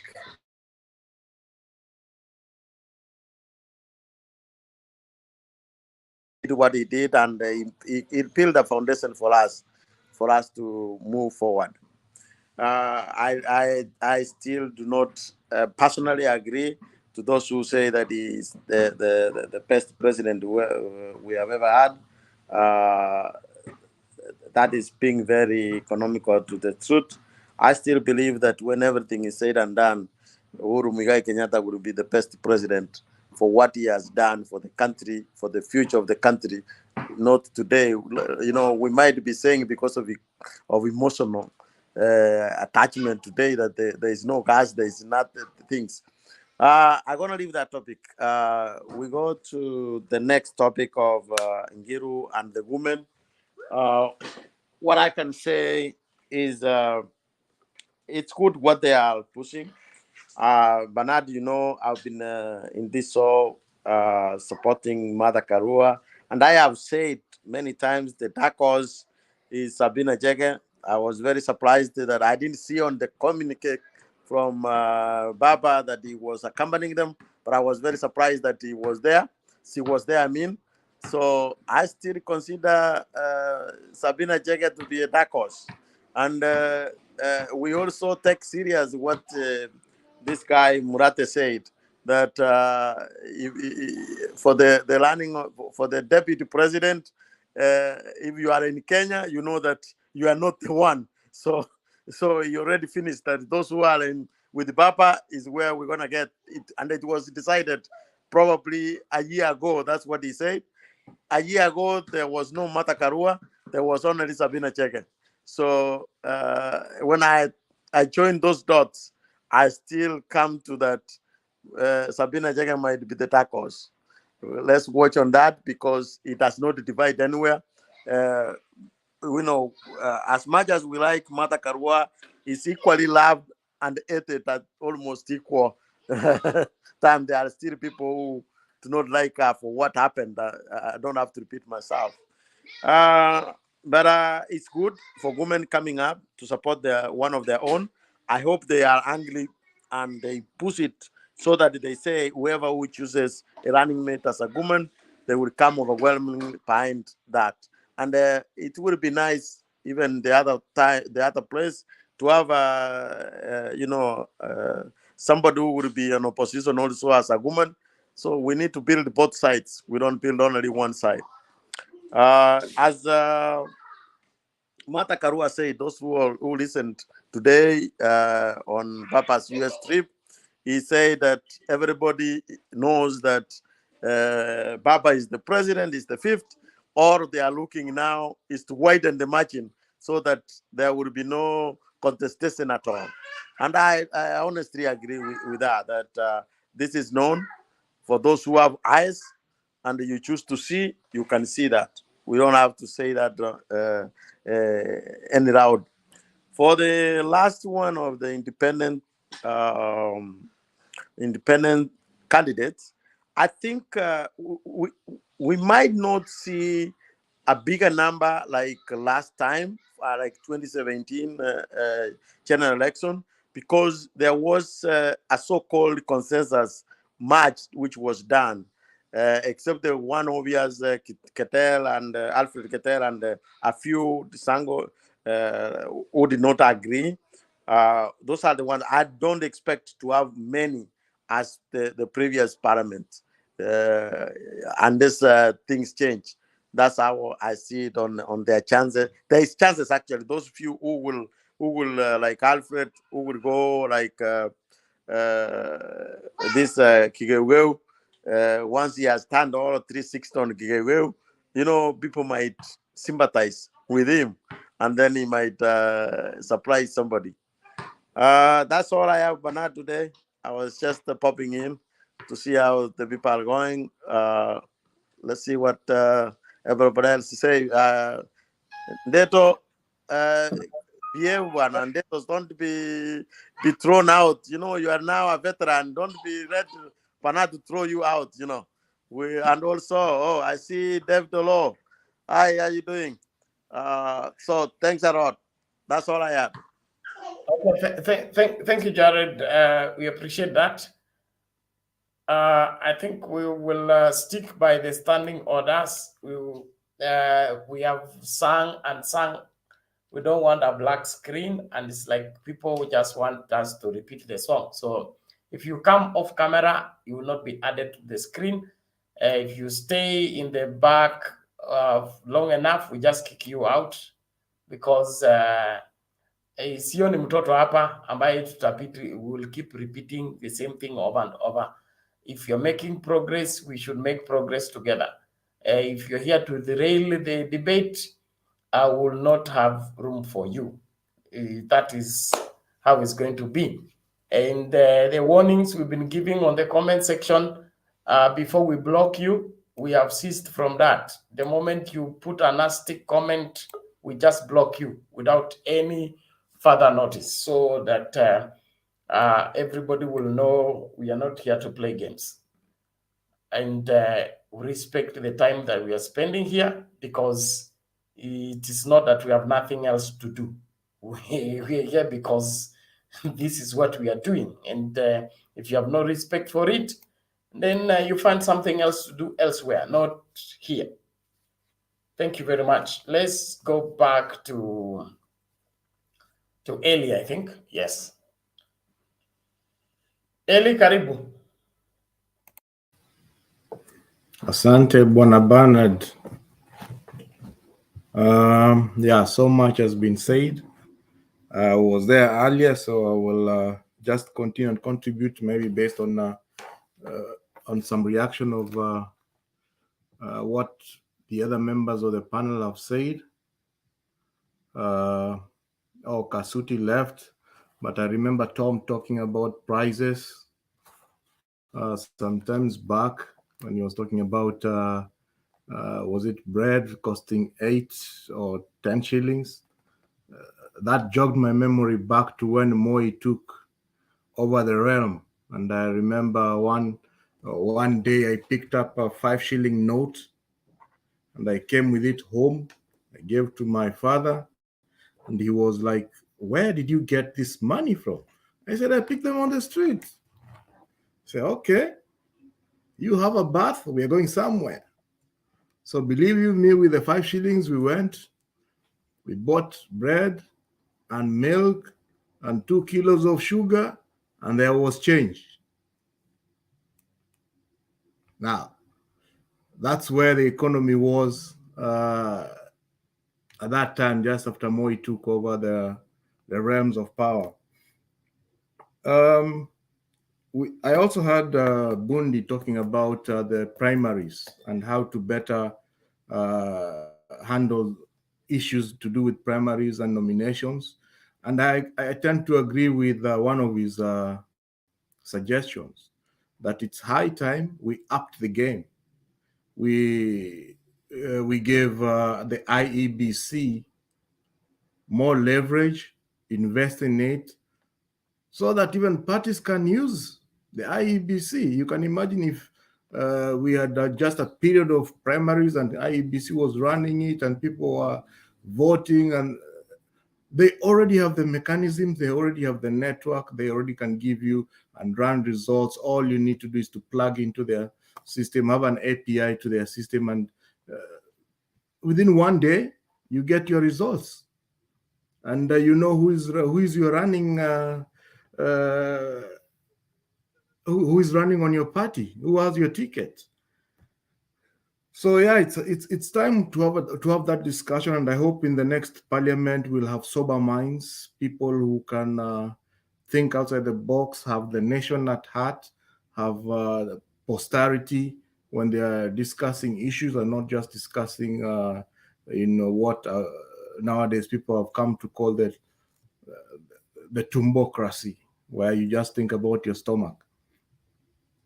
And then I will also like to echo, voting is your right. Somebody talked about he thinks some of the people, some of the panelists, some of the members of this platform may not have votes or will not vote. I don't look at it that way. I choose to look at it differently. I choose to look at it like everybody, whether you vote or you don't vote, you abstain, you don't travel, you took your voter's card or not, you have participated in the direction of the country. And I will give you an example. In 2013, I never complained. When the results came out, I never complained. Because why? When I was busy lining up to exercise my right, I saw one of my brothers post on the net, on Facebook, "Hey, I'm so happy I helped my mother to vote." And I said, hold on a second. Isn't this guy supposed to be in another county voting? And my mother is voting in Western. So when I sent him the message, "Oh, thank you very much for helping my mother. What about you? Are you voting?" He said, "Don't worry. Nobody's taking in the first round. We're waiting for round 2.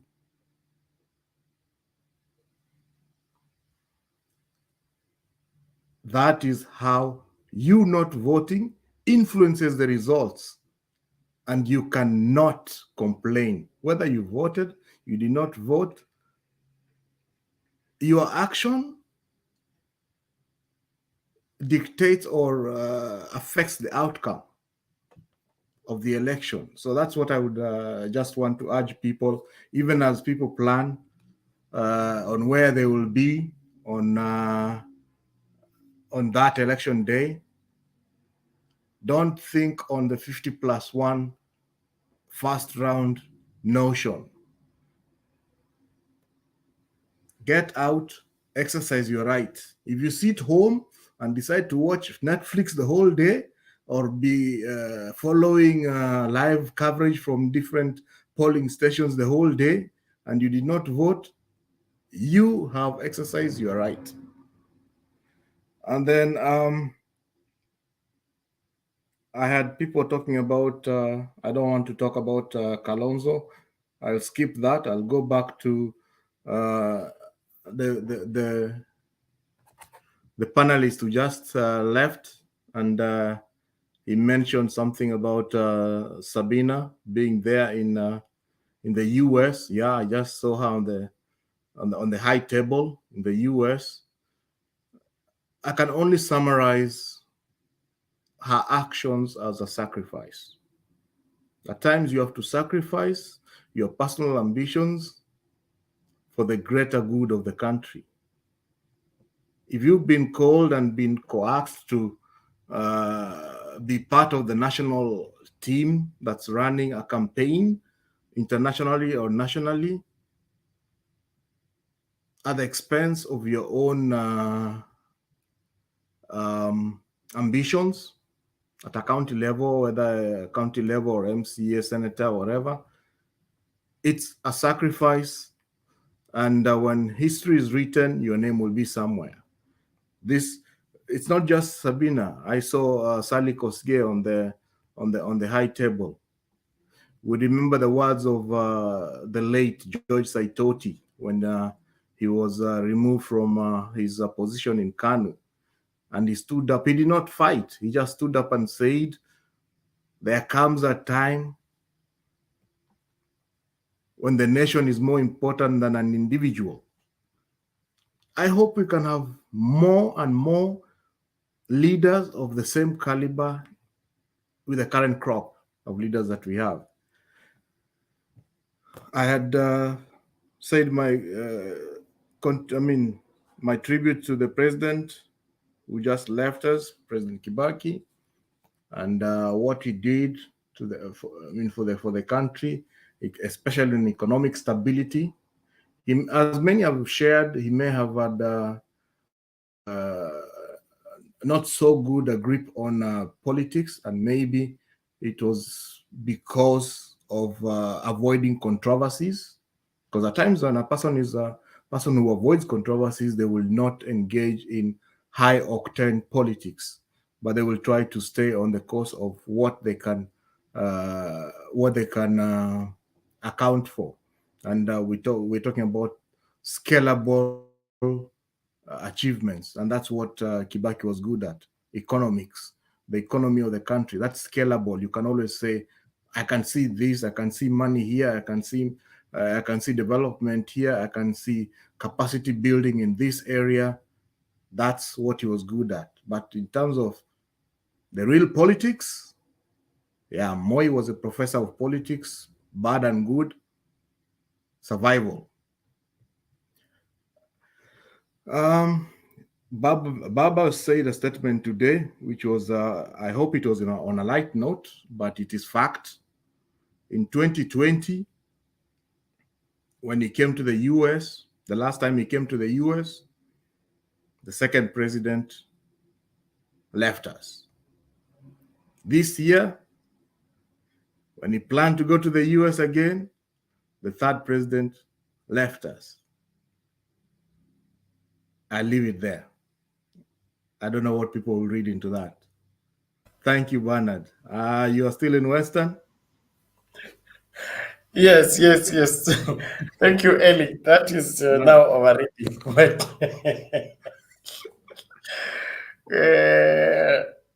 maybe it may have significance or not, but whichever the case, we pray that the future remains good for all of us as Kenyans. And whatever has a beginning has an end. So if the end has come at that point in time, it cannot be stopped. There is Kikwetu Vengers. A nasty comment. We are talking about tribal comments, calling people Wajaluo, Ama Waluya, and circumcised. All those unbecoming language is what I'm calling nasty comments. If you comment like that, we block you. we ban you from this channel completely, because we don't need that. It's not helping the debate. It's not helping the building of the nation. That's what I mean. If you differ with somebody politically, answer the person politically by providing evidence of what you claim.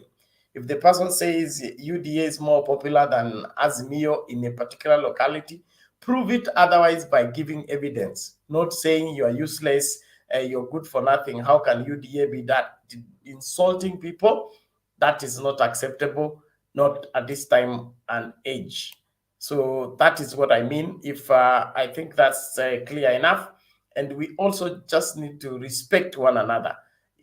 Different opinion doesn't mean we are enemies. We are only thinking differently. But our difference should be also credible.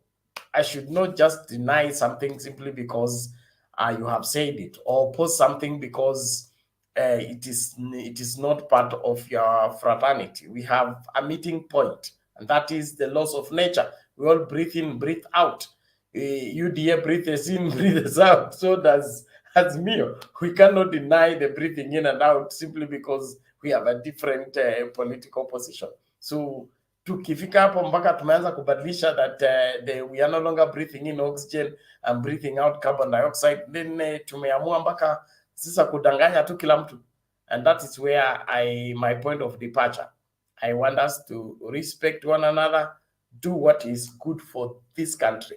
The reason why we are doing all this is what is good for this country, because we believe Kenya is in a good position to help herself recover what she has lost and be able to secure her future generations. There is no need of us having this country if it cannot secure the future generations. That's what I mean.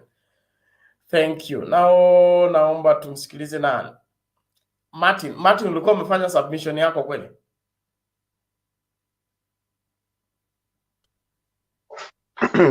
Hapana, sikuwa nimependa, lakini it's okay. Wacha nipenda haraka itakuwa dakika 2.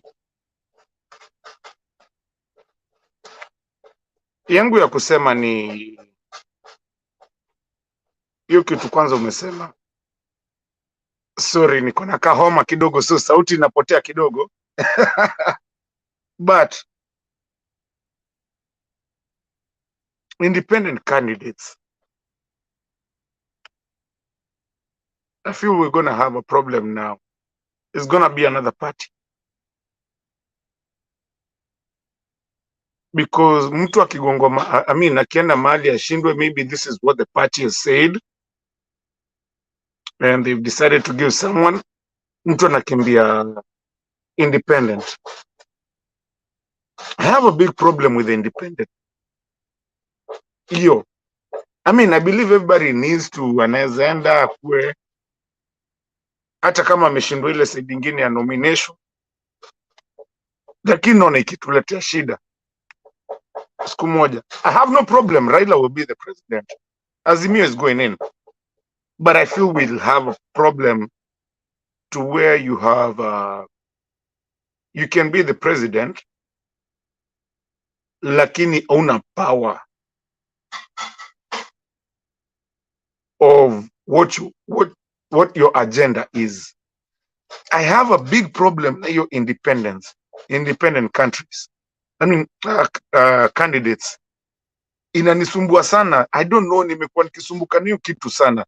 This independence, because if I'm fighting for, maybe in, wiper. And then, mtu akuje tena afanye hivi nini, wiper iamue hivi, the NDC ifanye hivi. And then I decide, you know what? Sawa, mwivu, watching an independent. Alafu niingie. Where do I belong? Na maybe kuna watatu, 4 ama 10 that pia wamefanya kitu kama hiyo. Where's the structure of government? That's my biggest point.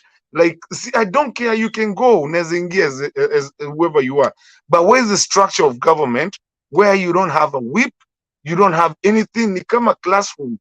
If you go to, like, even a job, kila mtu hapa anafanyanga kazi. Ukifanya kazi yako, you have to have a way, a structure of what you do. Where nataka mtu aniambie was the, if you don't call me, I mean, if you don't say the independent candidates are a revolt of what it needs to be. Because at my job, yes, we have our structure. But then you cannot just say, okay, you didn't want to employ me, so now I'm going to employ myself in this way, and now I have my own rules. I think that's something we need to talk about. We either need to have political parties or we become a banana republic. When it comes to independent, sijasema nimekataa. I think this is a place to debate.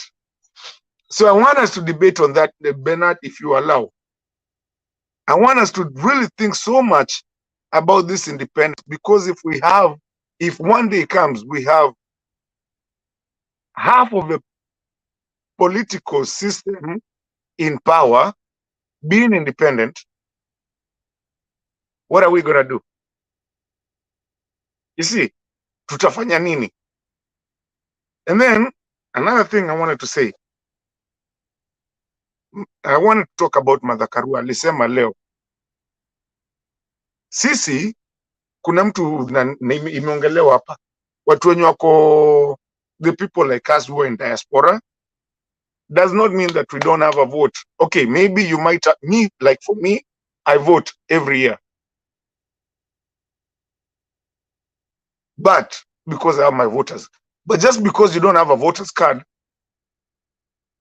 does not mean Martha Karua amesema saizi kwa huko hivyo nini huko. You have 3 people that you can talk to at home. Unaweza mpigia, uongee nao, uambie hii ndio tunaona na hivi ndio tunaamua, na umconvince na hiyo ni kura. And that's why these guys even travel all the way to come and listen to us. Most of us know that wengine tungependa kwa huko. And then pia nataka muniambie, what is it with Sabina Chege? Sabina Chege, I think she's been, kuna mahali analetwa, and I like her, by the way. I think somebody needs to decipher for us. Amekuja on the high table. Ni nini Sabina? I mean, well, I know she's good. I like her na kila kitu, but is there something we're not seeing here? I mean, we are a political point where we decipher things and we try to talk. So, hizo majibu, I think nimeweka 3. Nimeweka independent, nimeweka ya Sabina Chege, na nimeweka ingine ya nini ya what do you call this? Watu wenye, I mean, venye Karua amesema, watu wenye tuko huku, we have a lot of votes because we can talk to a lot of people back at home. Poleni, forgive me for my voice leo. Nikahoma tu kamenisumbua. But if anybody can answer me that, mi sitaki kupigana na Bernard, I appreciate kitu wenye umefanya. Kusema saa zingine pia kupigana, pia tukuje kupigana. This is a serious forum. People need to come here and be nice and understand that this is a serious forum. So at that point nitaachi hapo. Kama kuna mtu atanjibu, sitaingilia sana, nitakaa tu nyuma, nitafuata protocol. Kama niko na swali nainua mkono, kwa sababu tunasumbua pia moderators. Bernard. Penny, you have an answer? Very good answer. Thank you very much. For the gentleman who just spoke, thank you very much. That's why I always tell you guys are very intelligent. That's being independent is good. It's a product of democratization. You just saw the other day, a couple months ago, when they changed the laws in the country. What is that? Is that democracy? So all this we have to go through because we're only 60 years old. Here in America, Bernie Sanders did not get the Democratic Party because as he grew up, when he was a mayor of some city in New England, he was an independent. He was a communist. So it follows you through. And when he became nearly became the Democratic president, he was saying everything the Democrat wanted to hear, and he incited the young kids and a lot of stuff. But his history betrayed him. So being independent has a meaning. Martha Karua being independent, see where he has got her, because she walked away from the Kibaki administration. Even if we all agree that Kibaki had the best administration in Kenya's ever had. So my friend, relax. It is going to work itself through. It takes time. It takes years. So don't worry about that. There's a gentleman who said that although his standards are low, my friend, don't even go there. The other day you were moderating, I said you were very cool, but don't even go there. Oro used to call me a cook from Sogoi. So his standards are low. So this show has higher standards. He can't catch up with that. Thank you very much, Bernard. And I request you, and I will leave you for I want the Saturday, the 13th of August. Penny, that is where my point of departure with you. You are a senior citizen. You are supposed to encourage us, develop, and be able to debate. Yet you're the one running us down and going personal on the debate. For that, no, the other gentleman accused him of what I accuse him. You must mind your language. Even your language on the comment section. You said something about Arati that I cannot even repeat with my own. Okay. Okay, I'm sorry. Okay, I got you. And it's good for you to point out. You don't make mistakes, my friend. Help us debate soberly, not going down and calling who is low and who is high. I am sorry for that. Debate for the sake of this great country. Thank you for your givings. Thank you. I appreciate that.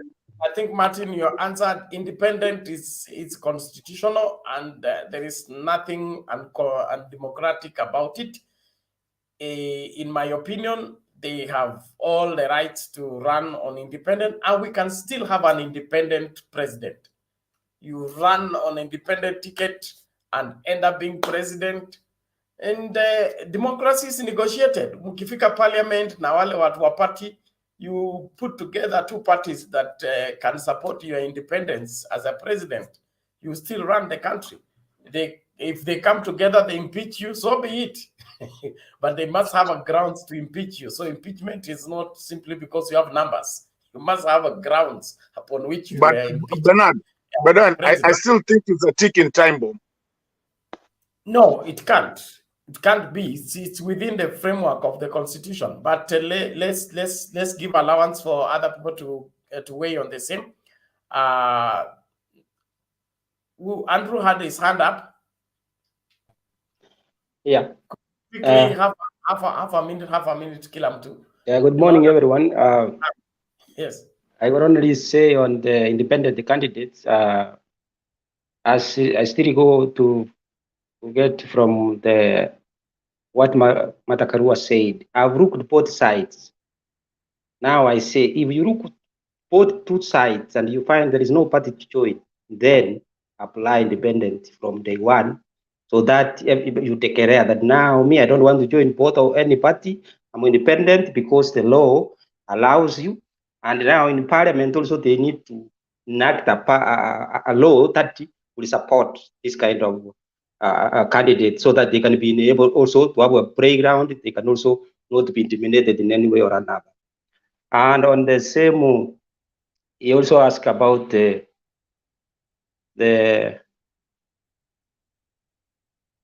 talked about this thing of Sabina Chege's his opinion on the scene. I say Jared might have opened something which was kept in under the carpet. We say in Kisi, so Ben Yaga can understand that. She said in the convention when she take announcement that I'm using Jubilee Party as a vehicle to reach the airport. And from the airport, my flight will be as Mio. so you can unfold. That's what Jared is talking about. And I leave that one there. So everyone from there you can see. And we need about 6 people to run for this, not only 2, so that we avoid this kind of thing, you know, so that at least they can clean. And let IPC give them time. Don't, you know, our friends from the other side, my friend Brack is saying, we want to know who, so that they can open the arsenal for us. We know also that that is a trick. We cannot reveal to you. And that's what you are looking for. And I tell you, you are smart, yes. But also, there is something we need to talk. We are all Kenyans. We don't need to be that level much, you know. Let's debate soberly with love as Kenyans. So what I want to say is that also our level of debate, let it have a display. Some level of also give somebody a chance. Let him speak himself. That is his mind. He has his own view. That is good. But our rights should not override the other people also. They are also second, they have rights also. So this is a game, as they say. So our team, we cannot give you a lineup. You will bring adults for us. We know you will put our tires off and we will not be able to drive to the airport. We know. So we cannot give you the lineup now. So be patient there. So that is how much I can say. Thank you. Thank you, Andrew. Jared. Jared. Yes, Bernard, I wanted to answer my friend Ndeto. I was also on Ndeto before. I thought that we had moved on, so I was also on the opinion that independent candidates should be independent from day one. But because of what you see happening to Alfred Ketel, no, we should have that freedom, because these personal parties, people's parties, they would always, excuse my language, screw you anytime. So you should have options. Imagine up to today, there are people who are holding nomination certificates. They have not declared who is going to run, and you are just there waiting. You should be given a leeway to jump into independent if you feel that there was injustice which was done. Okay, I think that has to be done that way. Secondly, to my brother Plack, I also agree to my other brother Andrew that maybe probably concentrate on UDA, because I try to look on candidates from number 1 to 5. Whoever you pick, I don't see any chance. So maybe you might be trying to look for somebody for us to give you some of our good candidate, you know. So there is nobody. I know that you want to go to Nyoro, that he will be a youth, but he's too young for him to even run a deputy president position. If you go to Annie Waiguru, now this will be 2 scandalous people. Now it will be day and night. Now who do you go to? I don't see. So the choices, my friend, I don't know. You better look. Kennedy. Thank you. Thank you, Jared. Yes or no? Thank you very much, Bernard. I just want to say something about what Ndeto said, that about independence.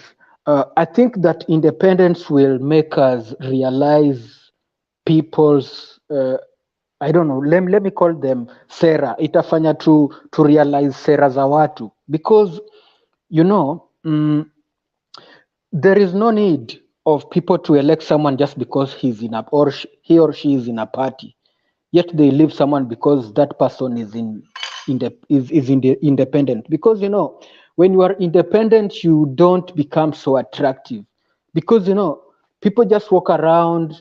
People are just used to red colors, orange or blue.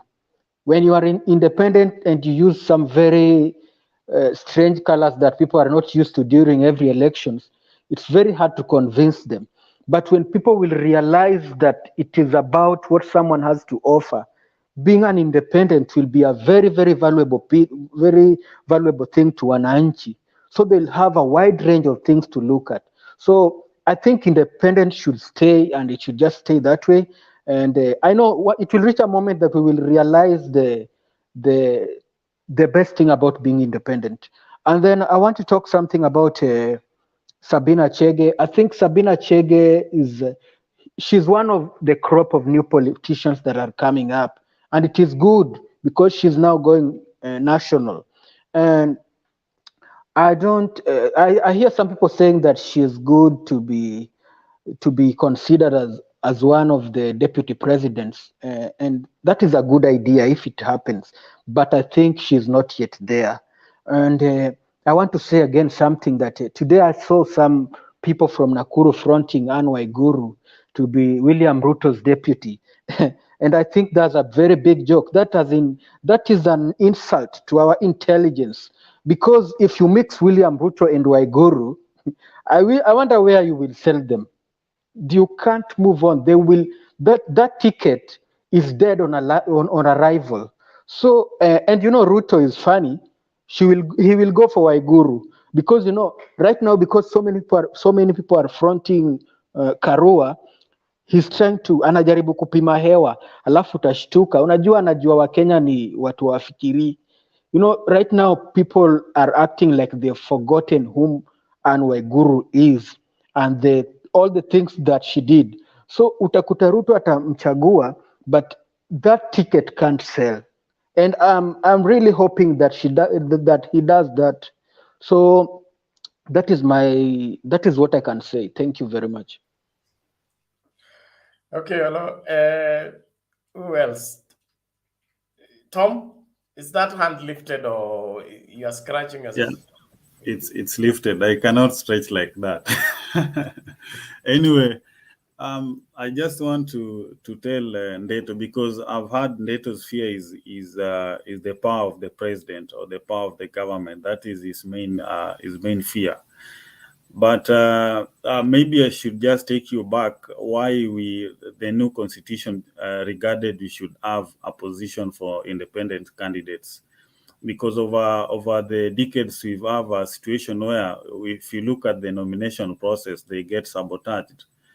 Even in the recent history, you can see that for you to get a ticket, one, they consider your loyalty. Number two, they consider your political investment in that party. So that position was just given as a backup, where you can if you really lose, you feel like it was an unfair nomination process, then you can go for as an independent candidate. But now look at it in this way. Kenyans like to vote. I mean, majority of the Kenyans are very miseducated when it comes to exercising their democratic process on the ballot, because they do not understand, like, why am I really voting? What is the main reason why I'm really voting this person? But we've seen independent candidates that have really worked so good. And the thing is, immediately after the outcome of the general elections, most of them normally join the winning government. If you can remember, a good example was this. For example, Mohammed Ali, when he was campaigning to be a nominee for ODM, he was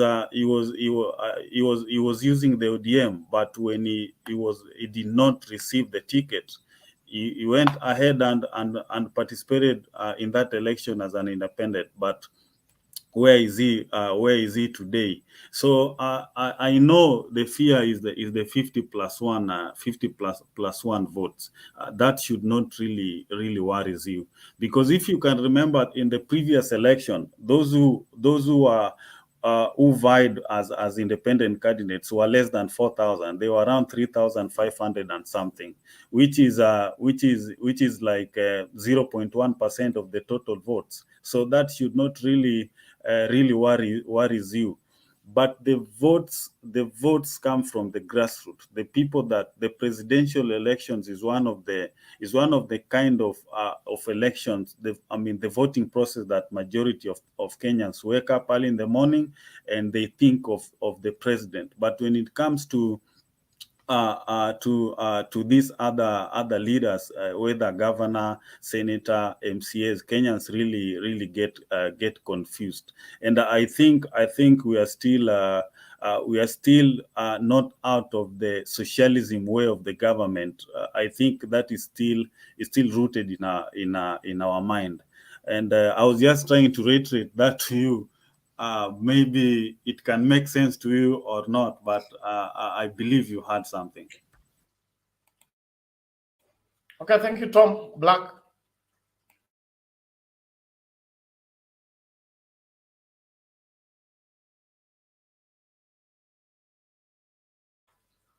Unmute, Black. Unmute. We can't hear you.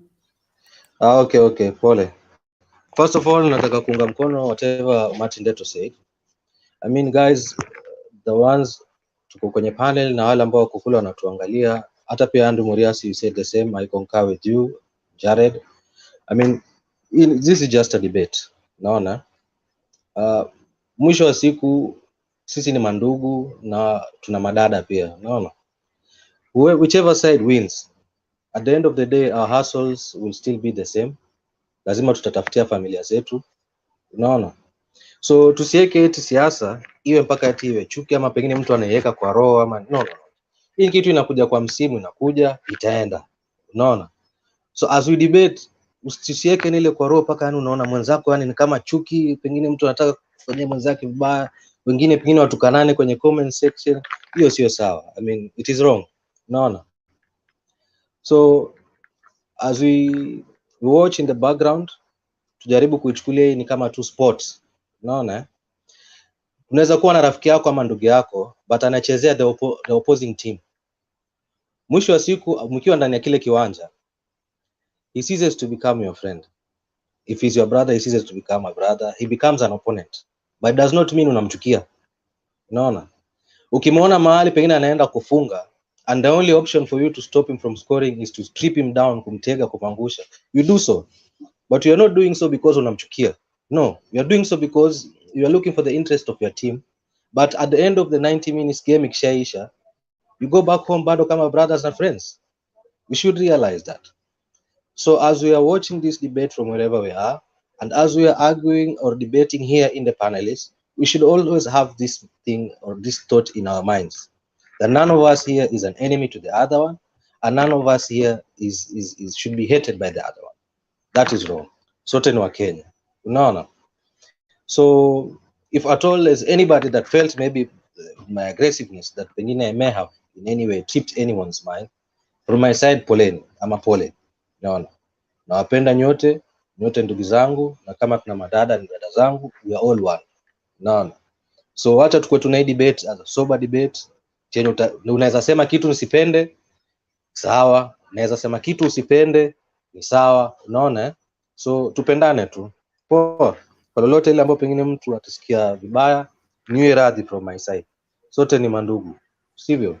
Now, I don't know if I can proceed ama pengine Ndeto, you wanted to say something? I thought you were responding to Ndeto. Okay, in regards to independence, to make a recap so that we and about independent candidates. Yes. Kitu moja, I don't know if any one of you has been to Kenya recently. There's an atmosphere of people being tired of the politicians, be it from whichever side that we are in. Huo ndo ukweli wa mambo. Watu wamechoka. Na ukiangalia ile lineup from both sides of the divide, lineup ni ile at least 80% of it.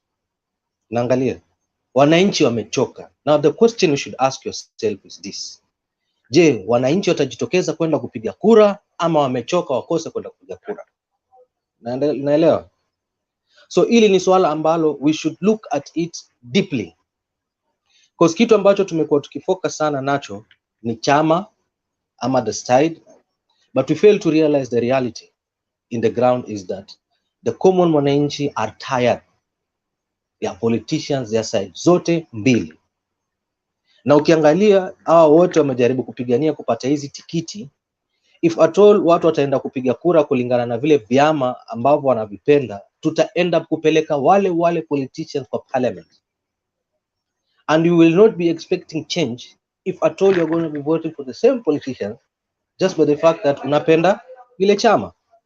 And this is where now unapata hawa sasa independent candidates if at all kama kweli tutaketi chini tufikirie critically and analytically who expect any change, then we should take a chance or some time to seriously consider these independent candidates. They may come with change, with different ideas, with different ways of tackling our problems, and perhaps they could be having our solution. So I believe it is time to switch minds kutoka kwa kuanza kuangalia vyama, tuanze kuangalia je, hawa independent candidates ni kina nani? Na nikiongea hivi, naongea hivi now as a Kenyan, pande zote mbili. No, isiwe ODM, si UDA, naangalia zote. Independent, you are not a politician. Again, like I said, nilichokuwa najaribu kusema, bado ni politician. Walakini nimesema a bulk of the same politicians that we had in our current parliament. If Kenyans are wengi wao wameshinda, as independent, what makes you different from other politicians? And I was coming to that, Banada. A majority has won the tickets. A few of them lost the tickets in circumstances, whether fair or unfair, wakaenda independence. But out of this independence, the few ambao wanarudi kwenda kusimamia kama independence ni kidogo. A majority of the independents are newcomers. Sijui kama unanifahamu. So point yangu ambayo najaribu kueleza ni kwamba pengine it is time for us, kama kweli tunataka change, it is time we start looking beyond party politics. Because hiyo party politics ndio imeleteanga shida miaka nenda miaka rudi. Because that's when unapata kusikia the same monkeys, same forest. Same monkeys, different forest. Unaona? So perhaps it's time to kuanza kuangalia independent candidates. Wengi wao ni wageni. Few of them are wale ambao wameshindwa kupata nomination tickets. I'm not saying that all independent candidates eti kwamba they're see politicians, they're still politicians. But unajaribu kufanya change.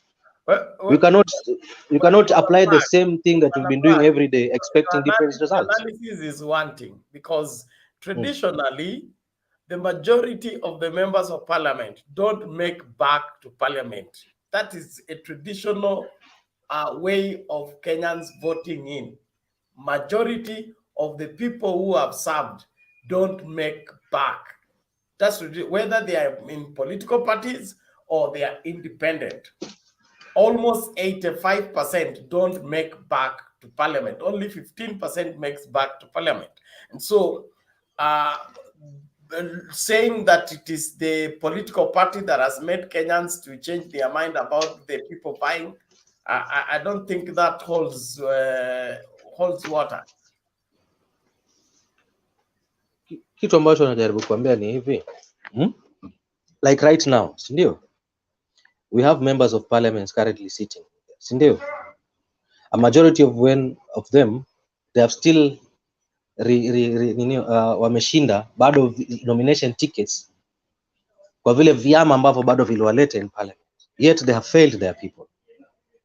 Now that party perhaps being the most popular party in that region, because wale politicians mtu akiwa anajaribu kusimama na chama, they pick a party that is most popular in their region that will give them a better chance of winning and taking them back to parliament. No. So if at all huyu politician alikuwa ni failure na bado amepata uwezo wa kushinda tikiti ya kile chama ambacho ni popular kwa ile region. Now there we are, kuna wale presidential candidates from both divides. Now here I'm trying to sit in the middle. Wakiwa wanakwenda kucampaign, kama ni wa ODM atasema vote 6 piece ODM. Kama ni wa UDA atasema vote 6 piece UDA. Mwisho wa siku utapata watu wana vote vile UDA ama ODM. What are they doing? Are they bringing change? No. We are still recycling back the same politicians that we had. We are recycling back the same problems that we had. Okay. And we're expecting change? No.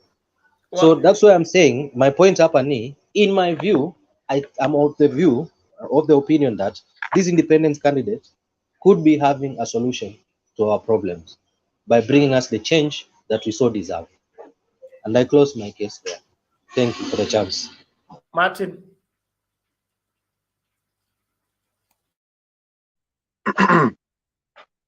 Bernard, nilikwambia Black is a very smart guy. He knows what he does. Ameongea vizuri sana, by the way, respect. But hii kitu ya independence, and the reason ilileta, you know, sometimes unaweza anzisha kamoto kadogo tu alafu ikuje moto kubwa and it becomes a problem. There's something, the reason we have governments, there's something called governance. And governance is the reason we elect presidents. Now we've moved on to electing governors and, you know, senators and stuff like that. Is because it's called leadership. Every country, everywhere you go in your life, you need governance. And governance has no questions.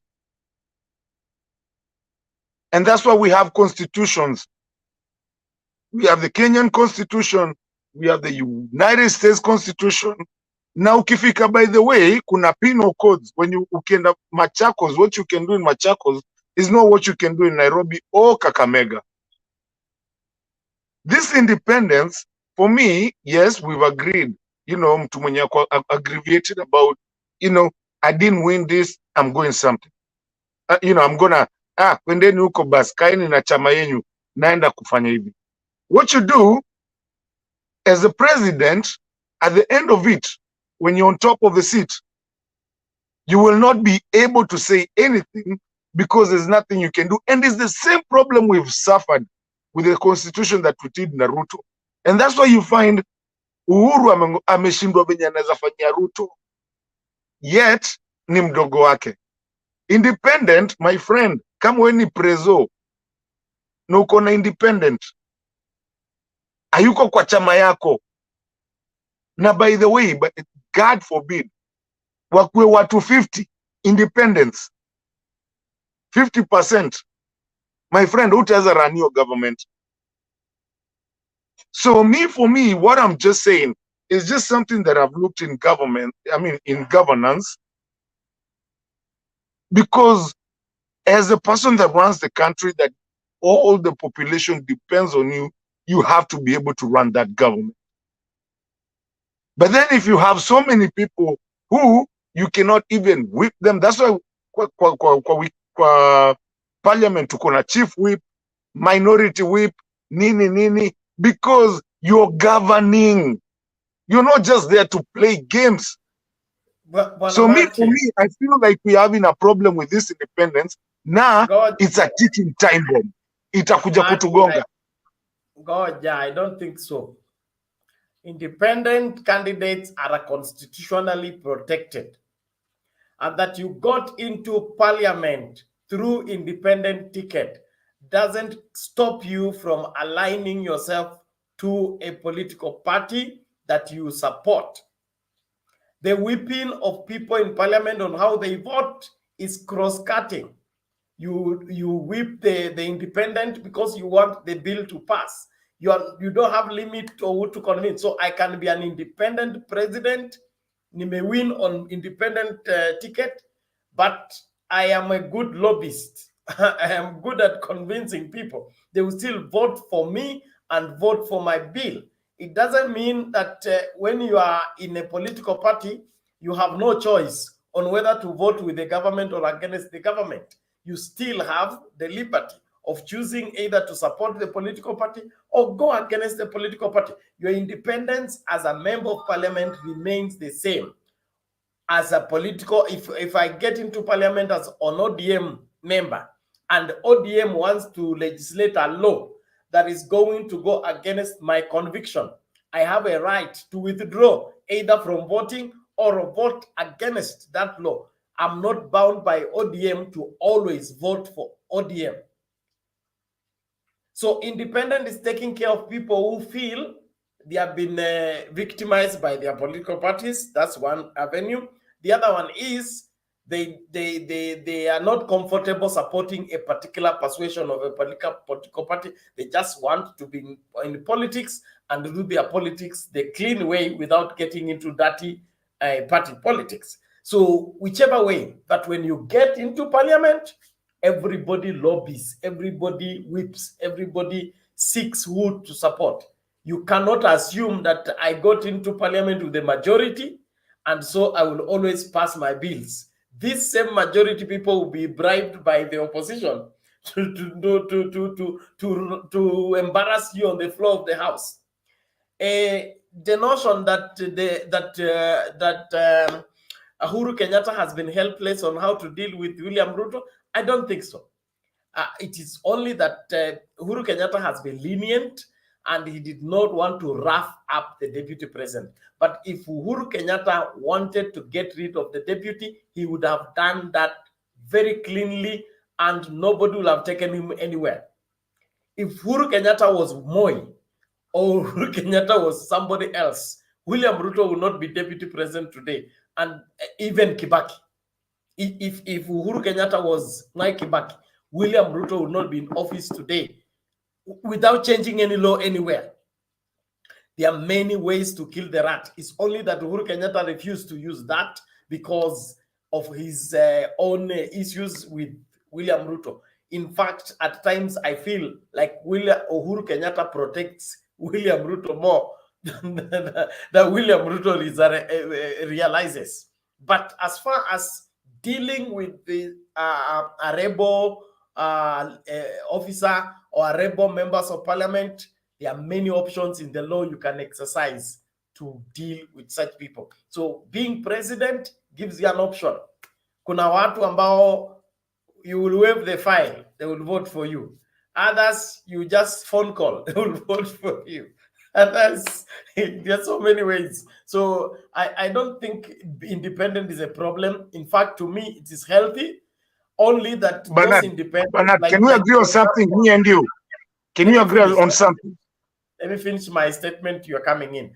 I'm saying they are a disappointment, like for example, Jijopev. Okay, Jijopev comes in independent, but he wasn't independent. He was sponsored by William Ruto. William Ruto footed his campaigns, and so he wasn't independent. He just used the ticket as independent, but he was sponsored by the other side. So those are not pure independents. They have come in courtesy of a political party, but pretending to be independent. So that cannot give us the true picture of being independent. How ni watu ambao wako na godfathers, only that they wanted an avenue to be on the ballot. So how hatuwezi were described as independent. But an independent one is the one who has come in on his premise. He can stand on his ground. He can vote.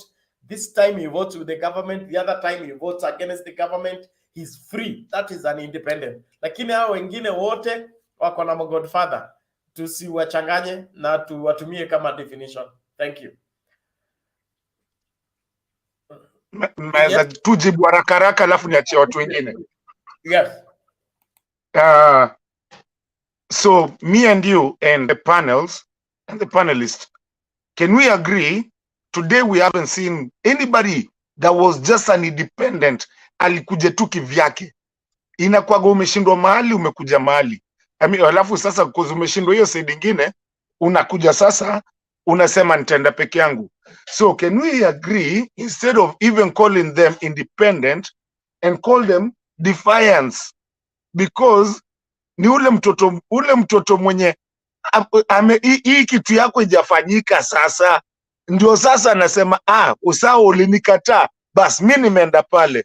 Mtu akikuja peke yake asianze na chama, asikuje ODM akishindwa nomination ndio aende aseme mimi ni independent, ama aende Jubilee akishindwa, ama aende chama ingine. Kama unataka kuwa independent, start by yourself. Ulikuja ukiwa independent, usiniambie ati nilikuwa chama fulani wakanicheza wakafanya nini. I don't care. You chose to be in that chama.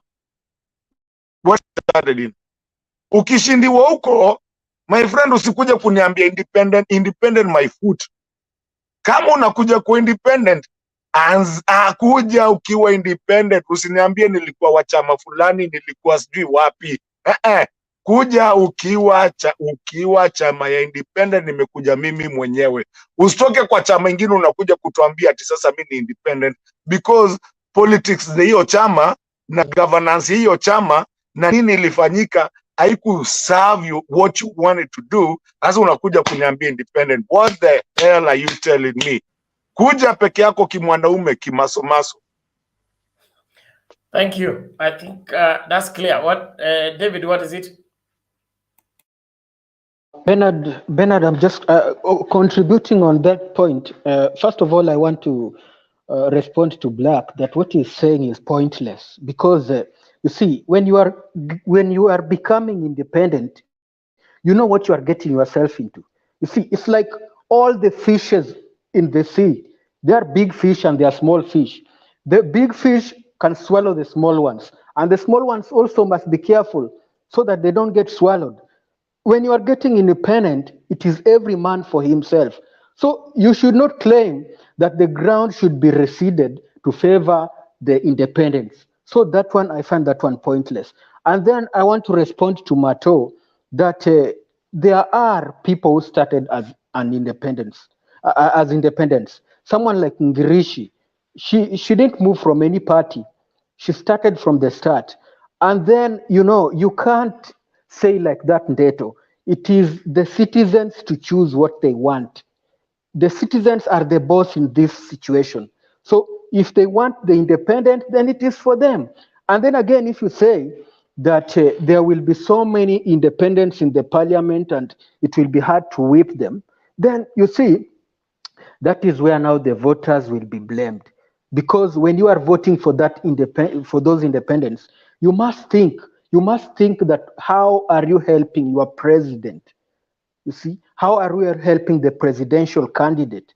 Because then don't come to blame people that, oh, the parliament is paralyzed, things are not working out in the parliament. So that is why we should see what is good when we are told to vote 6 piece. You see? So that is what I can say. Thank you. Okay, Tom? Another thing that I can really add onto that is that, I mean, we have what is called, we have legislators, and these are members of parliament. And we have two sides. We have the majority and we have the minority sides. So I think even if you decide to run as an independent candidate, I think the situation at the parliament will force you to either join one side or the other side. And you can see all members of either MCA, either what, they always find themselves on one side, because at the parliament, your rights must be protected by the minority whip or the majority whip. You will always find yourself, and there are some other benefits as well if you are affiliated to either minority or the majority side. There are so many opportunities. Otherwise, you will never find yourself in any committee, because what I do know about the Constitution of Kenya does not clearly say that as an independent candidate, these are some of the opportunities you will get. But what I do know, if for example you feel that your rights are being infringed on any from any party, then you are, as per the section 85 of our constitution, number one, you are not supposed to be affiliated on any party. Number two, you should be out of that party 90 days before the deadline, which I think is May 10th of every electioneering period. So even if you find yourself in such situation, trust me, you will find yourself umejoin either UDA or Azimio la Umoja. And that is the question. That is really coming up now. How will Azimio form the government? Because it has so many sub political parties. But you remember, it's very easy. We have the ODM and we have the Jubilee. The affiliates, the small parties joined Jubilee, so we have two. Now, when we get to parliament, if the deputy president will come from from the parties that are affiliated with the Jubilee, which maybe can be either Wiper or can be either NARC Kenya, then it will be assumed it is Jubilee. Again, according to the Kenyan political structure, it is very impossible for someone to be the president as an independent candidate. Very, very, very, very impossible. You can be an independent as an MCA or as a member of parliament or as a governor, but as a president, very, very impossible. How did Okuru Okot tried it? Tom. Yes. You cannot use the word impossible. It is possible. It depends on how you play your cards. You can even win the support of political parties as an independent. I appreciate that, but tell me, for example, Oja. Okay. For example, Baba is an Azimio candidate, but it's being supported by different political parties. Okay, but don't forget, Azimio is Baba's creation. So I wanted to look at Raila Odinga as a strong candidate who says is going to vie independent. Okay, and then you will see other political parties say, even if you are independent, we acknowledge you as our presidential candidate. We will fill these other seats on this and like that. It's okay. So if you are a strong candidate, you'll still be able to make it as a presidential candidate without political parties. Okay, so it's within the possibility framework. It's not an impossibility. It's okay. So let me try to say what really defines you as a strong candidate. It's the support you have across the country. And when I'm talking about the strongness here, the support you have across the country, these are either the aspirants, these are maybe the incumbent governors, senators, MCAs, all along all across the country. That really defines your strongness. Now, when you say Azimio is simply a name, but Raila Odinga is from ODM, and it's all over. If you go to each and every county, you will get ODM office, and that means it's not an independent. How many offices does Ukuru Okot have? Is it ODM that created Raila, or Raila created ODM? Raila joined ODM and became a party leader. Raila just joined an ODM. That's exactly what I'm saying. I get your point, but what we mean by independent candidate is you have political capacity, okay, to command support countrywide. It's not arranged. You know, one of the things that I find difficult with the Kenyan politics is that you go and arrange blocks together and come and say you are the leader of those blocks. That is not political capacity. Political capacity is when you say something, which percentage of the country agrees with you, okay? Even without consulting them. That is political capacity. You are able to say, on Monday, hakuna kwenda kazi, okay? How many of the country will follow you into it? That shows how much influence you have. But if you have to go and beg the mamas to join you, beg the babas to join you, beg the youth people to join you, so that if you say something, they will say yes, that is prearranged, which in my opinion is hampering our political leadership development. We need to get back to people growing into leadership other than them creating positions, creating blocks upon which they declare themselves the leaders. Let people come and pick you and say, be our leader. Not you arrange the block, pay them, hire the elders, hire the others to come and ordain you and say you are their leader. That to me is defeating justice. Okay, let me just say this so quickly, then I give some other people. Please, I want to get out of here. My time is up. Let me say this one. You know the reason why we have these different parties is because they have some philosophy where that they believe in. If you look at the ODM, they have their own philosophy. If you look at UDA, they have their philosophy, and this philosophy these philosophies that they have really affect the people, and because these citizens really believe in what the party is saying, or in what a certain leader is saying, that's how they really have this support. But now look at it in a very top level. For example, as a president, you know, this is being a president does not really mean that you're sleeping at the State House. This means that you as a president, you have the agendas that you want to do for your people, and you must have support.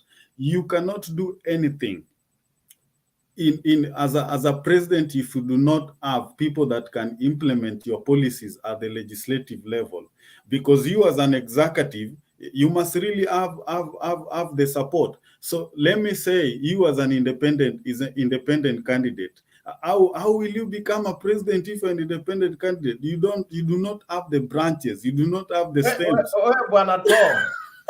Our president is not voted for in parliament. Our president is voted for by the majority.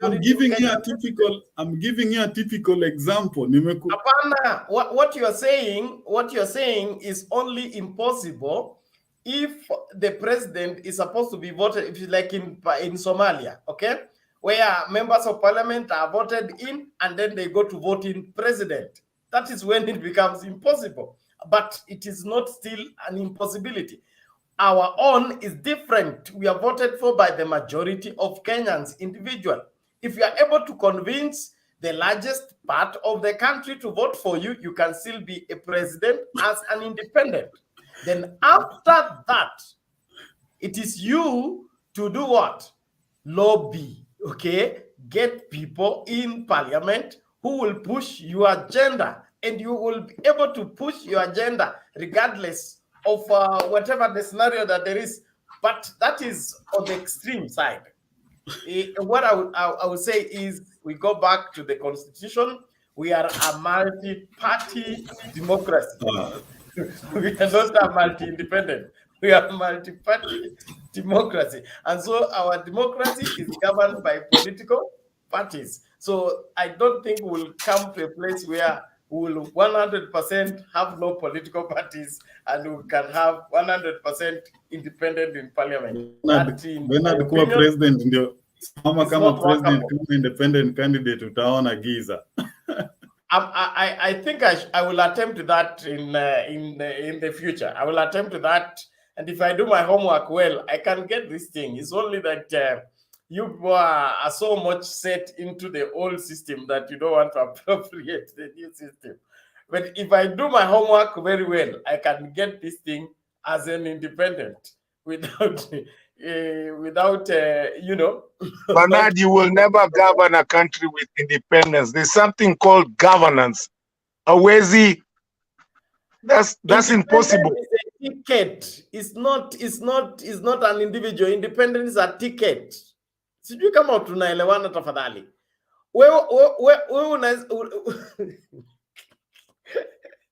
You can fly to Nairobi with complimentary ticket from Kenya Airways.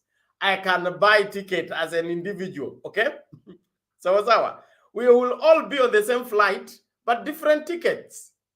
So that doesn't mean because you have your complimentary ticket, yours will arrive earlier than mine. They are all tickets and they are valid. Yes, Mr. Themba. I think those are valid observations by Tom, but we can take a case scenario. Laikipia governor is an independent candidate. He was an independent candidate, and the majority of his MCAs and all were either Jubilee or other parties. We have had reports that the Laikipia governor is one of the most and the best performing governors in this particular dispensation for the last 5 years. So I wonder what reference Tom is having when he says that if you are an independent candidate, you are not able to govern. You can be able to govern because governance is about lobbying and also management skills of the person at the top. You can even have the majority like Jubilee had through Uhuru Muigai Kenyatta, but in their second term, because of one reason or another, the dynamics that arose, he missed that governance, power, and he had to now, look for other ways of governing. So I think it's a bit, in my view, Tom is raising, yes, an observation, but I think what has been proven by practice is that governance requires your ability to lobby and manage the people that are within the parliament. Now, case number 2 is Kivutha Kibwana. Kivutha Kibwana, in his first term, it became, because most of his MCAs were Wiper, and he was in Muungano Party, they literally made it hard for him to govern, to the extent that he almost recommended that the dissolution of the county. When the MCAs, I mean the county assembly members, realized that it was possible to actually the county to be dissolved, obviously there's another part that they gain directly. So that means if it is no longer a county, they are also not going to have jobs. So they had to rethink on how they were going to move forward. So they actually decided now to support the governor. In his second term, he was able to get into Wiper, and he vied for the second term. So it is not necessarily true what Tom is suggesting. And also, if the president comes in and the parliamentarians make it extremely impossible to govern, there are options recommended by the Constitution. Yeah, the options recommended by the Constitution, and including sending them home. So it is which you remember when the CJ Maraga recommended that, but he never did that. So it is not like the president is tied, his arms is tied. And even if he has the majority, that majority does not necessarily mean they will support him to govern all through. So I think we need to consider those particular scenarios, give relevant or even current case scenarios that can help us look at that particular observation. Thank you. Okay, thank you, Bwana Themba. That's a good one, and I think that settles that. There's no way you will do governance without negotiations and reaching out to others, and you can't be so set that I must have the majority of the members of parliament to govern. It's good, it makes it easier, but that's not the only way. Kibaki had the minority in 2007, but he went through the whole term, the grand coalition and all that. So it is in your negotiation skills and your ability to reach out. And if you are a respected leader by the influence you have over the people, they will still follow your leadership regardless of their different political persuasion. And so we shouldn't limit ourselves to that. Naomba hivi kila mtu hapa ameongea isipokuwa Julia and Themba. I beg you let me go and sleep. You can bring in Julia, alafu mtafunga stesheni. Tutaonana hiyo baadaye. I'm now moving from Bungoma to Kakamega. I go see my mother. From there, and then I will come to Nairobi. That's okay, sir. Thank you. Travel safe. Tuonane. Julia, kazi kwako. Hi, Bernard. Hello, Julia. How are you? I'm doing good. Safiri Salama. Asante. Okay. Hi, Themba. Hi, everyone. I'm liking the debate. Though earlier mlikuwa mnagombana, I think ni weekend. Pengine watu walikuwa wamepewa kitu kidogo. Sasa pengine walikuwa na hangovers here and there. You see, when you see men aggravated, sometimes it's not you is aggravating them. Wametembea hapa na pale, wamekunywa hapa na pale, akina Black, akina Tom, akina Martin Deto, akina David. Mimi hata sijui pombe ina smell aje. So then, but there was fireworks here. Thank God that you came later on. But I think in hali ya maisha, disagreeing to disagree, to disagree, to agree to disagree, it's okay. It's okay. So I'm seeing the debate, okay, about President Kibaki send-off. I think it will be a top government priority, and I think it will be a big thing. And yeah, he deserves that. He deserves state funeral. We can see him looking back to what we achieved, especially during his reign. We can say he's our hero. In 10 years, he did so much, and he moved us from the Moi era to a new dispensation, even in terms of democracy, in terms of the economy.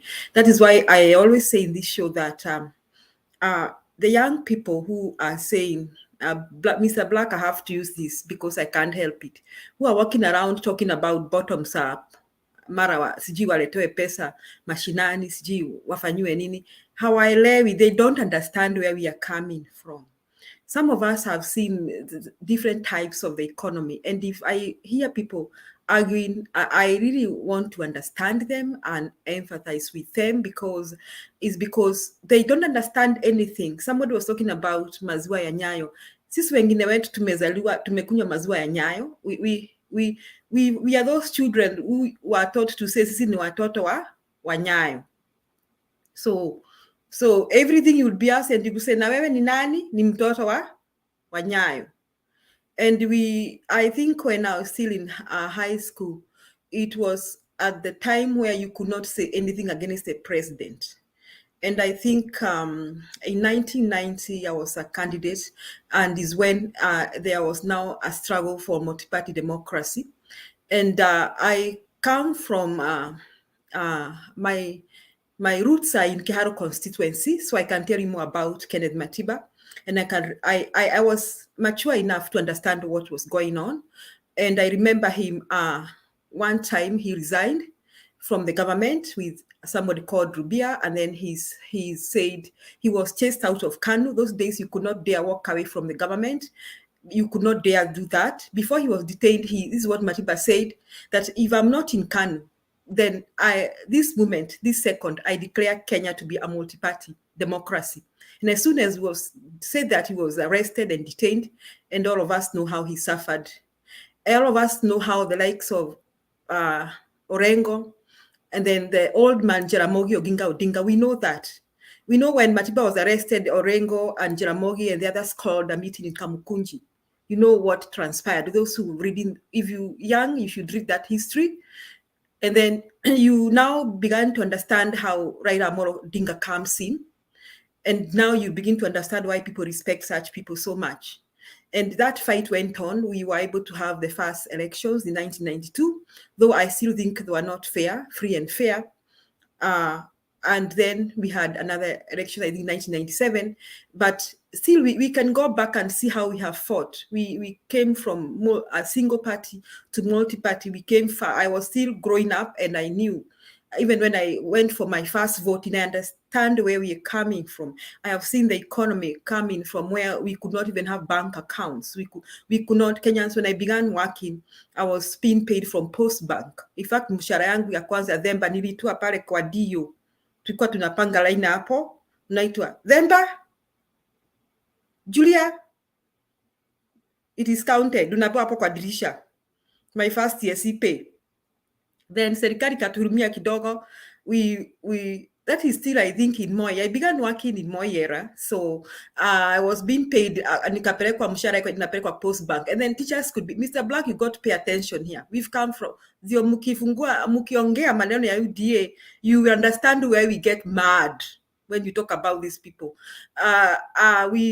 Mshahara ikapelekwa post bank, na kuna walimu walikuwa na wanapokea mshahara National Bank, because that was the only bank teachers could afford to have bank accounts.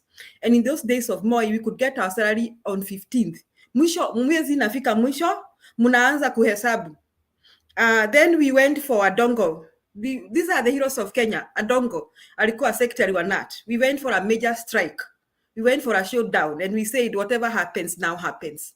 And schools were closed I was a young mother for around 3 months.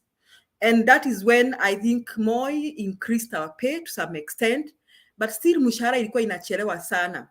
So when President Kibaki came, that was the first time I earned my pay on the end of the month, when President Kibaki came. And when he came in, he empowered other financial institutions. And now we could see a circle like Mwalimu Sacco opened what we call front offices. So we didn't have to go to National, to KCB and Barclays. Of course, we could not afford to have an account in Barclays because the minimum balance was 10,000. Walimu ungeona mwisho wa mwezi, walikuwa na jerrycan ya mafuta. You people, you need to understand these things.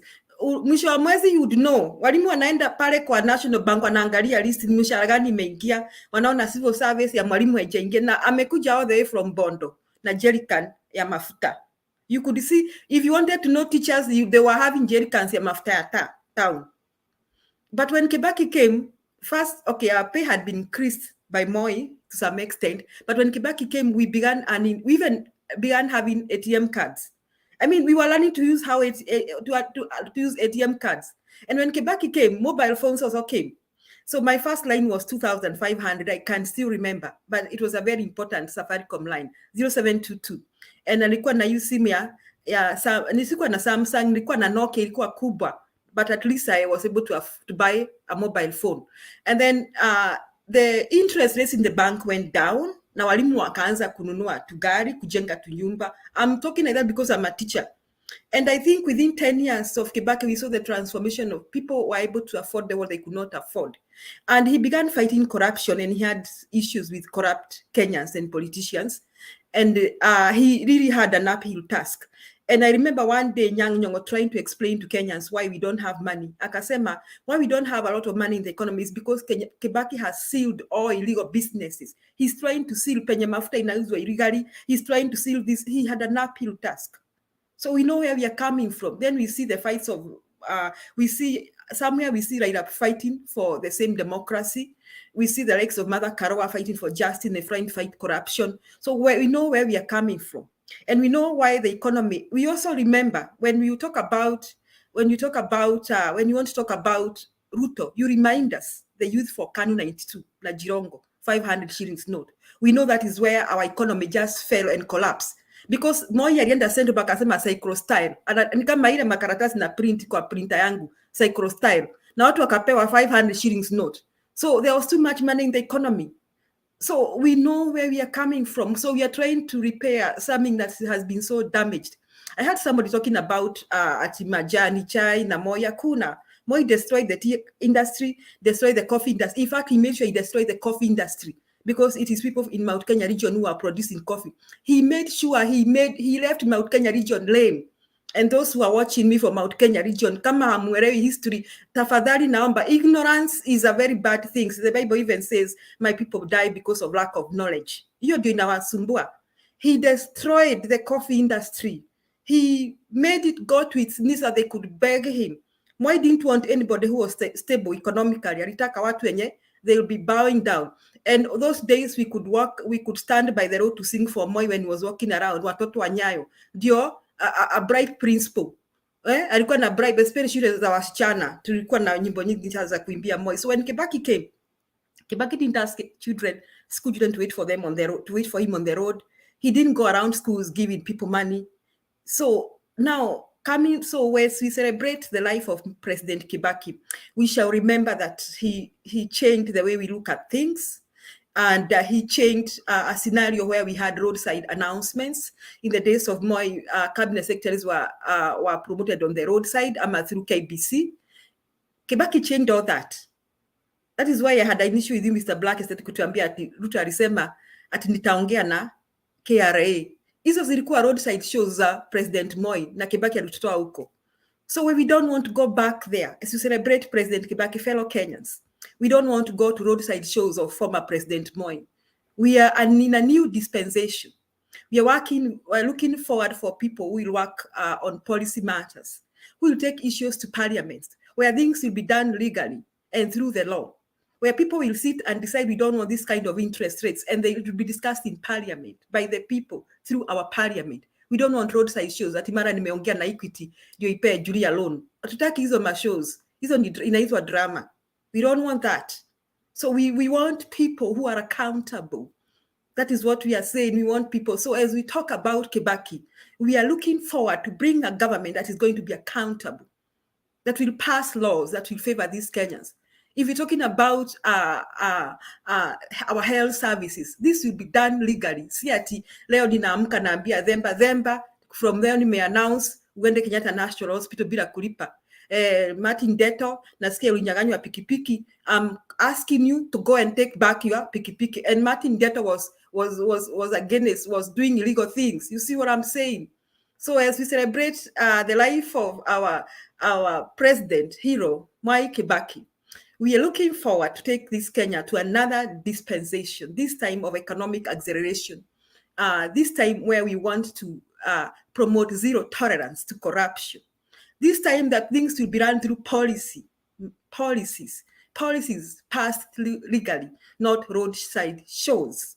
So going to the debate about independent candidates, I think there's nothing wrong with us having independent candidates. We have this lady in Kirinyaga County who is now, I think she's going to be an independent candidate. She's contesting against Waigoro. And if you listen to her, she said she had issues with UDA. We want those kind of people who stand against what they don't agree with some of these parties. So going forward, we're going to be looking at parties and what they stand for. So show me your friends and I'll tell you who you are. If I want to talk about my Azimio candidate, Right Honorable Raila Amolo Odinga, we look forward to see him work with people like Peter Kenneth, Mother Karua, and the others.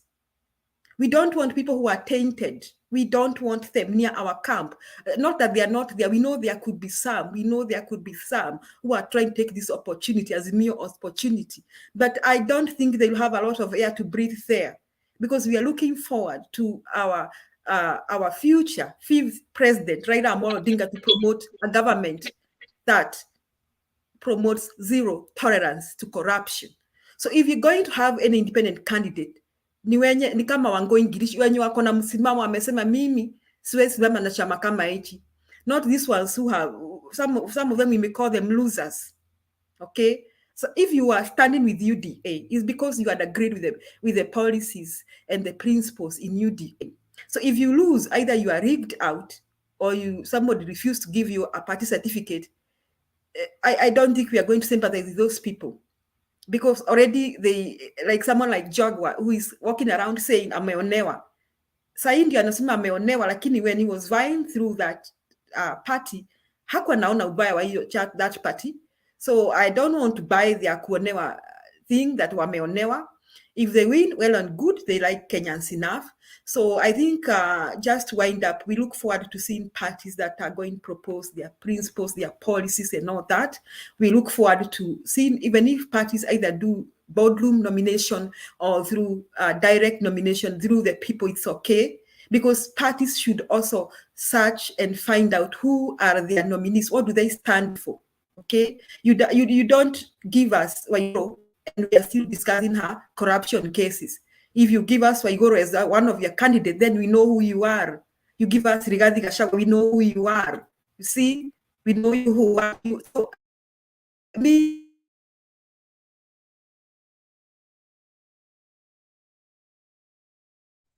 Julia, your connection disappeared. Okay. She disappeared. Can you hear her? Ama ni mimi ndio simsikii? Kuna mtu anamsikia? No, she went off. Okay, I think connection yake. Now I'm reading something kwa comments. Black, you are a very noble man and civil man in this platform. Nani anakuchokoza? Black is one of the best UDA guys and Kenya Kwanza people we have here. There's Black, there's Atuya. I don't think we need to really be so personal and hit people personally. Black has never insulted anyone, especially even the ladies. He's never done that, to my knowledge. So I think we need to be a little, tolerant of each other. I usually ask for tolerance in this platform. Everybody should be treated equally, and we appreciate everyone. Whether you come from Kenya Kwanza, whether you come from Azimio, I want to repeat again, nobody has more rights than another person. And it doesn't matter when you came, whether you came early or you are coming right now. There's a story given in the Bible about is it the farmer who came and he wanted to pay people. So those who came early were paid the same thing, the same amount as those who came later at 3, and the one at I think Jesus is the one who gave that story. And then those who came early were asking, why is it that you are paying us the same way as those guys who came at 6 in the evening? Then they were told that it is the person who hired them who agreed with them on the amount. If you came in the morning and you agreed to be paid $9, get your $9. If you came at 3 and you have agreed to be paid $9, get that. So that is a similar case. Whether you came early, whether you are someone who has stayed here for ages, whether you started Mutembe, whether you are whatever, what we have tried to do is, for robust conversation to happen, is we have to accommodate divergent views and each other, and we have to speak with civility and accommodate everybody. We don't have to all share. This is not a choir where we are coming to be choristered to sing a certain kind of tone and tune. We must, as a fact, accommodate everyone and talk with civility. Disagree agreeably. Let's disagree agreeably. Yes, I'm disagreeing with Black, I'm disagreeing with the G, but with the content of their thought, not the person of their character. We don't know each other. We don't know where the person is coming from. We have met here because we only appreciate that we are all Kenyans. And even those who come and they're not Kenyans, they are friends of Kenya. They have a concern. So let's appreciate that fact. And for the record, Black has been someone who is very civil in this place. I've noticed he's never emotional. He sticks to, it might be something that we don't agree with, but is usually very tempered in how he speaks. So I really want to suggest and caution. As a matter of fact, if you want to gain, you gain more when you listen to someone and you appreciate the content of their thought. Disagree with the content of their thought, not the person. So Black, if there was anything that suggested that I've not heard you, to the best of my knowledge, I've never heard you disrespect the ladies in this platform. So let's I think, yes, Eli Shivs, what are you gonna say? No, I was telling Black on the side on the private, and maybe I need to tell him again. It was not, those comments that he's alluding to are not actually directed to him. If he goes and reviews a clip, it was somebody else. And I know it came out differently and it sounded differently, but just take a moment, review the clip at that particular point. You will see there was a point in time when it shifted from you to somebody else, but you didn't realize, but the person's name was mentioned after the facts had been mentioned. Okay. And I heard it, and I was a bit confused until the person's name was mentioned, but by that time, Black had already gone off air. Okay. So just to clarify. Yeah, I think we don't gain much when we improve the amount of insults. We gain much when we improve the level of argument. So it is not how much you insult someone that you make an argument. An argument can be made without insulting anyone. So Black, I don't know why you said that this is the last time you are here. Are you quitting, or you are getting busy, or what's up? No, to be honest, I felt like offended in the sense that I even mentioned it in my submission, that I think when we are here, we are all Kenyans. This is just a debating platform whereby we could share ideas. We cannot be thinking the same. That's why we have different heads, different mindsets. So ile kubadilishana mawazo, it does not hurt. If I give you my opinion and I try to direct you towards the direction which napenda, which maybe perhaps ni Kenya Kwanza, you don't have to go there. Just as much as mkiwa mnajieleza nyinyi as Azimio, I don't have to go there, right? But I can grasp in whatever you are trying to say, that in whatever you have said, there must be a fact somewhere or something that will help me. No. Similarly, I may say something that you may not agree with, but out of 100 things that I would say, perhaps there's one thing that you'll agree with that will assist you. No. Whether in the way you make your choices, or whether the way you view your people, or the way that you would say, and I would grasp, and I would view my own people. No. Ndio hilo nilikuwa najaribu kueleza. So kwa ile tolerance ya kwa mwenzako anaongea hapa, hakuna chuki, we are all one people. Hilo tunalikuwa nataka kusema. And we should also not forget that in this platform there are millions, or if not hundreds, thousands of people that watch this show. We have families, we have friends, we have neighbors, and we have people that may know us and those that they may not know us, but they view this show. So we should realize that whatever we speak on this show, there's a record on the internet that they will one day view, whether it's your child or my child. So by the time yale maneno tunayatamka, we should be sensitive about it. We should not be so quick to say or utter some things. That's all I just wanted to say. Thank you, Black. Normally, my what I can say to that, so that at least we move on. I think that was not what was making you to run away from this channel. Kindly stay here. I usually say here, don't target the 10 people you see here. Know that we have over 100 people who are listening, and all those people are here to learn and also pick something. So sometimes I know we get too emotional, we get too carried away, and we can say some things, but always appreciate that there are 100 other people who are also listening and they want to learn something. So don't concentrate so much on the 10 people you are seeing here and you say things to them or maybe utter things at them that might be hurtful. So I think Black, you find it in your heart. I think Ellie has made it clear it wasn't meant to be you. We don't want to concentrate. We don't want to make that a debate.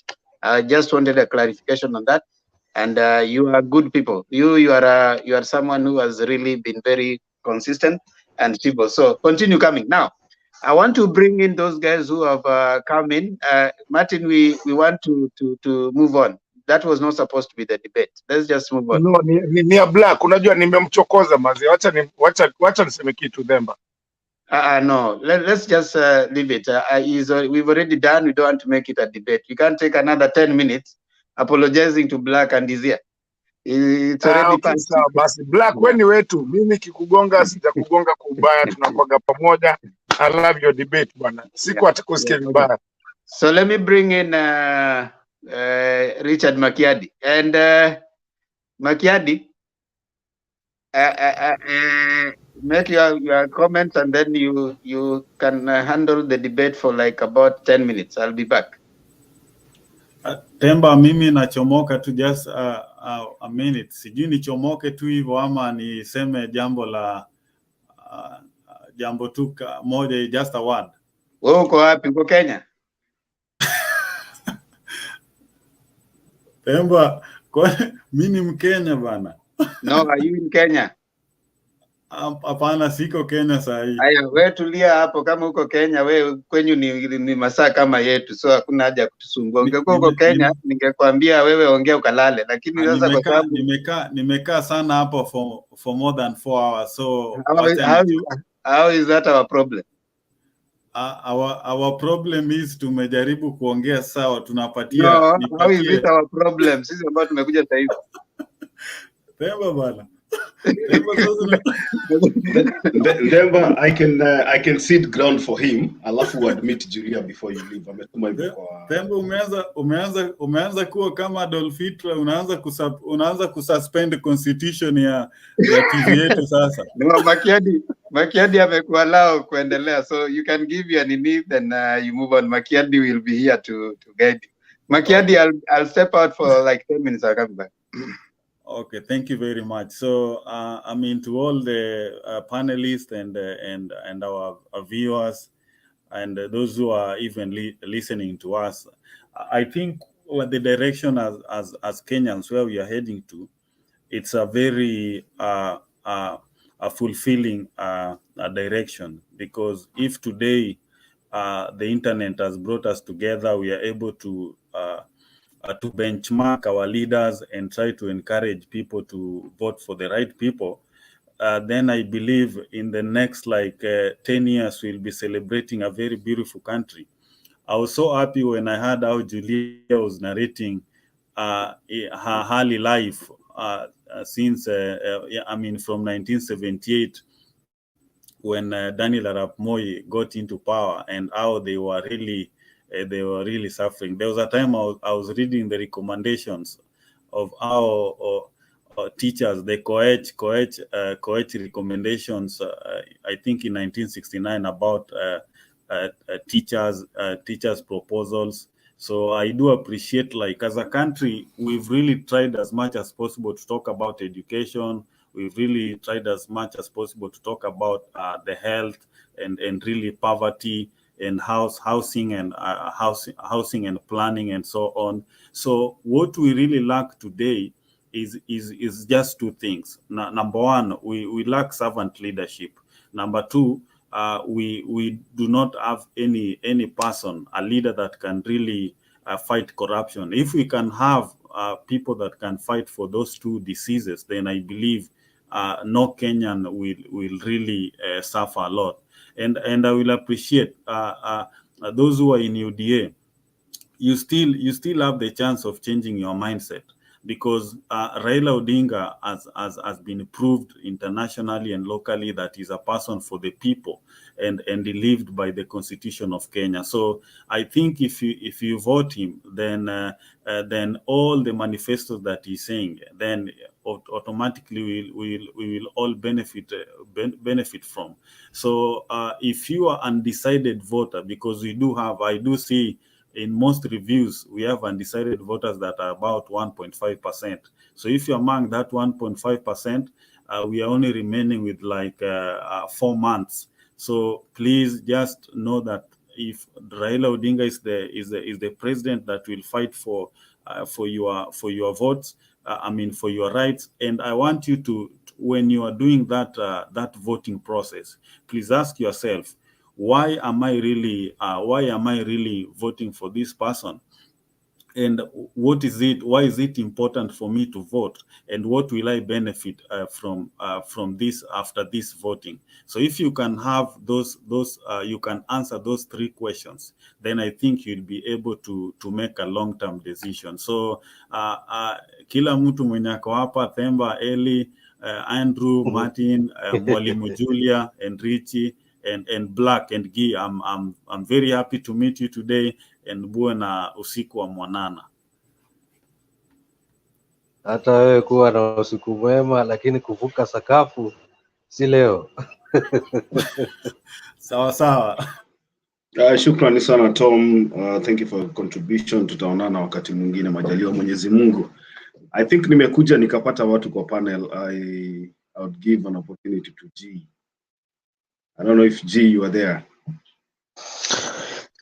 Yes, Richie, I was here, but I'm not sure about what's going on with the topic. I came when Julia was talking.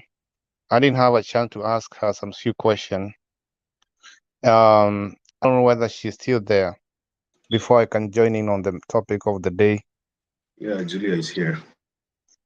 Because she was talking about Mother Karua and people like Peter Kenneth being running mate to Baba or joining Baba's team. And I was wondering, does she remember what Peter Kenneth did to reinsurance? And also Mother Karua was involved in BAT Fegi Sigara. She was involved. So those are not some of the names that she should recommend to be running mate to the person who have been mentioned in also so many scandals, quite a number of them.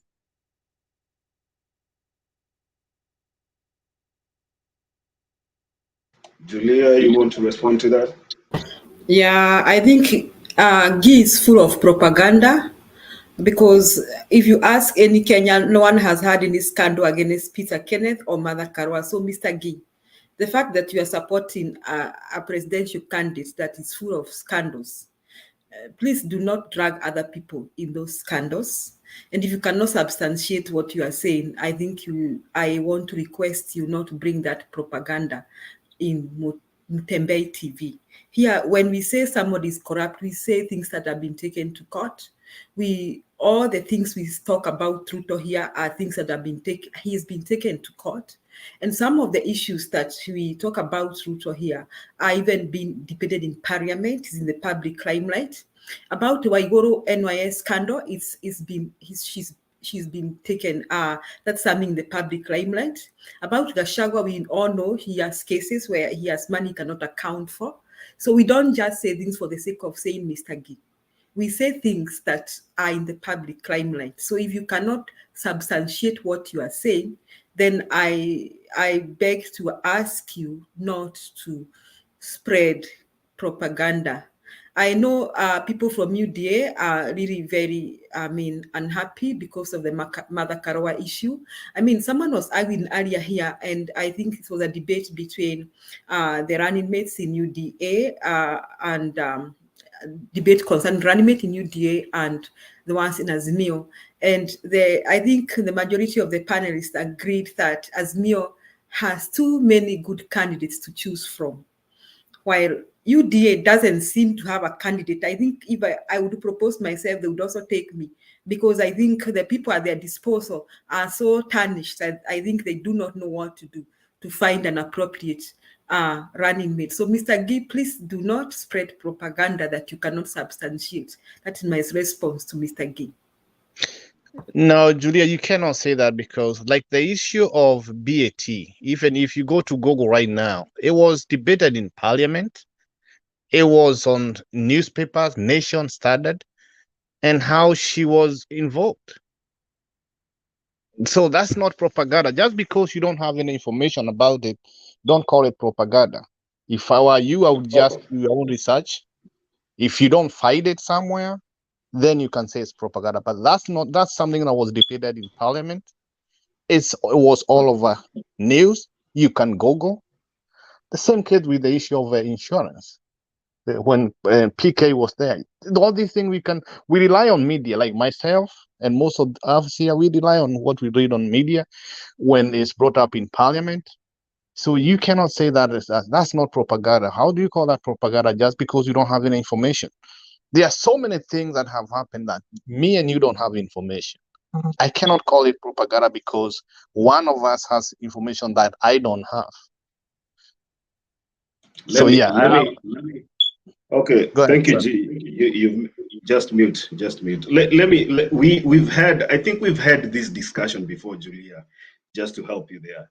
And I think Black came in with the same allegations that G is trying to forward here today. I said here, and Black is my witness, and I'll repeat again. There is no court in the Republic of Kenya where evidence from newspapers, social media, Google has been used to prosecute a case. Nowhere. Number two, everything that happens in parliament is on Hansard. And if you want to tell us that this thing was debated in parliament, you are supposed to come with the evidence that this thing was debated in parliament, just like the William Ruto case. William Ruto's case is in parliament right now. If you ask us, we all saw that. We can quote. I don't remember hearing anything about Martha Karua and the BAT saga in parliament, unless now you come with evidence and tell us this is the evidence that I was telling you about. Now, when you talk about the KRA or I don't know, reinsurance scandal about Peter Kenneth, I know where you're getting your information from. I think this was an accusation that was made against the person of Peter Kenneth by Miguna during the debate, Nairobi gubernatorial debate, when they were arguing between Sonko, PK, and the rest. And these are just allegations. So if you want to help us as a panel, you are supposed to come with concrete evidence. We will accept what we can see from a court of law. So we cannot agree to let you, hold on, just give me a minute. We cannot allow you to come here and mislead us, and then you tell Julia to go and Google. Google is not evidence. Google is not evidence. If you stand before a court or a judge or a magistrate with evidence from newspaper cuts and Google, no one will accept that as evidence. So what you're telling me, because I have heard Julia talk about Ruto, I didn't see her with any evidence. I heard her talking about Rigathi Gachagua. You didn't ask her for evidence. So why are you asking me? Because I have heard all of those people being mentioned. People come say Ruto did this, Gachagua did this, Waiguru did this. I haven't seen anyone being asked to bring their evidence. Why am I being asked to bring one? Let me jog your memory a little bit. I'll give you a minute, Julia. Let me jog your memory here. William Ruto was prosecuted in the courts of the Republic of Kenya, and he was charged for acquiring land from a post-election victim in the name of Muteshi. The case was prosecuted in the courts, and he was asked to pay Muteshi a sum of about 5 million shillings. And he was asked by the judge to return the land to Muteshi. That case was pronounced. There was a pronouncement by the judge in the courts of Kenya. So we are telling you things that we have seen, and you know we have seen these things happen in the Republic of Kenya. So that's what I'm saying. Whatever you just said something I've never seen. So where is your evidence? Because your point is there are two ways, Bonarichi. If you bring allegations, if we come up with any allegation, you are supposed to prove it or to bring your own evidence, right? You are not. Hey, Mr. G, that's not an allegation. It's done. He was convicted. It's done. Personally, I've never heard about that. So where is the evidence? Can I come up with the evidence for Peter Kenneth? Thank you. That'll be great. Listen. Thank you. Black and G. This is what I want us to on the Hansard of October 23rd, 2002. Hold on. Opposition MPs. Hold on. Opposition MPs. Black. They discussed about Peter Kenneth's fraudulent Mr. Black, attempt. can you give the moderator chance? Black, Mr. I'm the moderator. Sorry, I didn't hear you. Guidance. Pole, I want to give you guidance. What I'm saying is this. Okay, thank you. What I'm saying is this. The case that we are talking about here is a case that has gone through the courts of Kenya. So what you're reading from me is something that you are Googling, and we are trying to move away from a debate where we are guided by innuendos and paper extracts. So if you bring a case here, bring a case that has already been prosecuted, and there's a pronouncement by the judge of the Republic of Kenya on the same. That's what I'm saying. So Richie, where is the evidence, whatever you are saying? Because you want us to bring evidence. Where is your evidence of whatever you are saying? Bring it up. Bring it on. Where is it? You don't have any. May I speak? Yeah, go ahead, Black. Go ahead. Thank you. You were in record just a while ago of speaking about how William Ruto, my presidential candidate, issue yake ya mashamba sijui na nini ililetwa kwa parliament juzi juzi. Did you not just say so just a while ago? Yes, you did. And so on the same remarks, I wanted to take you back on the 23rd of October 2002, the Hansard. If you can check through, you can try using your own resources, your own means of searching. You'll realize that one Mr. Peter Kenneth tried to sell Kenya Re to some Zimbabweans, and it took 3 MPs who obtained a court order to stop it. Can you please confirm that when you have time? Then you come and revert back. So when you come here and tell us, you start mentioning that sijui Ruto juzi kwenye parliament hata iko kwa Hansard alikuwa accused of sijui alichukua land gani. When it's the same, using the same measure, utaki kuitumie kwa Peter Kenneth. Why? If it's the same SI unit about whatever is spoken in parliament, you want to say that Ruto ni mwizi sijui ameiba land na nini. Let us use the same SI unit tukiwa tunasema mambo yetu kama vile kwa mfano in the sense of in the sake of Peter Kenneth as G tried to tell us. So do not just dismiss him for the sake of dismissing him when ikiwa sasa ile anajaribu kutoa mfano kwamba Peter Kenneth na yeye alikuwa accused of mambo ya Kenya Re zamani in the past, alafu nasema hakukuwa na court case. Well, there were 3 MPs that during that time wali obtain a court order kuzuia Peter Kenneth kuuza hiyo land to some Zimbabweans. Thank you. Nimaliza kuongea. Asante kwa hiyo opportunity. Makiadi, may I say something?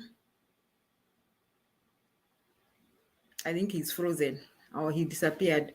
Now, just to continue with what we are arguing about, Makiadi even went ahead and talked about the Muteshi case and the judges ruled against Mr. William Samoei Ruto. Mr. Gi is saying, Hajui, yo kama ujui, that's your problem for not knowing. But it is, everybody knows here that Ruto was even, the judges ruled against him, the Muteshi case. So you're talking about our Peter Kenneth and the others, we're talking about your presidential candidate. So if we are to make a list here, a PowerPoint presentation, who has been accused of what? Your presidential candidate will win in the number of corruption cases he has been accused of. He's going to be the winner. He's going to score a lot of points here, unfortunately for dear Kenyans. So cases or accusations? As I think to narrow down to what the moderator has said, if you have no evidence that somebody was even taken to court and the judges ruled against that person, then don't bring that gutter press allegations here, Mr. Gi. I beg to ask you not to do that. So we're going forward as we wait for Mr. Themba and we wait for, may I just submit Martin, as we wait for Mr. Themba. Mr. Gi, can you please mute?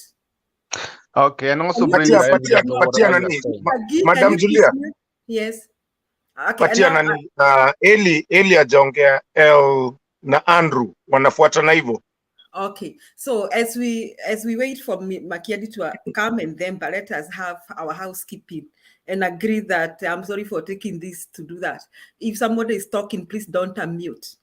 Okay, and then if we go talk about corrupt people, talk about those who are taken to court and the courts ruled and all that. So we narrow that to that point.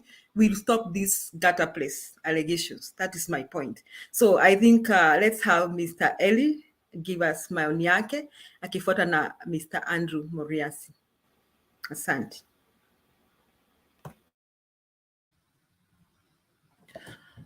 Thank you, Julia. Actually, I was there before. I've been here for like 6 hours already. So this will be my second round talking. But yeah, thanks for the opportunity. I was listening to your submission earlier on where you took us down your memory lane of where we've been and remember those days of the 1990 second liberation with the Matibas, Rubia, Orengo, the old Mzee Jaramogi, and Raila himself. And yeah, 1990, I remember, is the same year that Mandela was released. and it was a whole jubilation. Coming back to the story of the day with the President Kibaki send-off, which is in top gear right now, with the military having taken over the arrangements in the tradition of the army, as far as one of their own who's departed, who used to be their commander-in-chief. We look forward to an eventful week where he will, many will eulogize him, many will remember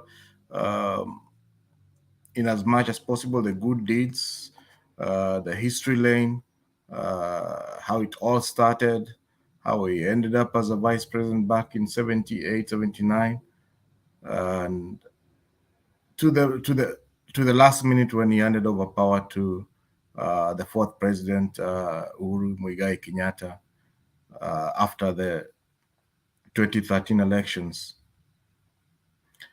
We'll remember him mostly, again, as I said earlier, for his prowess in matters to do with development and and the economy. We remember him for having given us a break from I would say a break from what had been for a long time a Kenya that was without hope, a hopeless Kenya. And I remember in 2002, after the elections, all Kenyans united, regardless of their ethnic background, regardless of their class in society, regardless of color. And it was a jubilant moment that I wish we can relive, especially the early 2003, when the free primary education was announced and achieved during his era. We'll remember him for almost achieving a corruption-free moment for us, where we even, the masses even stood against a powerful Matatu cartel that was refusing to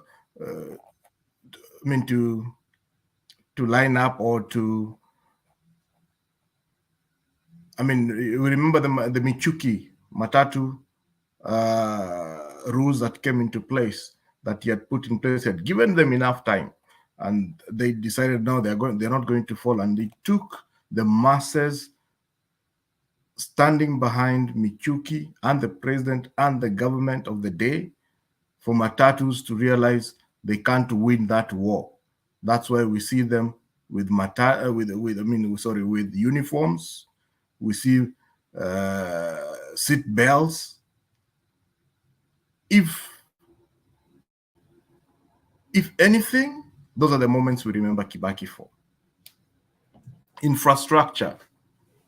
Yes, there are some infrastructure projects that had already been started in the earlier years, but it is during his time that they were fast-tracked. He started some of them.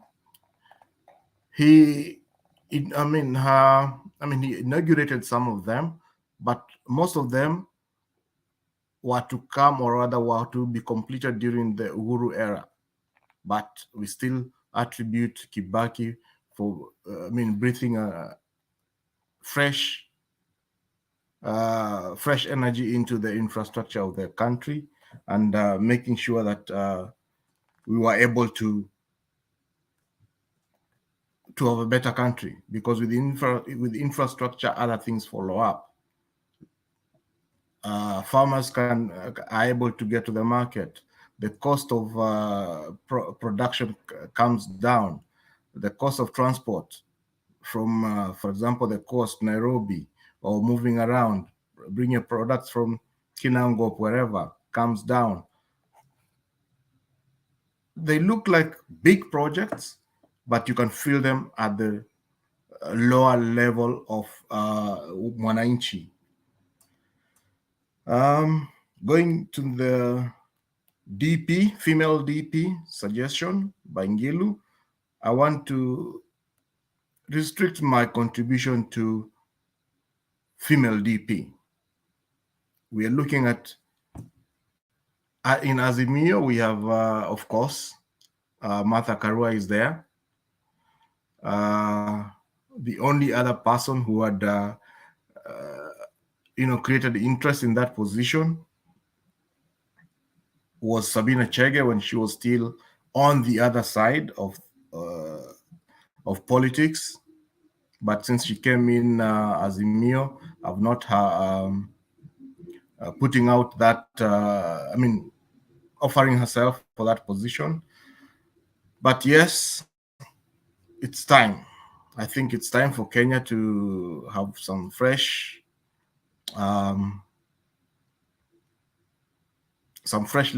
leadership in the name of a DP who is a female. I believe by the end of next week, we will know for certain. Right now, we have a good idea of who it will be, but by the end of next week, it will be official. And I look forward and I hope that it will be a female DP. Independent candidates, we talked about that for a while. And for me, again, as I said, independent candidates, what are their chances? Their chances are 50-50. It depends on what's your driving, what drove you to be an independent candidate. Was it just yourself out of, you decided to go independent just because you disagreed with the party nominations? Were you prompted by a difference in ideology with your party leader? My worry is if we have many independent candidates on the side that is not, or rather on the side that is the opposition, it may create some governance issue, especially in as far as passing of bills in parliament. And we need the numbers in parliament to push your policies, to push your agenda, to push your, to actualize your manifesto. You need the numbers in parliament. And this is where the independent candidates' numbers in parliament or in Senate will play a big role. But as I said, it's a 50-50 chance. Baba's trip to the US, as we've seen so far, I've been following it today. I must say, it's going on well. We know for sure he's coming, 1, to extend his campaign abroad, 2, to marshal support, 3, to build on the networks that he has and even improve on it. And of course, 4, to hear what the international community is feeling, what's the temperature out there. So I wish him well in his trip in the US, and we hope when he comes back, he'll be rejuvenated. He comes back to a moment of mourning when he has to bid farewell to his counterpart in the Grand Coalition government that was formed post 2007-8 elections. And that's all I can say for now. Thank you. Thank you, Mr. Ellis. Mr. Andrew. Yeah, good morning and good evening for those who, from depending where you are seeing us from. And before I say something, and as we celebrate and mourn the former president, Mwai Kibaki, for me, on personal, if I say he has rested. He has rested after working, and God has added destiny for him. I remember on a personal level, I walked from airport when you were receiving him and on foot until urban. That time we didn't have tribal issue. Now the question comes, why now? That is a question need to be unfolded. So let me give you a simple example. I have two sons, and one is Michael and Kevin. I can say maybe Black and David. The sons, they are very interesting, and it's not they have some points, but the way we receive and maybe the way they present somehow looks like, well, they miss a point. But if you look at it, as Ben has said, holistically, you will find that we already formed a base. The topic was people are tired on the ground. That was the basic main point. Now we were looking for a solution. Then the issue came from our brother Martin about independent. See, so already we already have at other point that now what do we do? In our brother from Mount and the sisters from the mountain, they are saying, just thinking adia. Sasa watu wamechoka na tuka-agree across, doesn't matter where you are from UDA, you are from Asbio, people are tired. Now we want to be a solution. What do we do? Before even we come to know whom we are picking through their CV, first of all, who is going to vote? So we must take the information to the voter. How can the voter identify an independent person? Not the independent person identifying votes. That is where we get it wrong. So people are tired. They come up and say, Martin or Julia, please represent us. Show us the way. Then you tell them, okay, you have agreed. You see I'm able. Look at my CV. Yes, you are the right person. Then now we will go to parliament. You cannot fix parliament if you have not sent there the soldiers who are going to fight. No way. It is just here. Our brother from UDA anasema ni ndoto ya mchana. That is what he means. Ni ndoto ya mchana. Unless you discover, you know the art, the system, the pattern, the way the football is arranged. Who is going there and how? When you break this pattern, now you get them.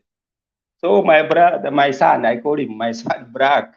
Now let me take you a scenario here.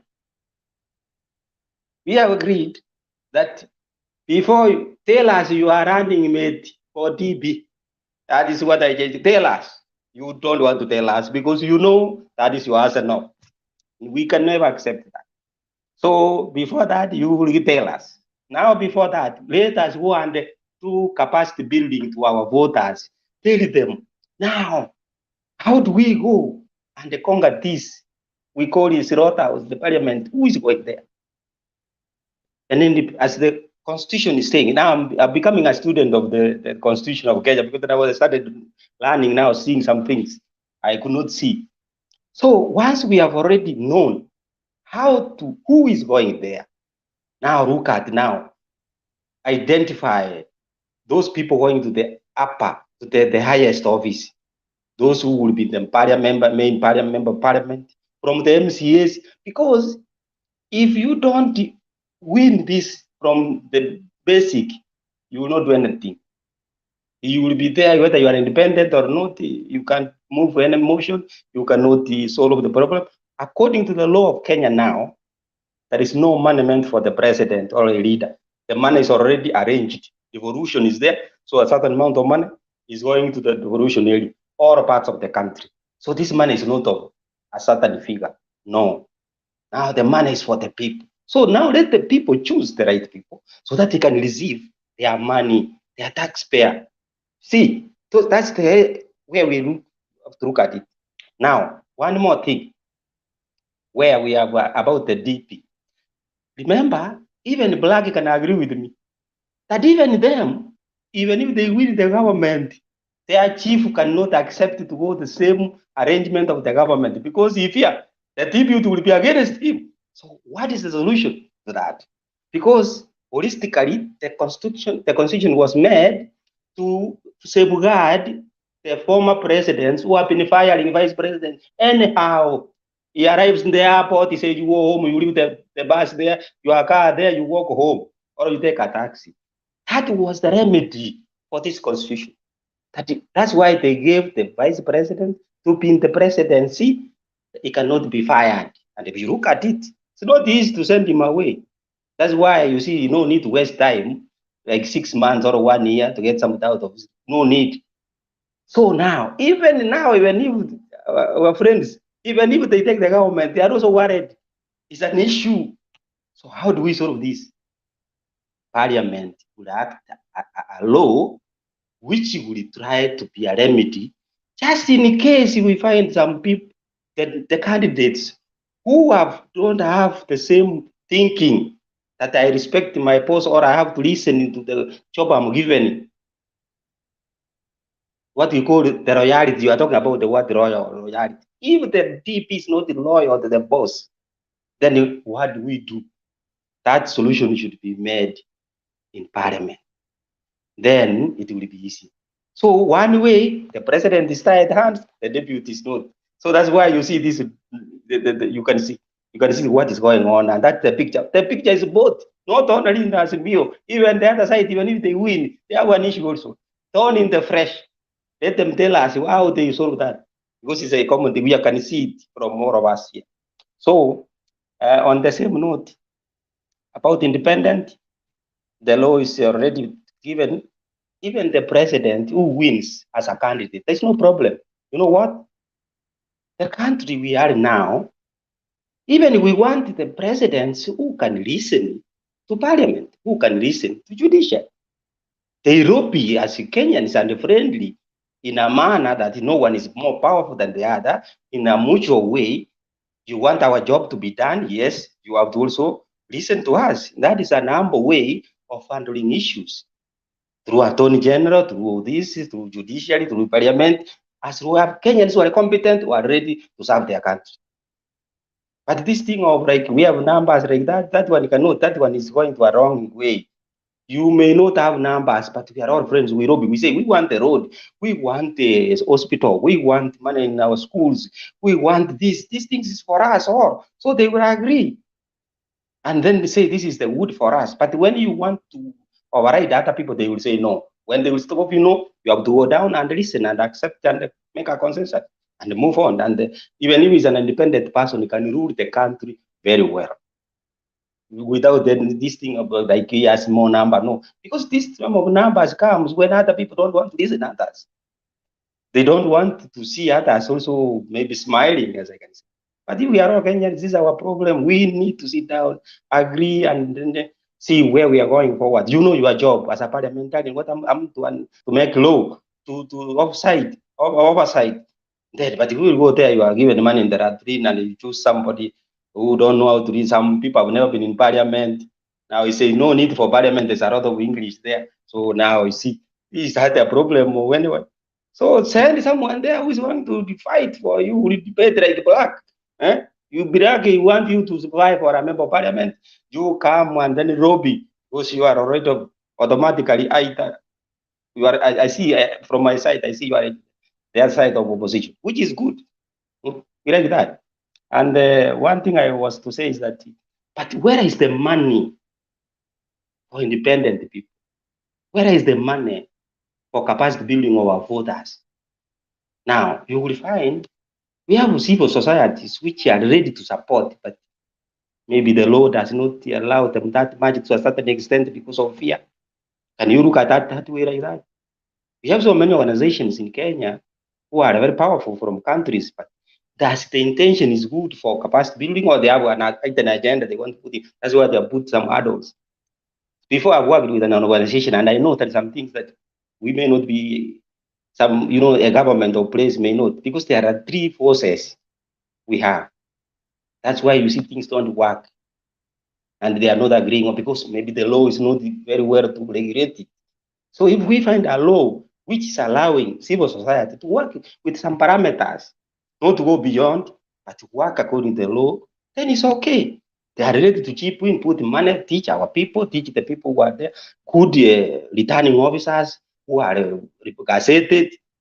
In case of anything, they will go for a court of the case will be go to court. But when you have returning officers who are not even gazetted, you don't know that all these things. All this we are talking about is a common problem which cannot be solved by one person.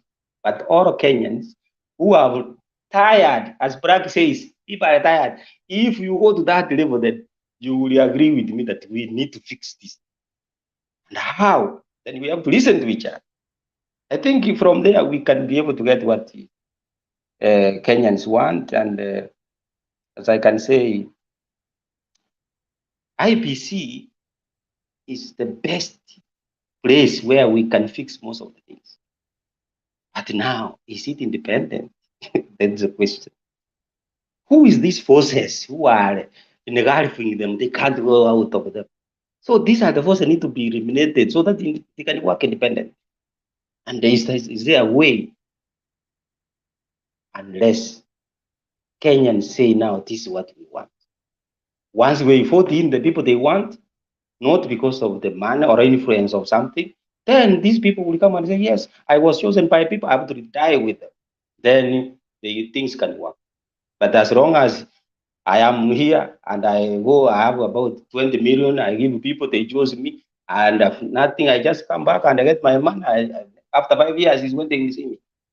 But if they say you are one of us, we know how you started with one chicken.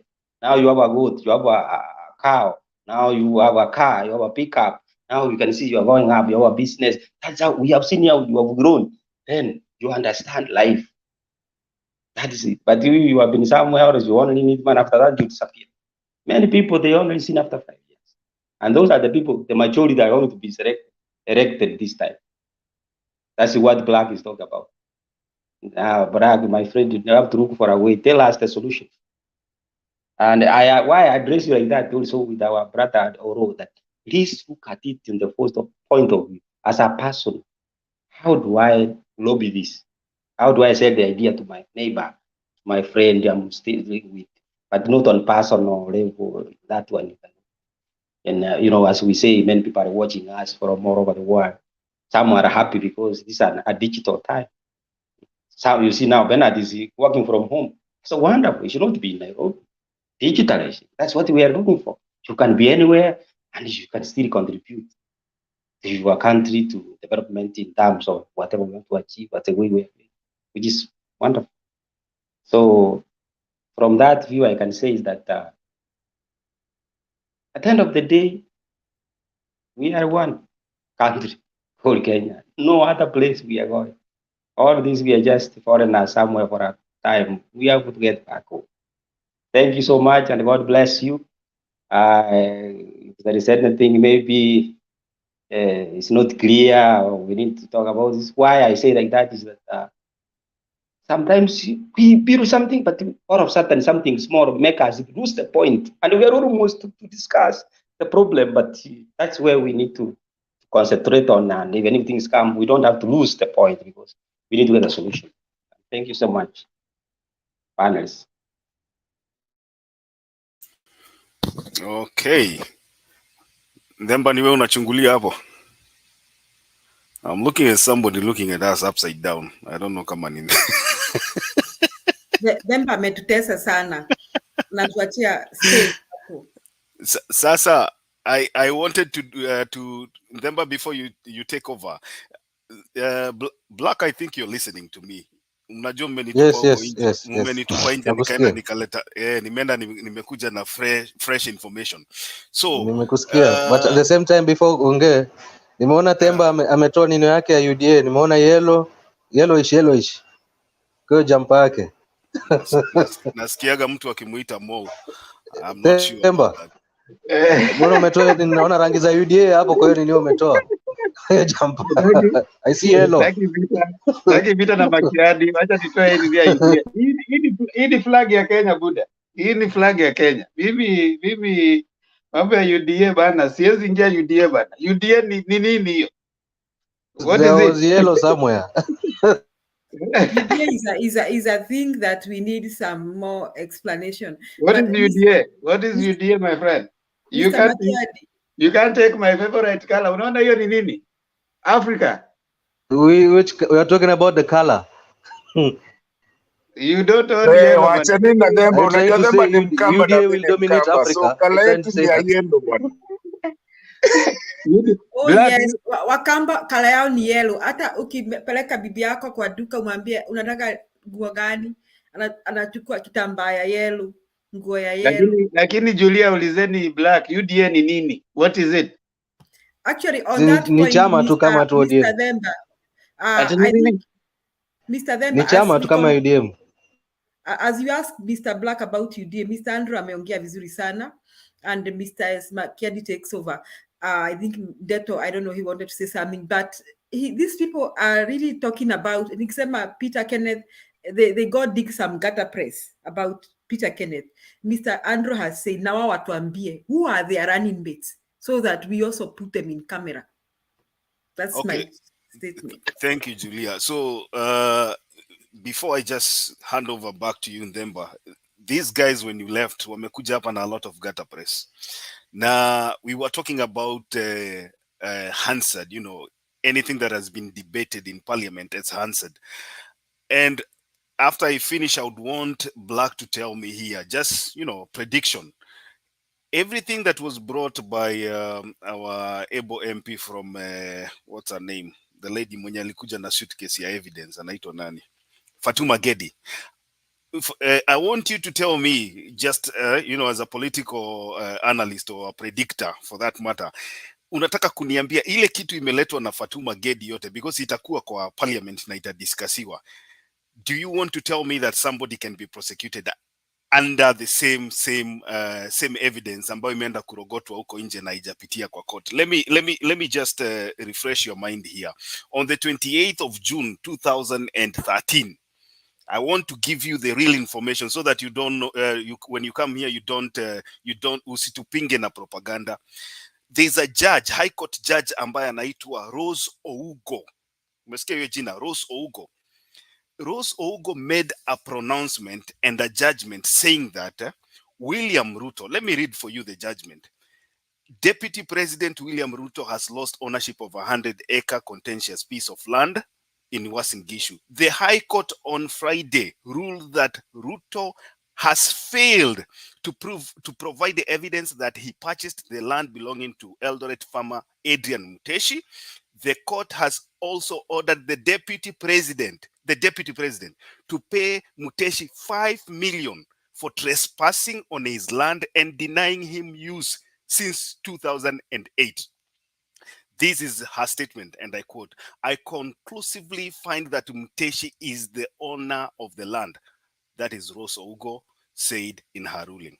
So, I want you, Black, usinilete propaganda na newspaper articles zenye umesoma kwa Google. I want you to go bring me judgment ya judge, unilete ruling ya judge ambayo ana pronounce ya kwamba Peter Kenneth aliswindle Keiri pesa, ama uende unilete evidence kutoka kwa judge ambayo inasema Martha Karua alihusika na corruption ya BAT. That is how we do our things here. But if you go and pick newspapers huko na Google vitu, then we will not allow you to do that. How? Let me go back to there's something here Julia said about Deputy President. You know, we are giving you our lineup because in Azimio, both the deputy presidential candidate and the president in the name of president candidate in the name of Raila Odinga, you know, the constitution says that for one to be a deputy president or the deputy president or deputy president candidate, that person might also at one time fit into the shoes of, I'm just you know, using my own language. That person might at one time fit into the shoes of the president. In other words, anaweza takikana siku moja kuwa rais. So when we give you the names, when we float the names of Peter Kenneth, we float the names of Martha Karua, we can even tell you Sabina Chege.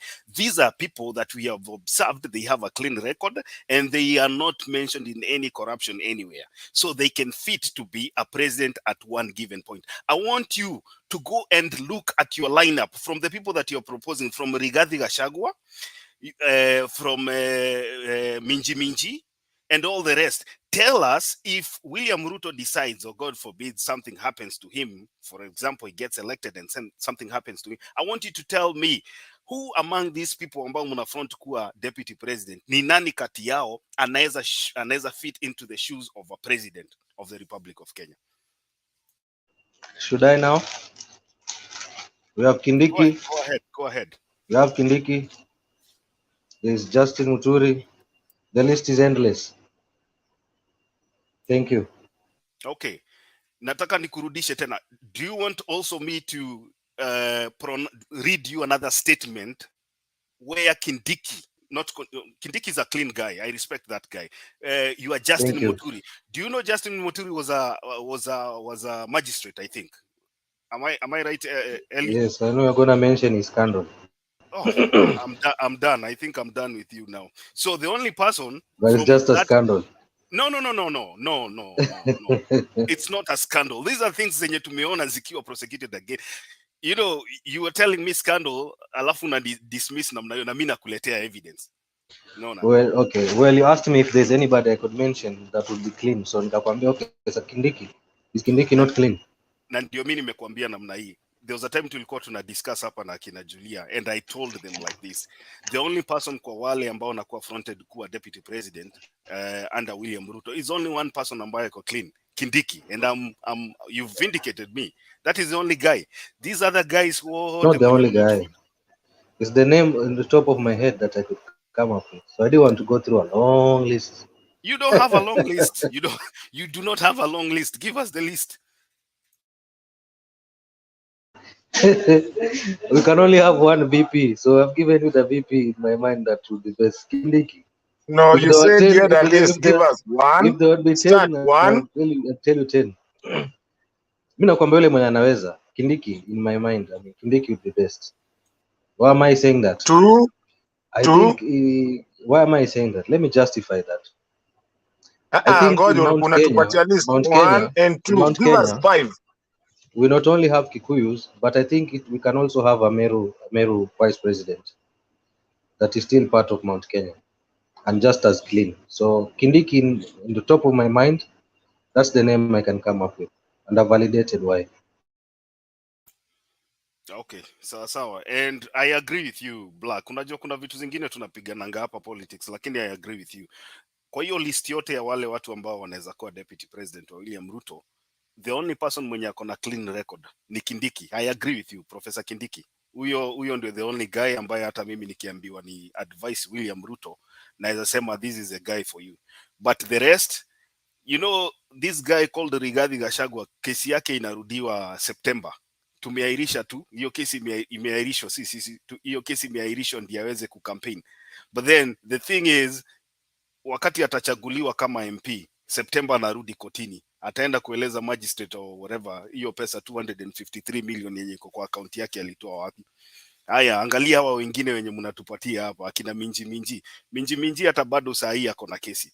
I'm very sure. I was listening to Ngirishi in a rally today, and she was saying the first thing that she'll be doing when she gets elected as governor itakuwa ni kufanyia audit hizo vitabu za Kirinyaga, because she believes that there is somebody somewhere who is protecting Minji. And so this one is going to be an interesting one. I just hope you guys don't make a mistake that I'm looking at you making, because you want to match Azimio 1 for 1. Ati kwa sababu tunaenda Kirinyaga, mumesikia tunaenda Kirinyaga kutafuta deputy president, hata nyinyi mnataka mkimbie Kirinyaga huko. We only go for the best, corruption free. So don't make that mistake. Anyway, you want to respond? I just wanted to make my submission first. Okay, so I just want to make a submission here briefly and quickly through on the topic of today. One of the things that I saw today was Raila's meeting with the people in the diaspora, And particularly what caught my attention is his policy with regards to people living in the diaspora. I found it very, very alarming that a person who has dual citizenship can be prevented, from being a government officer in Kenya. When the lady by the name of Mwindi Mwenze was elected as an ambassador, I think, if I'm not wrong, I stand to be corrected, she was Mwende, Mwinzi. Is she Mwinzi Mwende, right? Yeah, Mwende Mwenzi. Mwende Mwinzi. I know you also what happened to her. She was, persecuted, humiliated, simply because she has dual citizenship. And mark you, these people, hao watu wametoka Kenya si ati kwa sababu they hate their country. These are people that have found opportunities elsewhere, and by virtue of going elsewhere, maybe they were required to get citizenship of these countries. So people in that meeting were talking about this issue, and they really emphasized that when Raila Odinga becomes the president, not if, he should try and streamline this issue of dual citizenship, so that the brains that we have outside in, these people have gone outside huko, wameenda kusoma, wako na masomo, wako na technology, wako na exposure, they can also come back home in Kenya to try and help grow the nation and the economy at large. And also, I'm really happy for the way I'm seeing Baba giving an opportunity to women. And I would like just to mention Martha Karua and the lady from Muranga Women Rep, Sabina Chege. I think it's a good thing for women when we see people getting elevated, especially women breaking the glass ceiling. It's a good thing. They are role models to our daughters, our sisters, our mothers.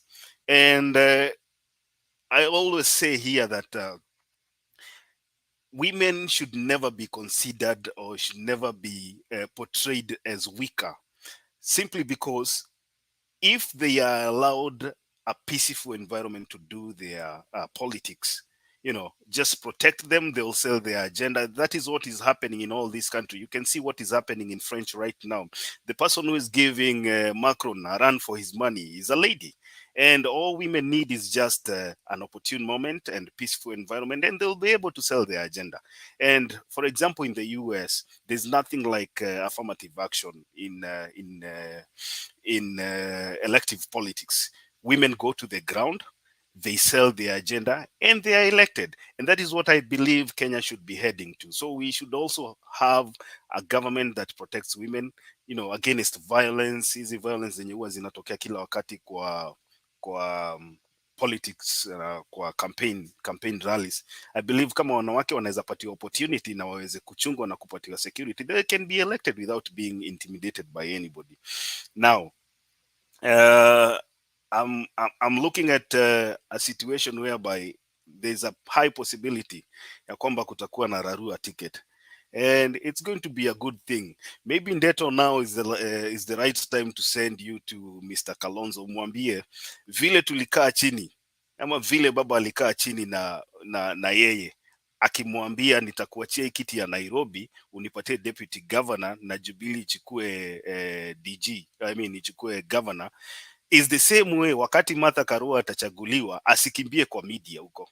Kalonzo has been taught ya kwamba the only way he can be heard loud ni kukimbia kwa media kwenda kusema wananinyang'anya, hawataki kunipatia. So the same way alikuja kwa media akiwa na Raila akisema ya kwamba I support this ticket na hii ticket ndio itaenda kuongoza Nairobi, is the same way tunataka wakati Martha Karua atachaguliwa kama running mate atoke aonekane hapo, asiende kutuma kina Mutula Kilonzo huko na this other guy MP sijui anaitwa nani kwenda kupiga nduru huko. That is called democracy. You cede ground, you give and take so that the country can move forward. I think I'll leave it there and then maybe tutaendelea. I don't know who was next. Martin?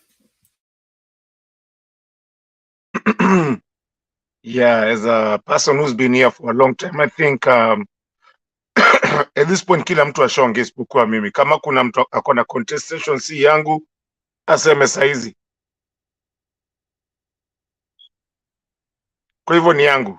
Alright, so I guess the floor is on me. Sitakaa sana. Unajua mimi ni mtu nimekuwa hapa for a long time, so na poleni sauti, but I'm one of the guys in this channel that really go through my stuff real quick. Sisumbuagi watu sana, sumwanga huko kidogo. But Richie, you were talking about how easy it is for a president to become, I mean, a deputy president to become a president. Mind you, if the president is incapacitated in any way, the next person, your next president is the deputy president acting. And that's why they don't travel in the same flight. Wakagongwa wote wawili, the next president is the speaker of the house. You cannot have the deputy president and the president and the speaker travel in the same flight, acting, not vying. You cannot. The protocol does not allow. Because if they go all of them, both, it's out. And it's protocol. And that comes back to my thing of governance. If you govern in a country, there's a reason we pay taxes. And there's a reason there's protocol. When you go somewhere like ukenda meeting hizi wanaendanga nini unasikiaga Mr. President, Deputy Presidents, sijui nani and all protocol observed. Because it's governance. Governance si shule. Hiyo ni serikali mzima imeshikwa. And that's why you are a president, because as a president, you're supposed to be able to govern the way you want. It's your term. And that's why we have terms.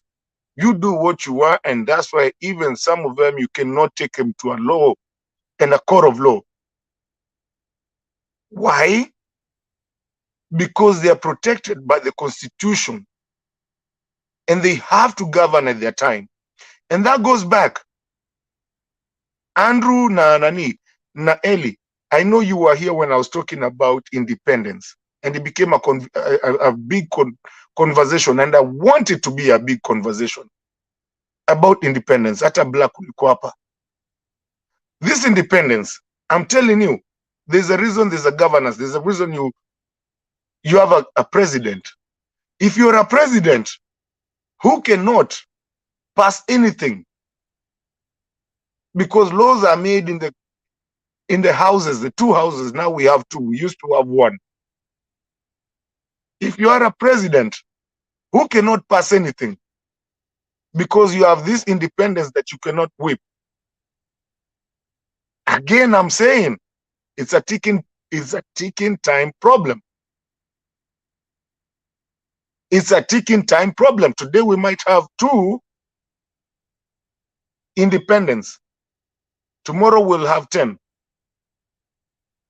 After that we'll have 40.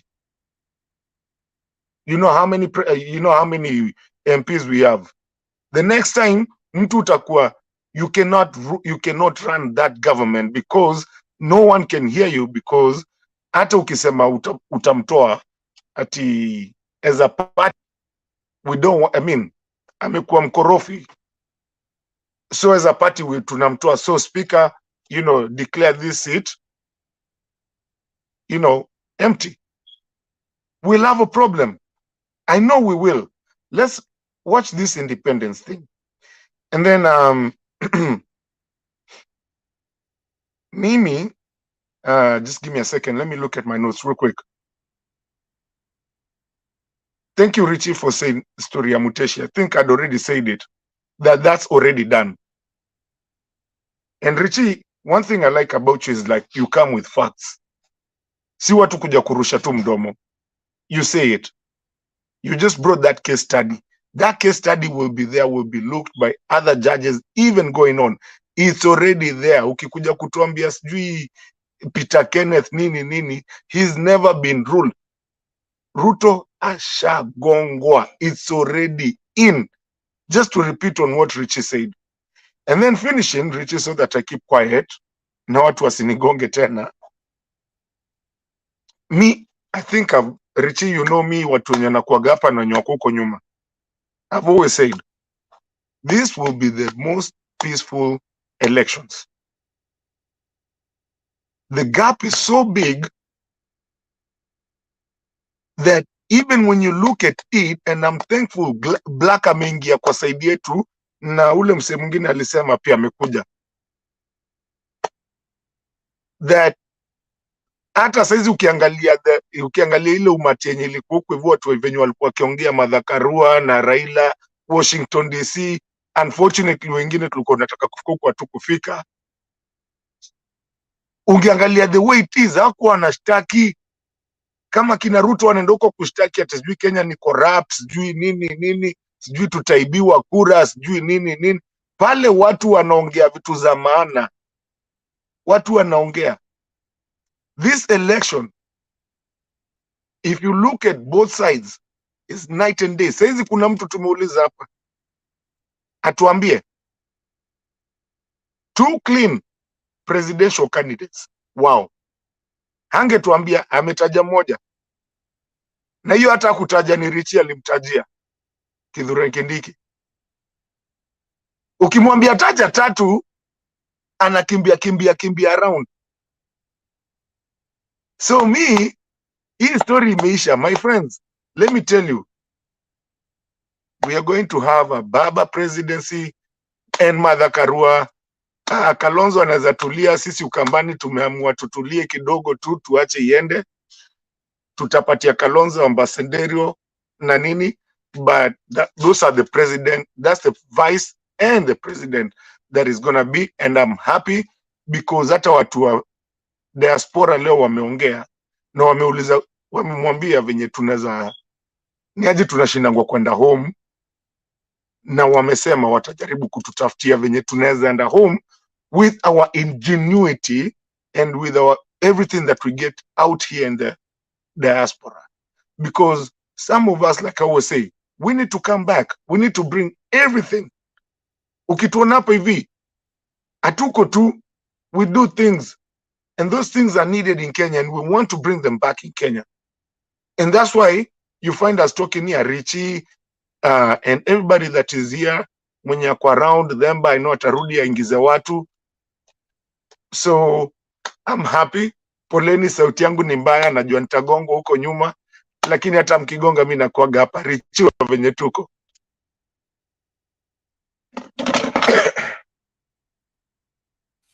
Andrew, you want to say something? I'm saying this Martin has spoken around until my phone has gone, the battery is low now.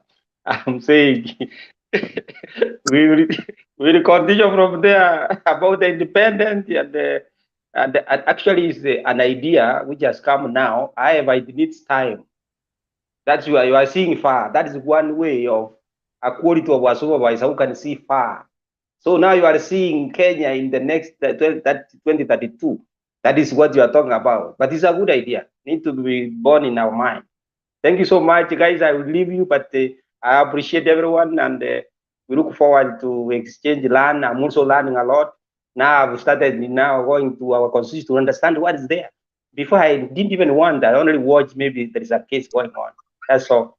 But Andrew, don't go. We normally read the constitution before we close. Okay. Remember, wherever you go, usiende mahali. We learn our constitution every day. Okay. Let me get the charger. Stay here. We are 3. Okay, thank you, sir. Okay. Martin, kuna conversation nilisikia ukiongea hapa juu ya independent candidates. I don't know if I got that right, or you were saying that you are not for the idea of independent candidates. Sijui kama niliona. Yeah, I didn't get your reason very well. I don't know if you want to go over what you said. I think Andrew amekuwa hapa nikiongea ukitota na ameshika what I was saying. So for the risk of my voice for leo siko kabisa, I think Andrew knows what I'm talking about. Andrew, can you do that for me, please?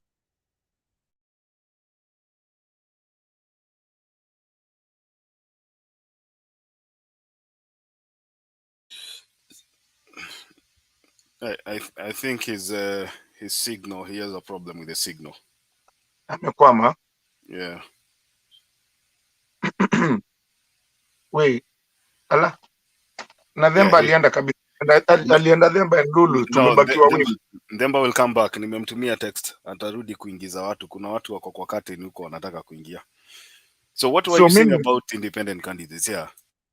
Richie, mimi nilikuwa nasema hivi ya. I think it's a ticking time bomb. Because cheki Richie, uko na chama yako, si ndio? Na mimi niko na chama yangu, si ndio? Right?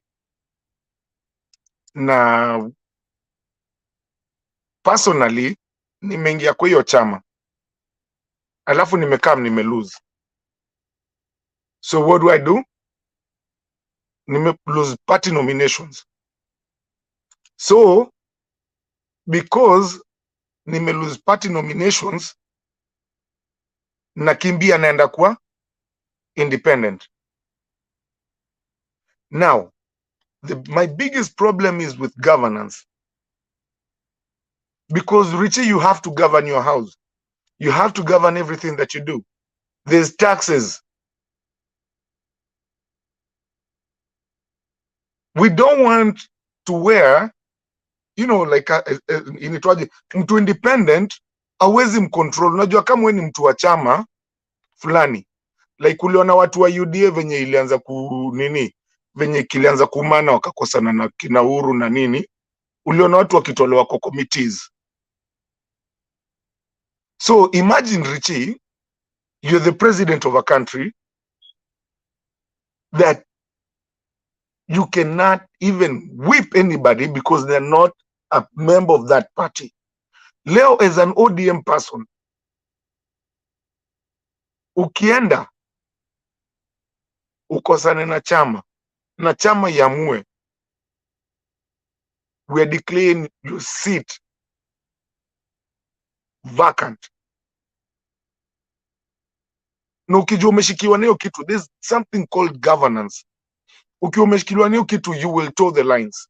But now, how will you tell an independent person? You know, Black here in the comment section is bringing a very good question, and he tells me to ask you, if presented with two options, if you're presented with two options, number one, you have a failed MP who is currently running on the Wiper ticket, and the second option, you have a person who is running as an independent, and that person, you know, promises to bring change. Which one would you go for? And that's what I'm saying, it's tricky. I'm not saying that I don't like independence, but I'm just thinking that later on it might bring us problems. Because yes, you might have somebody who's on the party, but he's not as good as somebody who's not on the party. So the other person goes independent. You see, like me, I can decide I'm not going to ODM, I'm not going to whatever. And that was my whole point. Because if you're going to go independent, I want you to go independent from the word go. Don't come, go lose Wiper ticket or ODM ticket or everything and then go independent after that. If you're going to independent, present yourself. Here, my name is Matundeto, I'm coming independent. Usiluzu kwa alafu sasa ndo kuje kukimbia independent. That's all I'm saying. Makiadi, allow me, I understand where Ndeto is coming from, but you see, that is an argument that is held by those people who are in parties. Okay, the people who are owners of the party are the ones who have that kind of argument. But you see, in a political system, there's nothing wrong in you trying all the ways that wait before you come in. I think you missed something. No, you missed my argument all the way. Let me finish. You missed it. Wacha ni kuadvise ile kitu nilikuwa nikisema imekuwa ikiendelea for a long time. nimekuwa nikisema, as a president, when you come in, governance, how are you going to govern when you have almost halfway of your people who can pass the laws being independent? So with what you're saying, include that, become the president, and imagine how you're going to govern. So kijibu sasa, twende. In fact, if we had such a situation, it will be the best situation in the country called Kenya. You know why? Because you'll be required to bring things that are appropriate and relevant to Mwananchi, and you will not buy anybody. You will not just come and imagine things will be rubber stamps. You will not have issues like now this is the party position, because there are things that have passed in the parliaments that have passed. I mean, parliaments like let me give you an example. I want to give you practical examples. You remember the tax laws that right now are hurting us when the tax rose to 8%. It was passed by the Jubilee government, and the majority leader then was one Adan Duale. And they went to parliament, and you can go back and see the way they whipped. You know, there's whipping in parties. They whipped the MPs to go and vote for that 8%. And you remember Kimani Ichung'wah coming and saying that, you see, those people who are complaining about the 8% tax raise are, you know, they don't mean well for the government. And they say that if you pass that 8% and the tax, whatever, it will be good for them, you know. So that was as the result of a party, you know. Then, of course, you move on. Security laws. That's why was so much, you know, the other side, ODM did not want us, and they made noise. They were passed because of that shenanigan called party position. But you see, if you have, in a situation, I think we need to look at it across board. In a situation where you have an independent, you will be having a situation where you have to really play a balancing act, and whatever you bring to parliament, it will have to be sound. It is not something that you're just going to be saying that I want to take this to parliament. And of course, in a situation like that, where the president is permanent, I mean, the president is independent, is voted by the majority.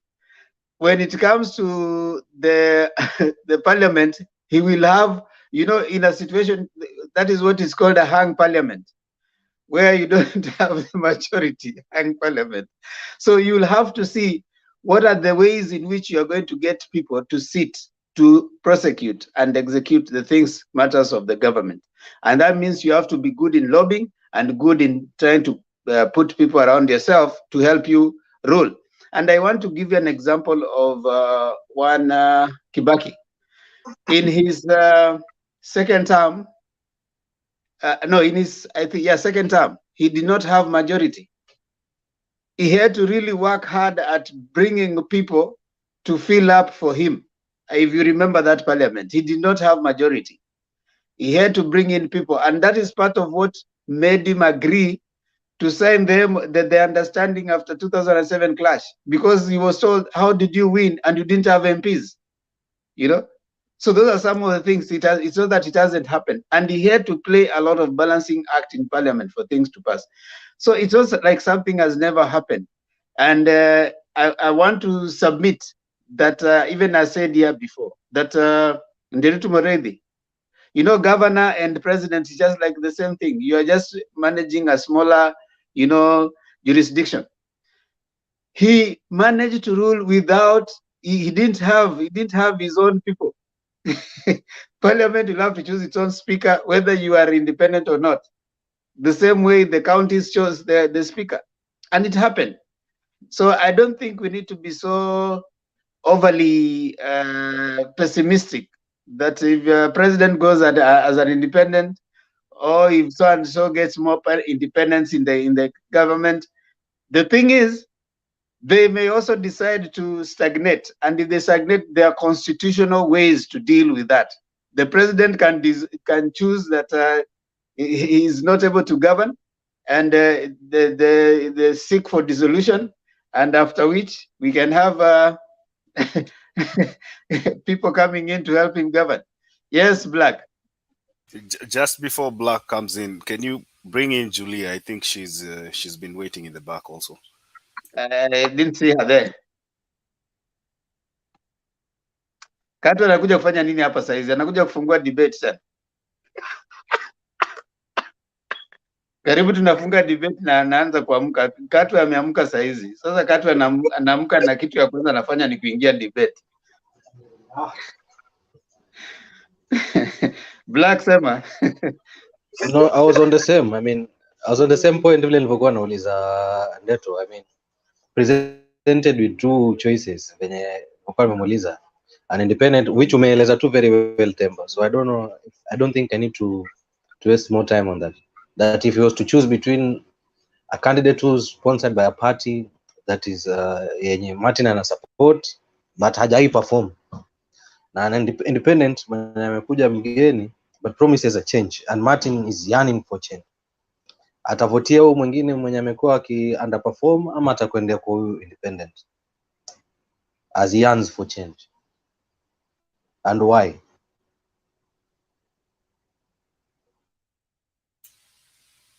Martin, you want to respond before I hand it over to Demba? Yeah, Cheki, Black. Imagine nakubaliana na nyinyi. No, I'm all for independence.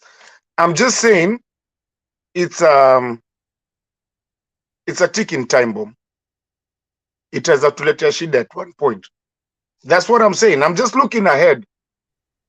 I'm not saying I think it's a ticking time bomb that people need to look at because of governance. Because for you to govern, for you to govern a country, ndio uliona Uhuru alikimbilia kuongea na Raila because alikuwa ameanza kushindwa kugovern because hii mtu yake iko hapa hivi yenye inasema this is our country, sijui ni yetu na nini na nini. Hii mwenye anataka sasa sijui anaitwa nani, hii ingine hiyo Ruto hiyo, hata sitaki kutaja jina because I'm not for him. Unaona alisumbua Ruto because of that problem. I mean Uhuru because of that. It's a ticking time bomb. When we went to do the constitution, tulisema president azivuta deputy wake, and that hiyo ndio imekuja kutugonga eventually. But now what I'm saying and I'm looking for huko mbali is we have to be very careful about independence, because itafika mahali you're trying to pass something in parliament and then you find people like kina Ruto wanaenda wanamasho wanasema sisi ni independence na uwezi tuambia nini kama sisi tumeona drama fulani watu wako Jubilee lakini wako UDA wanafunga kila kitu yenye inafaa kupitishwa Kenya. I'm just blowing an alarm. Si ati nasema ni kitu mbaya kwa independent, msinichape. I'm just saying think about it, because we come here to think, talk, agree, disagree and move on, because if we don't talk we start fighting. Okay, no question. Demba, go ahead. But Martin, wacha nikuulize, in 2017 how many people ran as independents and how many of them won? 17 MPs were independent. Ile yenye tulikuwa okay, so 17 that was I think there was one independent that I remember. Who was this? No. I mean the independent MPs. Do you have the data? I'll get back to you. I can remember, but it's not right now. But I'll get back to you on that. It will take a very long time before Kenya has many independent candidates in parliament. It will take a very long time before you can have. I think it was Muhammad Ali. Muhammad Ali was one. Yeah, there were just a few, just a couple, but there are many people who ran as independents. It will take a while before you have people who are purely independent in the country Kenya. You know why? Because generally our political organization has happened largely around certain formations, and those formations are what we are calling political parties, which they are around ethnicized formations. All right. Now, when you have political organization happening in such a manner, a movement forward is not necessarily going into having more people being elected. Actually, Mohammed Ege says there are 5 who made it to parliament. And there are quite a number who ran as independent, because there are so many other forces that work against the independent candidate. So you are not likely to find a government where you'll have many independent candidates. That is not likely to happen in the near future. So your fear is not valid, in the sense of we can have candidates. For example, a governor, going as independent and being elected, a senator going as independent and being elected. But largely, mostly political parties will carry the day. Independents will probably be running, and even when they are running in a particular place, they are told that if you get there, you need to align yourself to this guy. If you align yourself to another person, you are not likely to get back to power. You see, so those are some of the things that are likely to happen. So if your fear is that a time will come when Kenya National Assembly will be having many independents, that one is not any time in the near future, because as we move forward, we think the democratic space within political parties need to be opened up. And in my view, I think we need to reach a point where Kenyans, we are not waiting for people to form parties and then we join. We probably need to create a critical mass of people who form parties, and then now we start looking for leaders, and then we front those leaders. Okay, we say now you are a leader, you are coming in, we are fronting you, so that members start contributing to the affairs of the party. You start having that. When you contribute your money to anything, you tend to have a voice. But when you don't have any contribution in terms of finances, then your voice is equal to your contribution. So you cannot be all talk without finances. So when you're not, and that's why we get back to the idea where we are making noise about UDA running its affairs in a particular way. And when you're asking UDA, we are actually not asking UDA, because who is UDA? UDA is a financier. And who is a financier? William Samoei Ruto. When he came out, he had already in his mind the people that he wanted. And I remember us discussing in this platform. And we kind of predicted 80% of the time. The people we said had already gotten the certificates, got it. They actually had it, and the nomination certificate was already in their pockets. And you remember even Gachagua saying and telling some people that we have been chased from committees because of this party. How do you expect me not to get a certificate? I mean, it will be unfair even for you if Gachagua didn't get a certificate. He was chased from a committee. He came out. According to them, they were taken to courts because of suffering for UDA.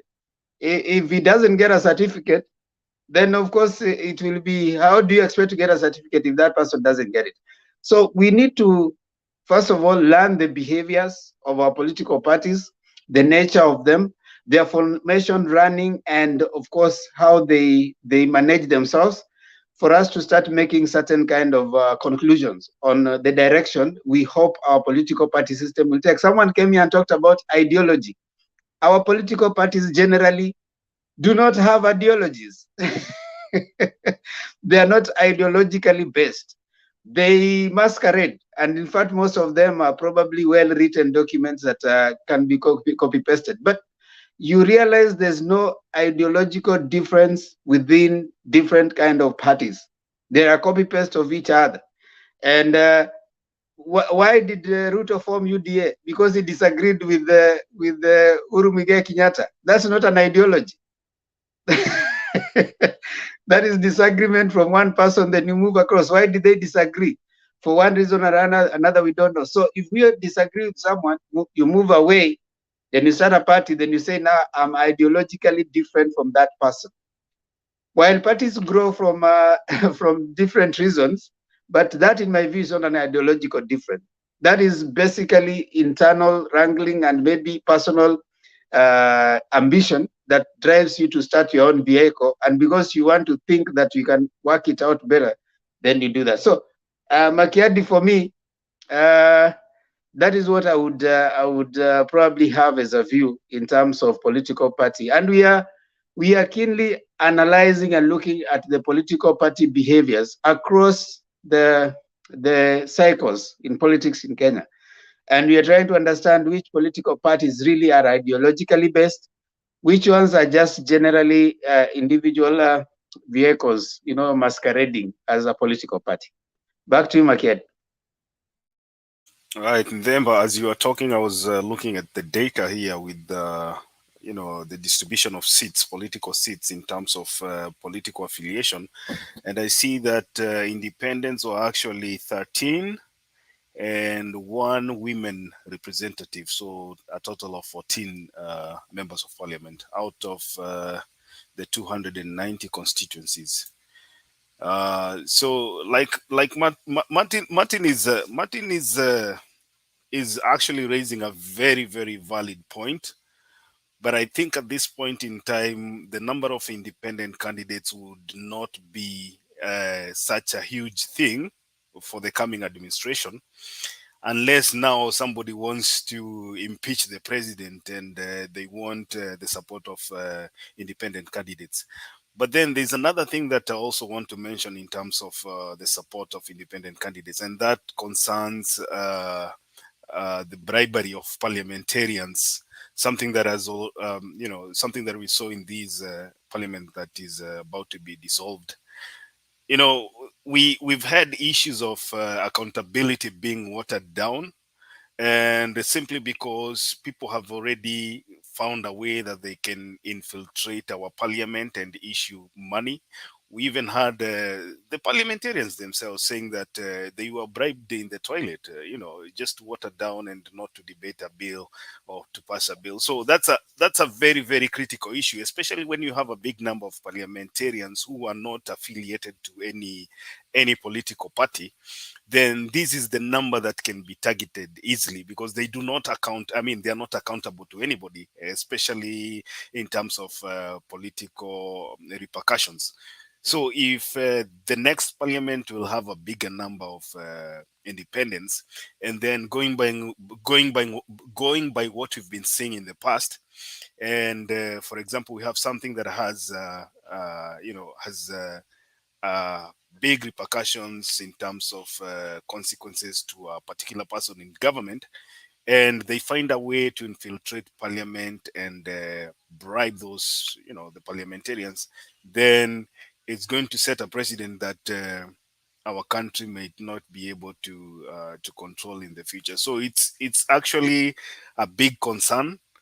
And sometimes I say political parties are good, especially for accountability and disciplining and whipping their members. But then, you also have to sympathize with these independent candidates, because they spend money to campaign, and, they spend a lot of resources to seek for these nomination tickets. And then, like the case we have for Keter, and then at some point they feel that they've been stripped their nomination certificate in an unfair way, and so they have to come up with another way of going to the ballot. So as much as you sympathize with them, moving forward, I think they should at least try to maybe form a caucus when they get to parliament, whereby they have leaders that can lead them just to pass an agenda that is beneficial to Kenyans. Over to you, Ndemba. Thank you. And I think maybe we've exhausted, and it's that time again when we are just about to start taking our closing rounds.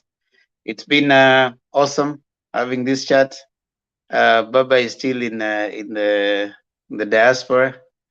He's meeting his his constituents and the other people. We are going to be hearing a lot more from that.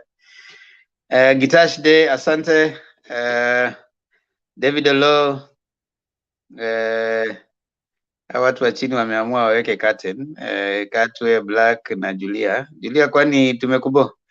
Nathan Ndusi, asante. Nathan Ndusi. Nasikia. Black unatusikia? Okay. Nathan Ndusi, wewe tunakusikia. Unasema niko nakusikia. Endelea. Oh, okay, sasa. Mute basi kidogo. Nathan Ndusi na huyu Kalonzo wako, sisi tuviacha mambo ya Kalonzo bana. Ni nini na Kalonzo kila wakati Kalonzo. Ati kwa nini hakusko? Kalonzo anakuja na vitu zingine hapa hata acha tunyamaze tu sasa kwa sababu baba alishasema.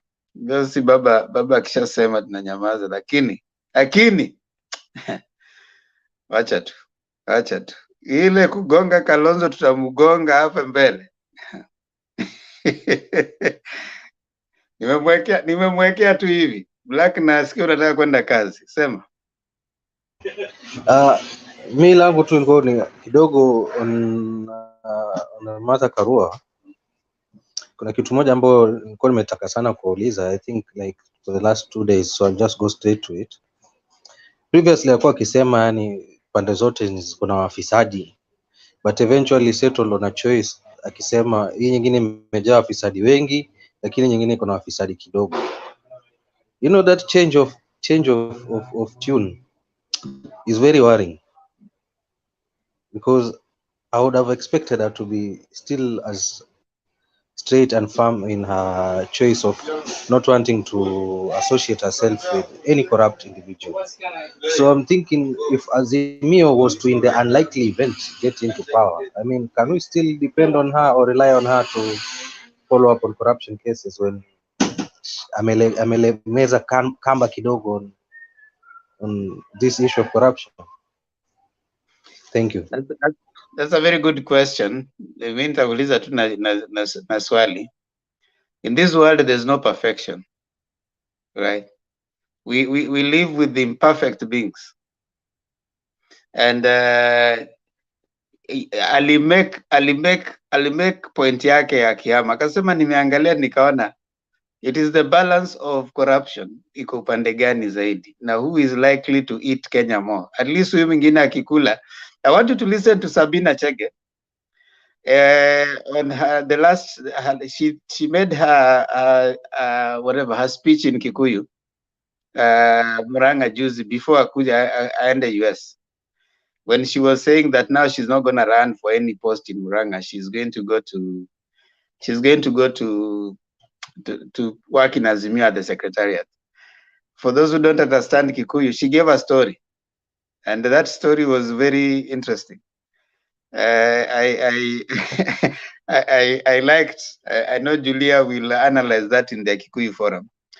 She said, first of all, she talked about the thing that they have all been talking about, that each side of the. I really don't like that line of thinking, though. Personally, Julia, you guys are pursuing that line, and I really don't like that kind of thinking.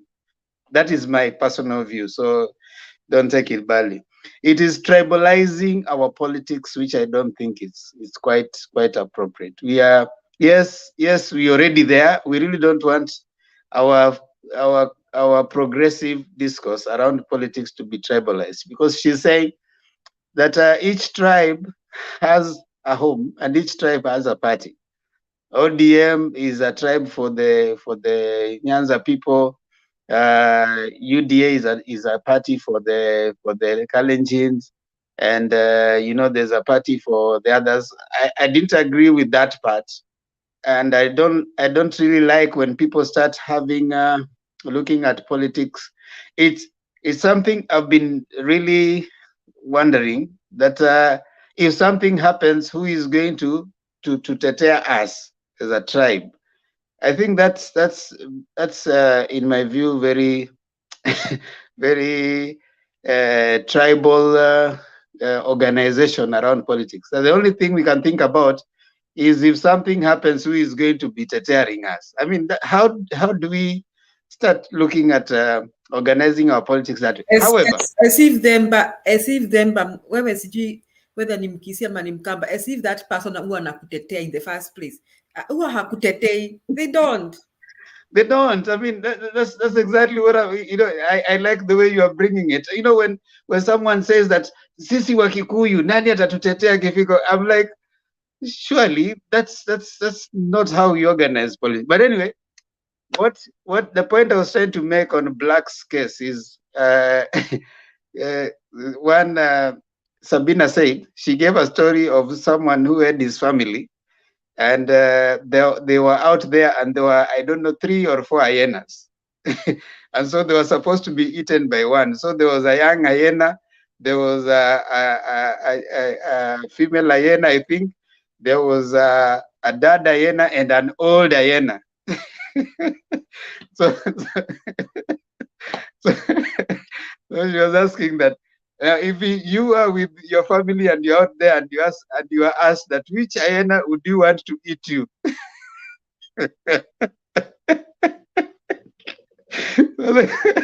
The people were like, the old hyena. They were like, why do you want to be eaten by the old? Because you can only, the old will be too old. It might not eat you. You can actually fight it and go. That was what the story she gave. But I think her contextual conceptualization of that narrative was, you can, all we have are people who can eat you. You need to choose who is going to eat you, you know? Now you better be eaten by someone.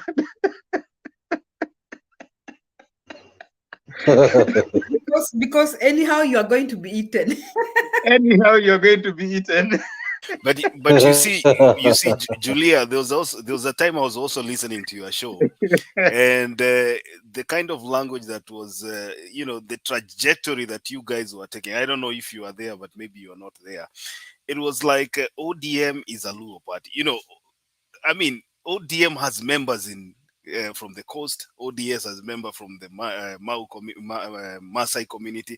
But then that simplistic analysis of parties and tribes is what Ndemba is trying to point out here, because it's like now the language that has been sold to people in Mount Kenya is that we have to have something at least to hold on, because when we get to the table, people will ask us, what are you bringing to the table? And I think that is unfair, because people from Mount Kenya have been in government for a long time, and they have always, like Uhuru Kenyatta, encouraged all the other political parties to fold and come to Jubilee. So then when Uhuru Kenyatta was seeking for presidency under Jubilee, there was no issue about this party is coming from Western Kenya, so they have somebody to talk for them. And, so the whole narrative has been simplified right now to, okay, right now, if somebody is to, wants to kutugandamiza, ni nani atatutetea kwa sababu hatuna party. Yeah, Mr. Makiadi, it's really a bad trajectory to take, and it's not a good thing for this country. But it's just that I don't know how we are going to get out of that, Mr. Themba, because I think this is a weapon against UDA. That's a deliberate thing that is being played now. That munafanya nini UDA? UDA is a, I mean, it's like, it's a Rift Valley party or maybe Kalenjin party. What are you doing there? That's like the question Sabina was trying to pose. It's not the right thing to do for Kenya, but still, it may be the bitter truth on the ground. To Kenyans, it's like looking at ODM is a Luo party. I don't know. She even said DAP. No, she didn't say. She was asking them, Kula Western, and then they could respond. Nyanza, they could respond. She was asking them. She even asked them about Upper Eastern, Meru. And I think they said Mbas, or they said what? She's just trying to use political, I don't know what I can call it, to give some mileage to Jubilee. And the tribal card. Yes, the common Kikuyu man may actually look at it that way. And it drives home when she speaks in Kikuyu. Look at this. It's a long time since we had leaders addressing people in their tribal languages, but I think we are kind of have gone back there. And this one only happens when those leaders go to their places. So it's a weapon to tell my people, you cannot get lost. Are you blind or something? Or are you deaf? Munaenda wapi? Eburudini hapa. She was trying to play some cards there. And the message was really sinking. And I thought, okay, I don't like this, but this message is really, really thinking. It's really sinking, Mr. Demba. I don't like it. It's not a good thing for the country, but maybe after Baba we shall overcome this. We hope so that we shall overcome and get over that. Because even these people from UDA, that's the same thing they use in Mount Kenya. They use that weapon that leave this man from the lake, leave him alone. He's like 1, 2, 3. That's the same weapon they use. So Sabina is also using the same weapon. Now you have about 4 hyenas here. And they're about to eat. Anyhow, you'll be eaten. So can you decide which among these 4 hyenas would you prefer? And they were saying the old one, she's trying to say you are safer with the old one, and this other one will eat you up and finish you completely. So I don't know, Mr. Black, who are the other 3 hyenas. At least we can guess. maybe she meant Richie ngoja. Themba na Julia leo mumeamua kuamua tutakulwa either way. It's the reality. You see that was the question, the answer to the question that Black had asked. He had asked a question. The thing is, you will be eaten either way. So it is where you'll be eaten that you choose. Actually, someone puts it very well and says that either way you'll be eaten, it is who is going to eat you that will determine. If you go to this side, and that's exactly what Karua, actually back to Karua thought. Who is going to eat less? At least this side, there are not many people who have shown that they can eat a lot. The people in Azimio side, in the other side, the balance of those who can eat are so many. I mean, immediately they come to power, the people there who will be going to court, you can count a whole list of people who will be headed to court because of how much they have eaten before. And because they are saying that they are more energetic, you can imagine how much energy they'll put in eating the next time. And so you would probably have these people who have less affinity for eating. I mean, less. And let's face it, Black. Politics is not a game. Is not like church where you are expecting perfect individuals. If you're expecting perfection, then probably politics is not for you. If you're expecting that Raila will be perfect, if you're expecting Ruto will be perfect, it's not about perfection. We normally choose amongst very imperfect people. But now we are looking at record. Who has a record that shows shows an affinity to work best for us? So that is what we are looking at. We are not looking at perfect people. So Karua is not perfect. And Baba is not perfect. Ruto is not perfect. But in balance of records, who has shown consistently and constantly that they are frequenting certain areas? There are more people frequenting the courts from the Kenya Kwanza side because of either stealing, either killing, either, if it is NYS, their names are there. In fact, even them, they accused their own people, but right now those people are saints. So there are less people. If I asked you, tell me in Azimio side, who has been to court for the last, because of corruption, for the last, say, 6 months? One person that you can see there who has been to court because of corruption. Yeah? Kidero. You tell me to mention one. Kidero. Kidero.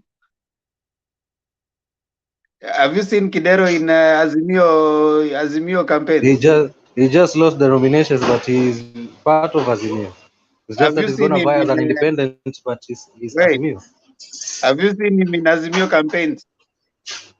Because I believe in Azimio, just like Kenya Kwanza, there are those that are in the national campaign team, and there are those that are not. Have Now, you he is seen him not in in the the national national campaign campaign team. team? Have you seen him Exactly. That's what in I'm the national saying. campaign team? That's what I'm saying. Huh? There is a Umemwona kwa national specific. campaign team? I have not seen him. That's why that was coming there.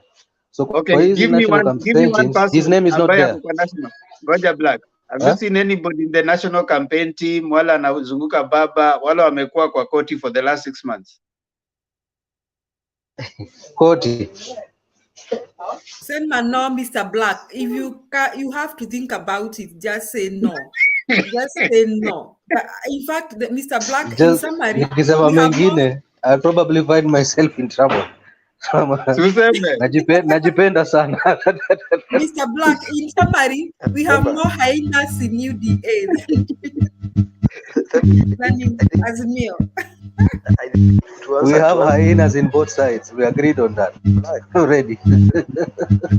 To answer you in a very humble way, I think it's I'll tell you why Martha Karua chose Azimio than Kenya Kwanza. My grandmother used to give us an example of sour milk. Kwetu tunaita ile maziwa yenye imegandishwa. And one of the things she used to tell us is this, that if at all you have to steal this milk, tafadhali bakisha ile yenye itagandisha ya kesho. Ukiiba yote, mtakulia nini kesho? It's just a question of how you steal for tomorrow, not you steal for the day to carry the day. The Kenya Kwanza, and you've seen how people behave in Kenya Kwanza, akipata chance ya kuiba, habakishi ile ya kugandisha kesho, habakishi ile kidogo ya ni kama, you know, there's a way we used to, and I don't want to be tribalistic, but this example fits this kind of debate, that kwetu huwa tunasemanga hivi, afadhali ukutane na mwizi kutoka kabila fulani lakini usipatane na mwizi kutoka kabila fulani. I'm not going to mention these two tribes because it's very tribalistic, that huyu mwizi ukikutana na yeye atakunyang'anya kidogo na akuambia enda kesho utafuta ingine, lakini huyu mwingine atakugonga akuue. Do you want to be killed or at least uachiwe nafasi ya kutafuta pesa kesho? It's just a question of how it is being done. Yes, we accept that stealing is there and there is a lot of thuggery in the government, but at least you mind your subjects. At least you mind how people are, there is continuity in something, not that unamaliza yote kabisa. I think that is what Mother Karua was. Tusiende mahali penye tutaporwa kila kitu, ubaki hauna nguo, hauna anything, then you're waiting for a good Samaritan to come and help you. At least you have, hata kama ni boxer umebaki now, you can walk home. But when you're left naked completely, how are you going to walk home? Black, to accept that enyewe at some point we are going to be eaten by the hyena either way, but meno ya hyena mzee unaweza fight at some point. You have a chance of fighting, you have that chance. Thank you. Yani kati umesink into your fate ya kukurwa na hiyo hyenas Ameingia kwa hiyo narrative ya Sabina. Katwa amekuja. Thank you Katwa. Welcome. Leo tumekubali watu watatu wameingia. Hapana, mimi nakataa those hyenas. I won't allow any of the hyenas to eat me. So I hope that Mother and Baba will deal with those other hyenas hanging around them. No, Gitash, we are not saying Wakikuyu ndio wezi. You know, we say there's a difference between milking the cow and selling the milk and selling the cow. One person will milk the cow, sell the milk, another person will sell the cow. So choose which side you want to be. Ndemba, unajua Jojo Nyulo anasema hiyo jina mnatumia hapo, analogies can be tricky. Hiyo jina mnashinda mnatumia hapo, sitaki kuitaja, kwa hivyo mchungane nayo sana. No, you see, hyena, you choose which hyena is gonna eat you. Either way, you'll be eaten. In politics, that's what happens. Hiyo anasema juu hiyo jina ya eaten in Swahili iko na analogies mbaya. So, kukuliwa. These people like Kimara, what are you thinking in your heads? Nini muko na akili chafu? Unajua, do not blame us for your corrupted mind. Why are you blaming us for your corrupted mind? People are so diabolical. People are so diabolical. Now they've taken the to something else. That way. These people are very, very corrupted mind. As tunasema kukula chakula, ayena vile na kukula. These people then need Jesus. The correlation is because they've actually turned it into Kiswahili that ni fisi, but that is not what we mean here. It's basically something else. And these people are trying to get mileage out of nothing. Oh, ni mafisi wanakula. Oh, hata nyinyi pia mko na nini. Anyway, thank you. Thank you, ladies and gentlemen. Gitash Day, asante sana. Digiman, November, wewe ndio umetungiza box hapo, umeleta hyena badala ya mafisi. Unajua mafisi ni kina nani? Lakini unajua that is the you go listen. Sasa tena Martin maneno ya mafisi tena. Go listen to Sabina Chege's story. I listened, Julia. I listened to the whole of it, especially when she was talking, and I was captured. So basically, for me, there's the organization around. I really don't like the way it is happening. I mean, it's for political end. They say in Machiavellian principle, the end justifies the means, or the means justifies the end. So it's about the end, not necessarily the means. It's not how you get there, it's so long as you get there. That's Machiavellian principle. So we just want to get there. So whichever way we get there is not basically important. And I think that's where we have gotten to right now. So people are interested in winning the seat, not how we win the seat. I'm looking at long term how we will undo that, and I see the way we are organizing ourselves. I think we are becoming more tribal than ever before, and especially in the conversation that we are having right now, and the way we are trying to organize our people. That's for me is worrying, especially for those who are studying trends of political organization and maybe for things beyond the current political cycle. So it's going to be a little, and the most worrying trend is that conversation is being put into the younger generation. All right. So the younger generation is told to think around politics and political organization in the way of tribe, so that you are thinking already. We're already trying to think about a worse situation. We are not thinking as politics and political participation as a way of getting leaders. We are already thinking as a time will come when we will need someone to negotiate for us. What is it that we are going to negotiate for? What further negotiation will we need other than the counties that we have? Already that one is governments that we already have. We can get everything we need around that time. What further negotiation are we? It is also showing the way probably we haven't captured and we haven't understood the import of the 2010 Constitution, which gives powers to the counties. And therefore, it is possible to find a county that is richer than even the government of Kenya in future, if the people and the governors work well. So I think it's a conversation that is, in my view, a long term, it's worrying. And especially when it is happening to the people who are probably just gotten into 18-year-old. So that means that for the next like 20 years, their conversation is going to be around tribe and tribal organization. I think that is a worrying trend. I wish that we could have a more liberating conversation where we are making people understand that we can still be strong in the counties. We don't need further tribal conclaves.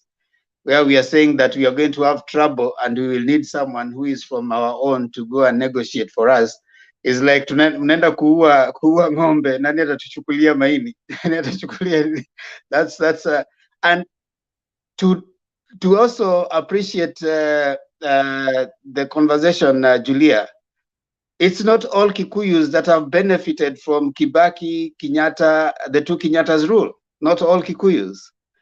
And it is not all Luos that have suffered within people like Olo Aringo were all in government around Moi time.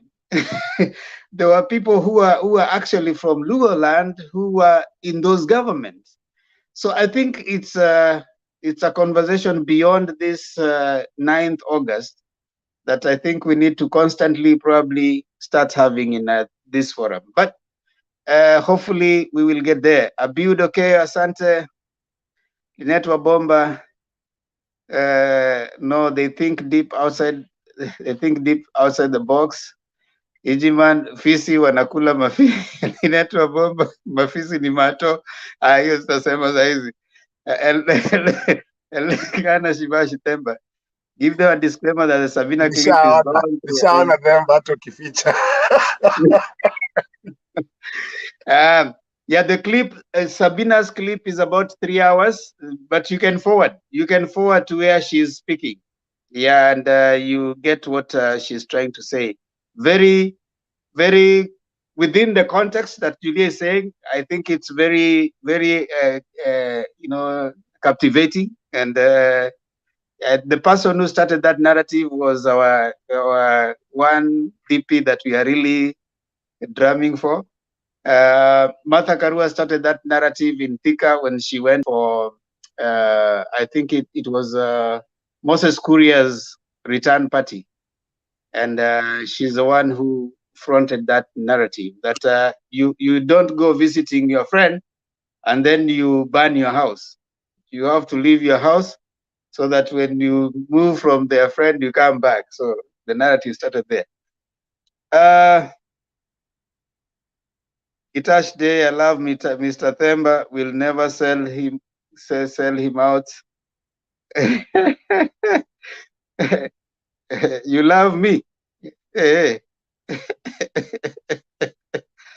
Sabina said we are not loved.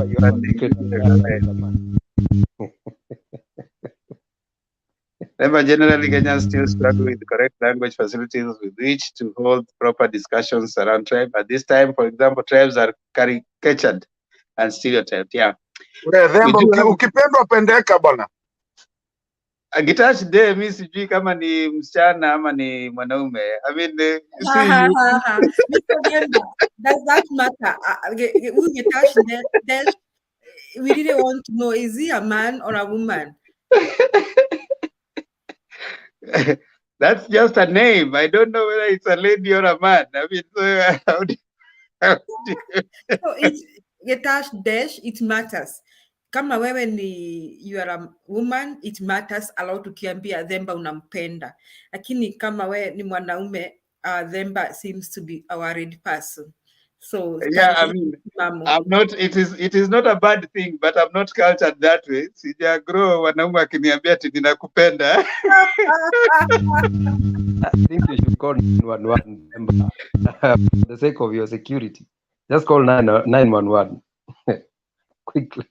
Sasa unasikia wanaume wa Afrika vile wanaongea ati Themba ite 911. Getash Dash, why are you causing problems in this studio?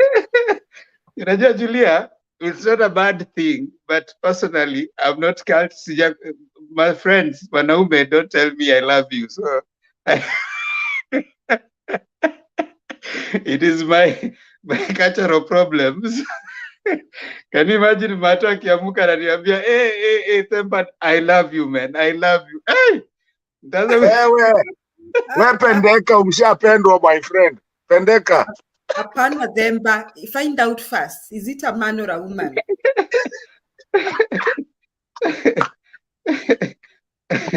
Yeah, I have to make sure, man.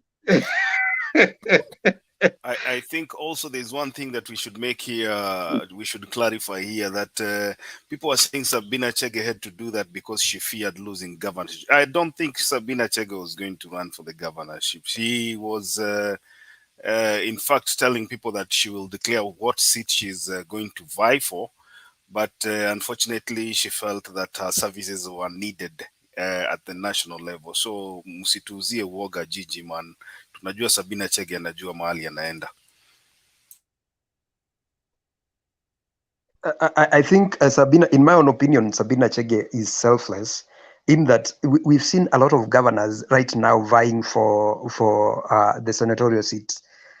It's just a question of service delivery.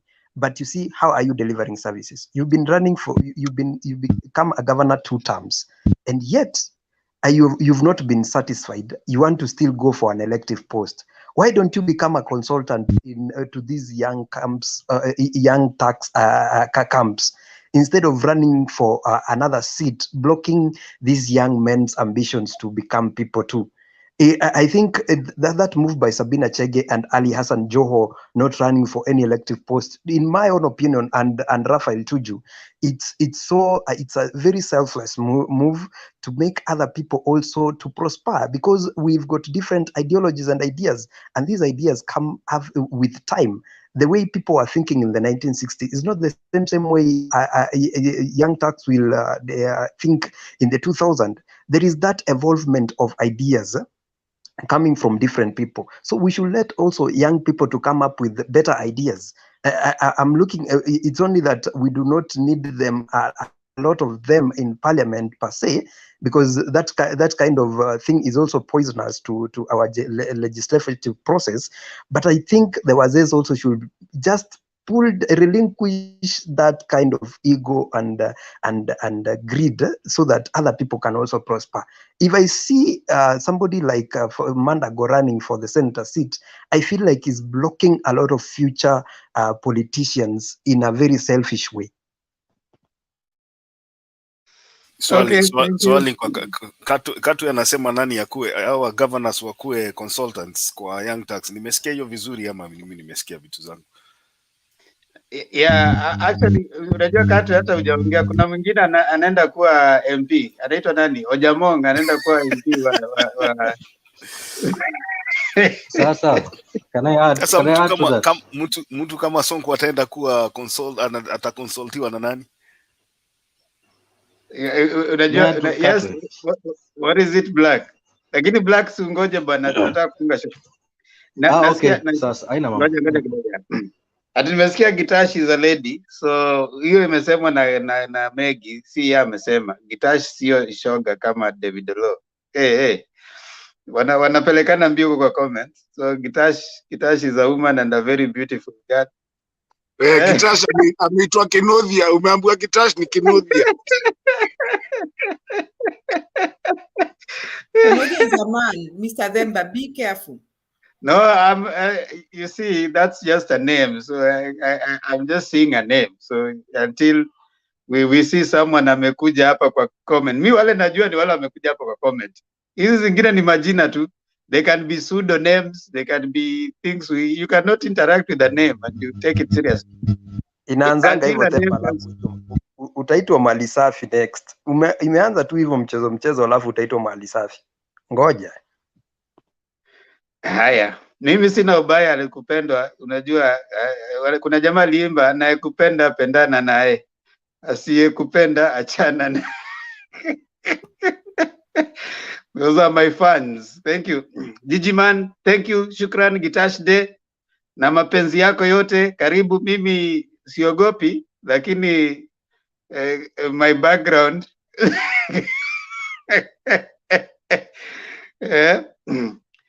Jojo Nyula, asante. Ati Sonko ati akwe consultant. Ata consult watu gani bwana? Sergio Wa. Na mkisema hivyo, what about the former AG wako? I mean, some people are taking the Senate as a retirement package. Wale wametoka kwanza governorship, I think. Jojo Nyula, asante. David Olo, thank you. Who else is here? Maggie Odengo, asante. Linetu Wabomba, asante. Danny Darius, huyo ni father, huyo father huyo najua ni father. Unajua mtu hawezi kuita jina la Mungu bure. Soma comment yake huko juu, kusoma comment yake ya Danny Darius anasema mimi naitwa Nyang'au and I have no issues with being Fisi by name. You guys made me laugh and loud tonight. Blessings. Nyang'au in Kisi ni Fisi. Unajua hivyo? Lakini wakisi na nyinyi basi mnanishangaza. Mnaweza kaita mtoto wa mtu Nyang'au? Wewe tulia wewe. Ni nini? Kwa siku nakwanga na Wahito, na Wahiti, sijui something like that hata nyinyi. Si hiti ni Nyang'au. Kwani? Au ni watu wa Embu wanaitanga wanaitanga. Si mlikuwa na Wahiti. Si mlikuwa na wanaitanga na Wang'ombe. Na Wang'ombe. Si mko na Wang'ombe. Na mko na mtu anaitwa Wang'ondu, Wang'ombe. Gitash Day, I love Mr. Themba. We'll never sell him out. Yeah, don't sell me out. I like all my fans, by the way. You guys are my fans and I appreciate everyone. Thanks for the love. Najua kuna wale wako na wivu hapa kama Mato. Hakuna mtu amesema hapa anapendwa. Mimi nimependwa hapa. Kuna Gitash Day. Kuna ule I'm blessed. Niswa I'm blessed. Amenipenda pia hapa. Wewe ni Fisi. Lakini hiyo kupenda kwako Themba nayo ikuwe fruitful, si kupendwa tu. What fruit can you find online?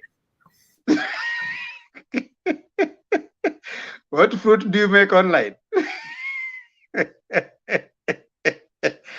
Elkana Shivashi, Santi Themba, give them a disclaimer that the Sabina clip is long, 3 hours, but captivating.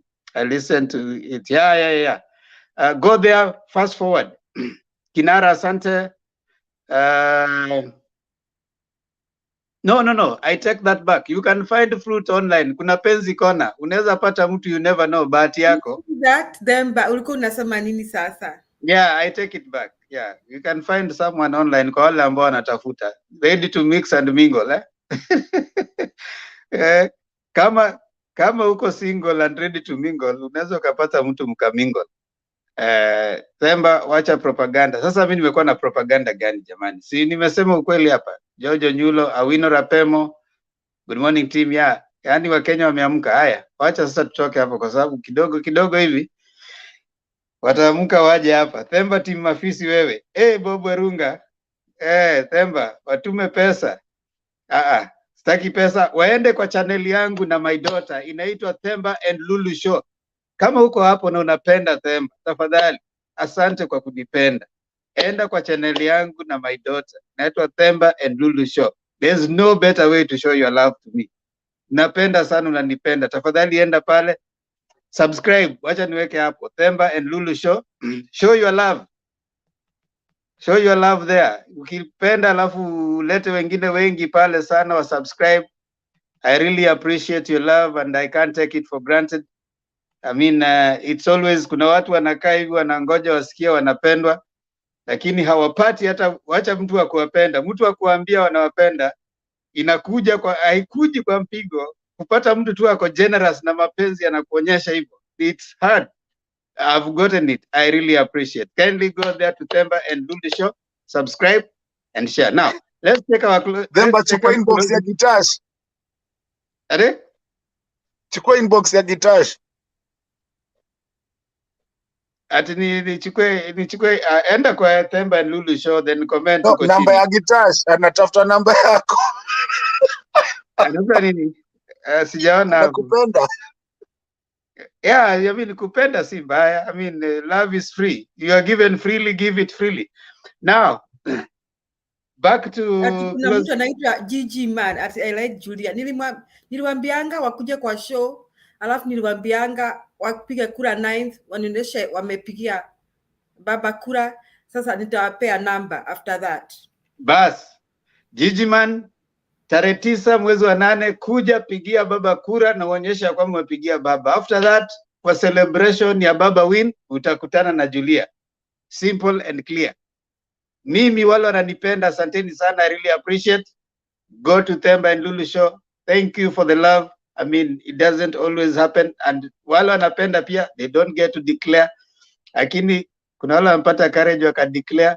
Wenye wivu kama Mato wameze wembe. Wacha tuanze sasa kutoa closing remarks, na tutaanza na Black. Black, tafadhali toa dakika zako za mwisho, dakika 2.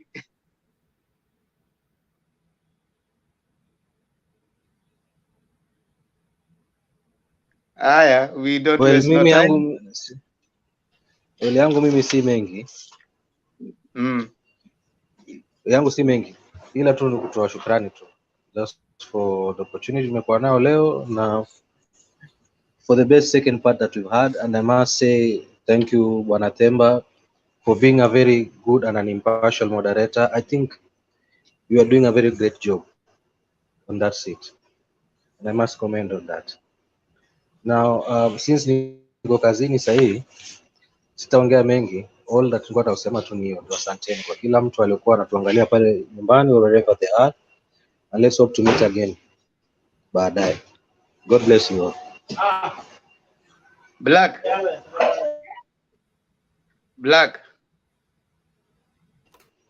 Yes. Ulikuwa una indicate ati you will go out arudi hapa. That was the reason you were going. Which reason? Whatever we were discussing? Yes. No, really, sikuwa nimefurahia. Kuna okay. accusations zingine ambazo zilikuwa zimeletwa which sikufurahia, but I mean I think we've addressed that, so okay, thank you. Asante, tuko pamoja. Okay bro. Okay, sawa. Okay. Aya, Julia. Thank you everyone. Thank you for hata Mr. Black. Kwa tunakuingilia sana lakini si kwa ubaya. We like it when we argue with you. Lakini it's good. I like your attitude that I mean you don't fight back. It's a good thing. And I think going forward we are going to work hard to make sure that we use a lot of decorum when addressing each other. I hope the same goes to the people in the comment section, that we don't call each other names. This is what in Kenya. Even there'll be a Kenya after the elections. I lived in Nyanza for many years, and one thing I like with the people, the attitude of the people I interacted with, even when things were so bad in 2007, they still remained my friends. My students continued to contact me. And even though what happened, we're still friends with those people. So because we were able to live beyond the elections of 2007, however much they were contested. And not that we didn't disagree. We disagreed many times. Even as I was going home, I assured them I was going to vote for Kibaki. So they knew I was going to vote for Kibaki. But we did not disagree as friends. We lived beyond the elections. So I think we need to do that as Kenyans. Just like we were asking each other with them, Mr. Themba, that this person of my person representing me, what is he representing me? Uhuru Muigai Kenyatta doesn't know I exist on the face of the earth. He doesn't know there's such a person like Julia. He doesn't know that. He's not aware of that. So the same thing with our leaders even today. So even though we are saying we need to have Baba, others are saying they need to have Ruto, really, we just pray that we have the best leaders for our country, and we just pray that these leaders will transform our motherland, Kenya. So nashukuru sana kila mtu, na waombea usiku mwema, na wenye wameshaamka, have a wonderful day. Thank you, Themba. Thank you so much, Julia, for your sentiments. Thank you. And Mato?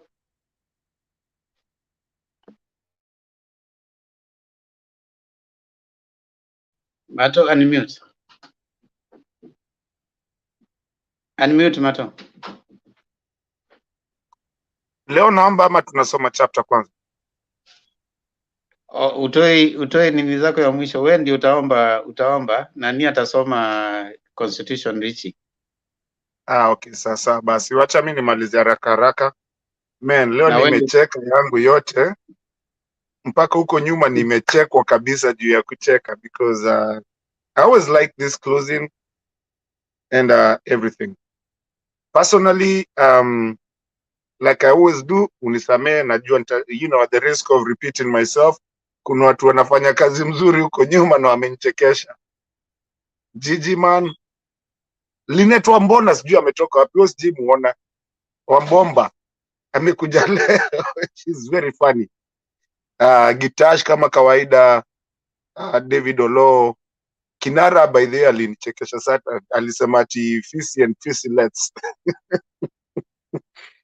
At the end of it, and at the end of the day, when we come here, and sometimes the people that close and Demba's time, kudos, Mama Julia, Richie, and the people that really close, we make fun of each other, and also while talking about serious things. And that's one of the things that the late night show, most of the people actually start watching. I just appreciate everything and the things of talking. Okay, so now I know we'll not have time to debate because it's not time to debate, but I'm really watching this Sabina Chege. I watched her akiongea Washington DC. I was supposed to be there, but due to unavoidable circumstances, sikuenda. But I think we need to watch her very carefully. Something is happening with her. Other than that, Themba, I don't want to waste time. Tomorrow is Monday. People go back to work and everything. I want to just thank you, everybody that comes here and watch. I want to thank you, Themba, personally for your time. Kuna taimata na kupigia na kuambia, we, unahitajika huko kuja bwana, kimeumana. Au unatafutwa. Richie, hey, kudos man, big man. Wewe ndio jamaa na running show saa zingine huko kando tu on the side, without knowing. Kuna watu wajui vitu mob. But I just want to say thank you. That's it. I think I've already contributed through the day. Nilikuja time ya Bernard na nimekuwa hiyo time yote. So for now, I wait for the Lord's Prayer. Thank you guys and everybody that is watching. Thank you. Makiadi, you can throw your last comments, alafu you take us through the constitution, then nani atatuambia, Mata atatuambia. Okay, sawa Ndemba, sitachukua muda mwingi. We've had a good day. We've had a very informative session today. Na nimefurahia sana kwa sababu hata nikimwambia ndugu yangu Black hapa, siasa si uadui. Sisi kuja hapa tunaongea maneno na baada ya kumaliza tunasalimiana, hata kama hatuko pamoja tunasalimiana na kila mtu anaenda zake, kwa sababu vile Mato usema hapa, Kenya ni yetu sisi wote na siasa zitakuja na zipite, lakini sisi tutazidi kuwa wa Kenya. So ndugu yetu Black, kama kuna mahali ambapo unasikia kuna mtu anakufinya, tunakukaribisha kwa late night show. Sisi tutakusikiza na kile ambacho utasema, kama ni ukweli tutasikiza, kama ni uongo tutapinga. Jambo la pili nataka kuzungumzia juu ya actually hii safari ya baba. Ninaona hii ni opportunity mzuri ambayo Raila ametumia kujaribu kuinua akina mama, na kwa muda mwingi sana especially katika siasa za Kenya, akina mama ni kama wamekuwa wamefinyiliwa kimpango. Lakini vile ninaona mambo ikiendelea, hata in the near future tunakaribia kuona president ambaye atakuwa ni mama, which is a good thing. It's breaking the glass ceiling. Basically women leaders wameonyesha changes. I can even quote a scenario in a case in New Zealand ambapo inaongozwa na I think ni prime minister ambaye ni mama. I'm not sure if ni prime minister ama president, lakini uongozi wa nchi hiyo unaona ni uongozi mwema.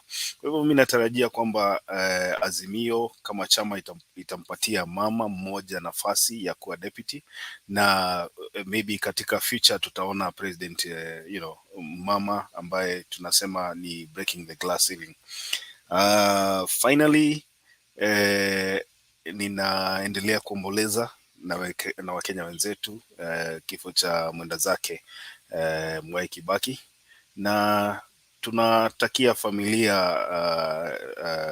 katika wakati huu mgumu, tunawaombea wawe na nguvu, kwa sababu hiyo ni njia ya kila mtu. Let me go back now to the constitution. We are still on chapter 4 and we are reading article 35. And article 35 is about access to information. 1, it says every citizen has the right to access A, information held by the state, and B, information held by another person and required for the exercise or protection of any right or fundamental freedom. Number 2, every person has the right to the correction or deletion of untrue or misleading information that affects the person. 3, the state shall publish and publicize any information affecting the nation. Nimemalizia hapo Ndemba. Thank you so much Makiadi. Kwa wale ambao labda hawajui, kila siku tunaenda through our constitution, tuko sasa article 35 ndio tumefika access to information. And of course yesterday we are looking at freedom of the press.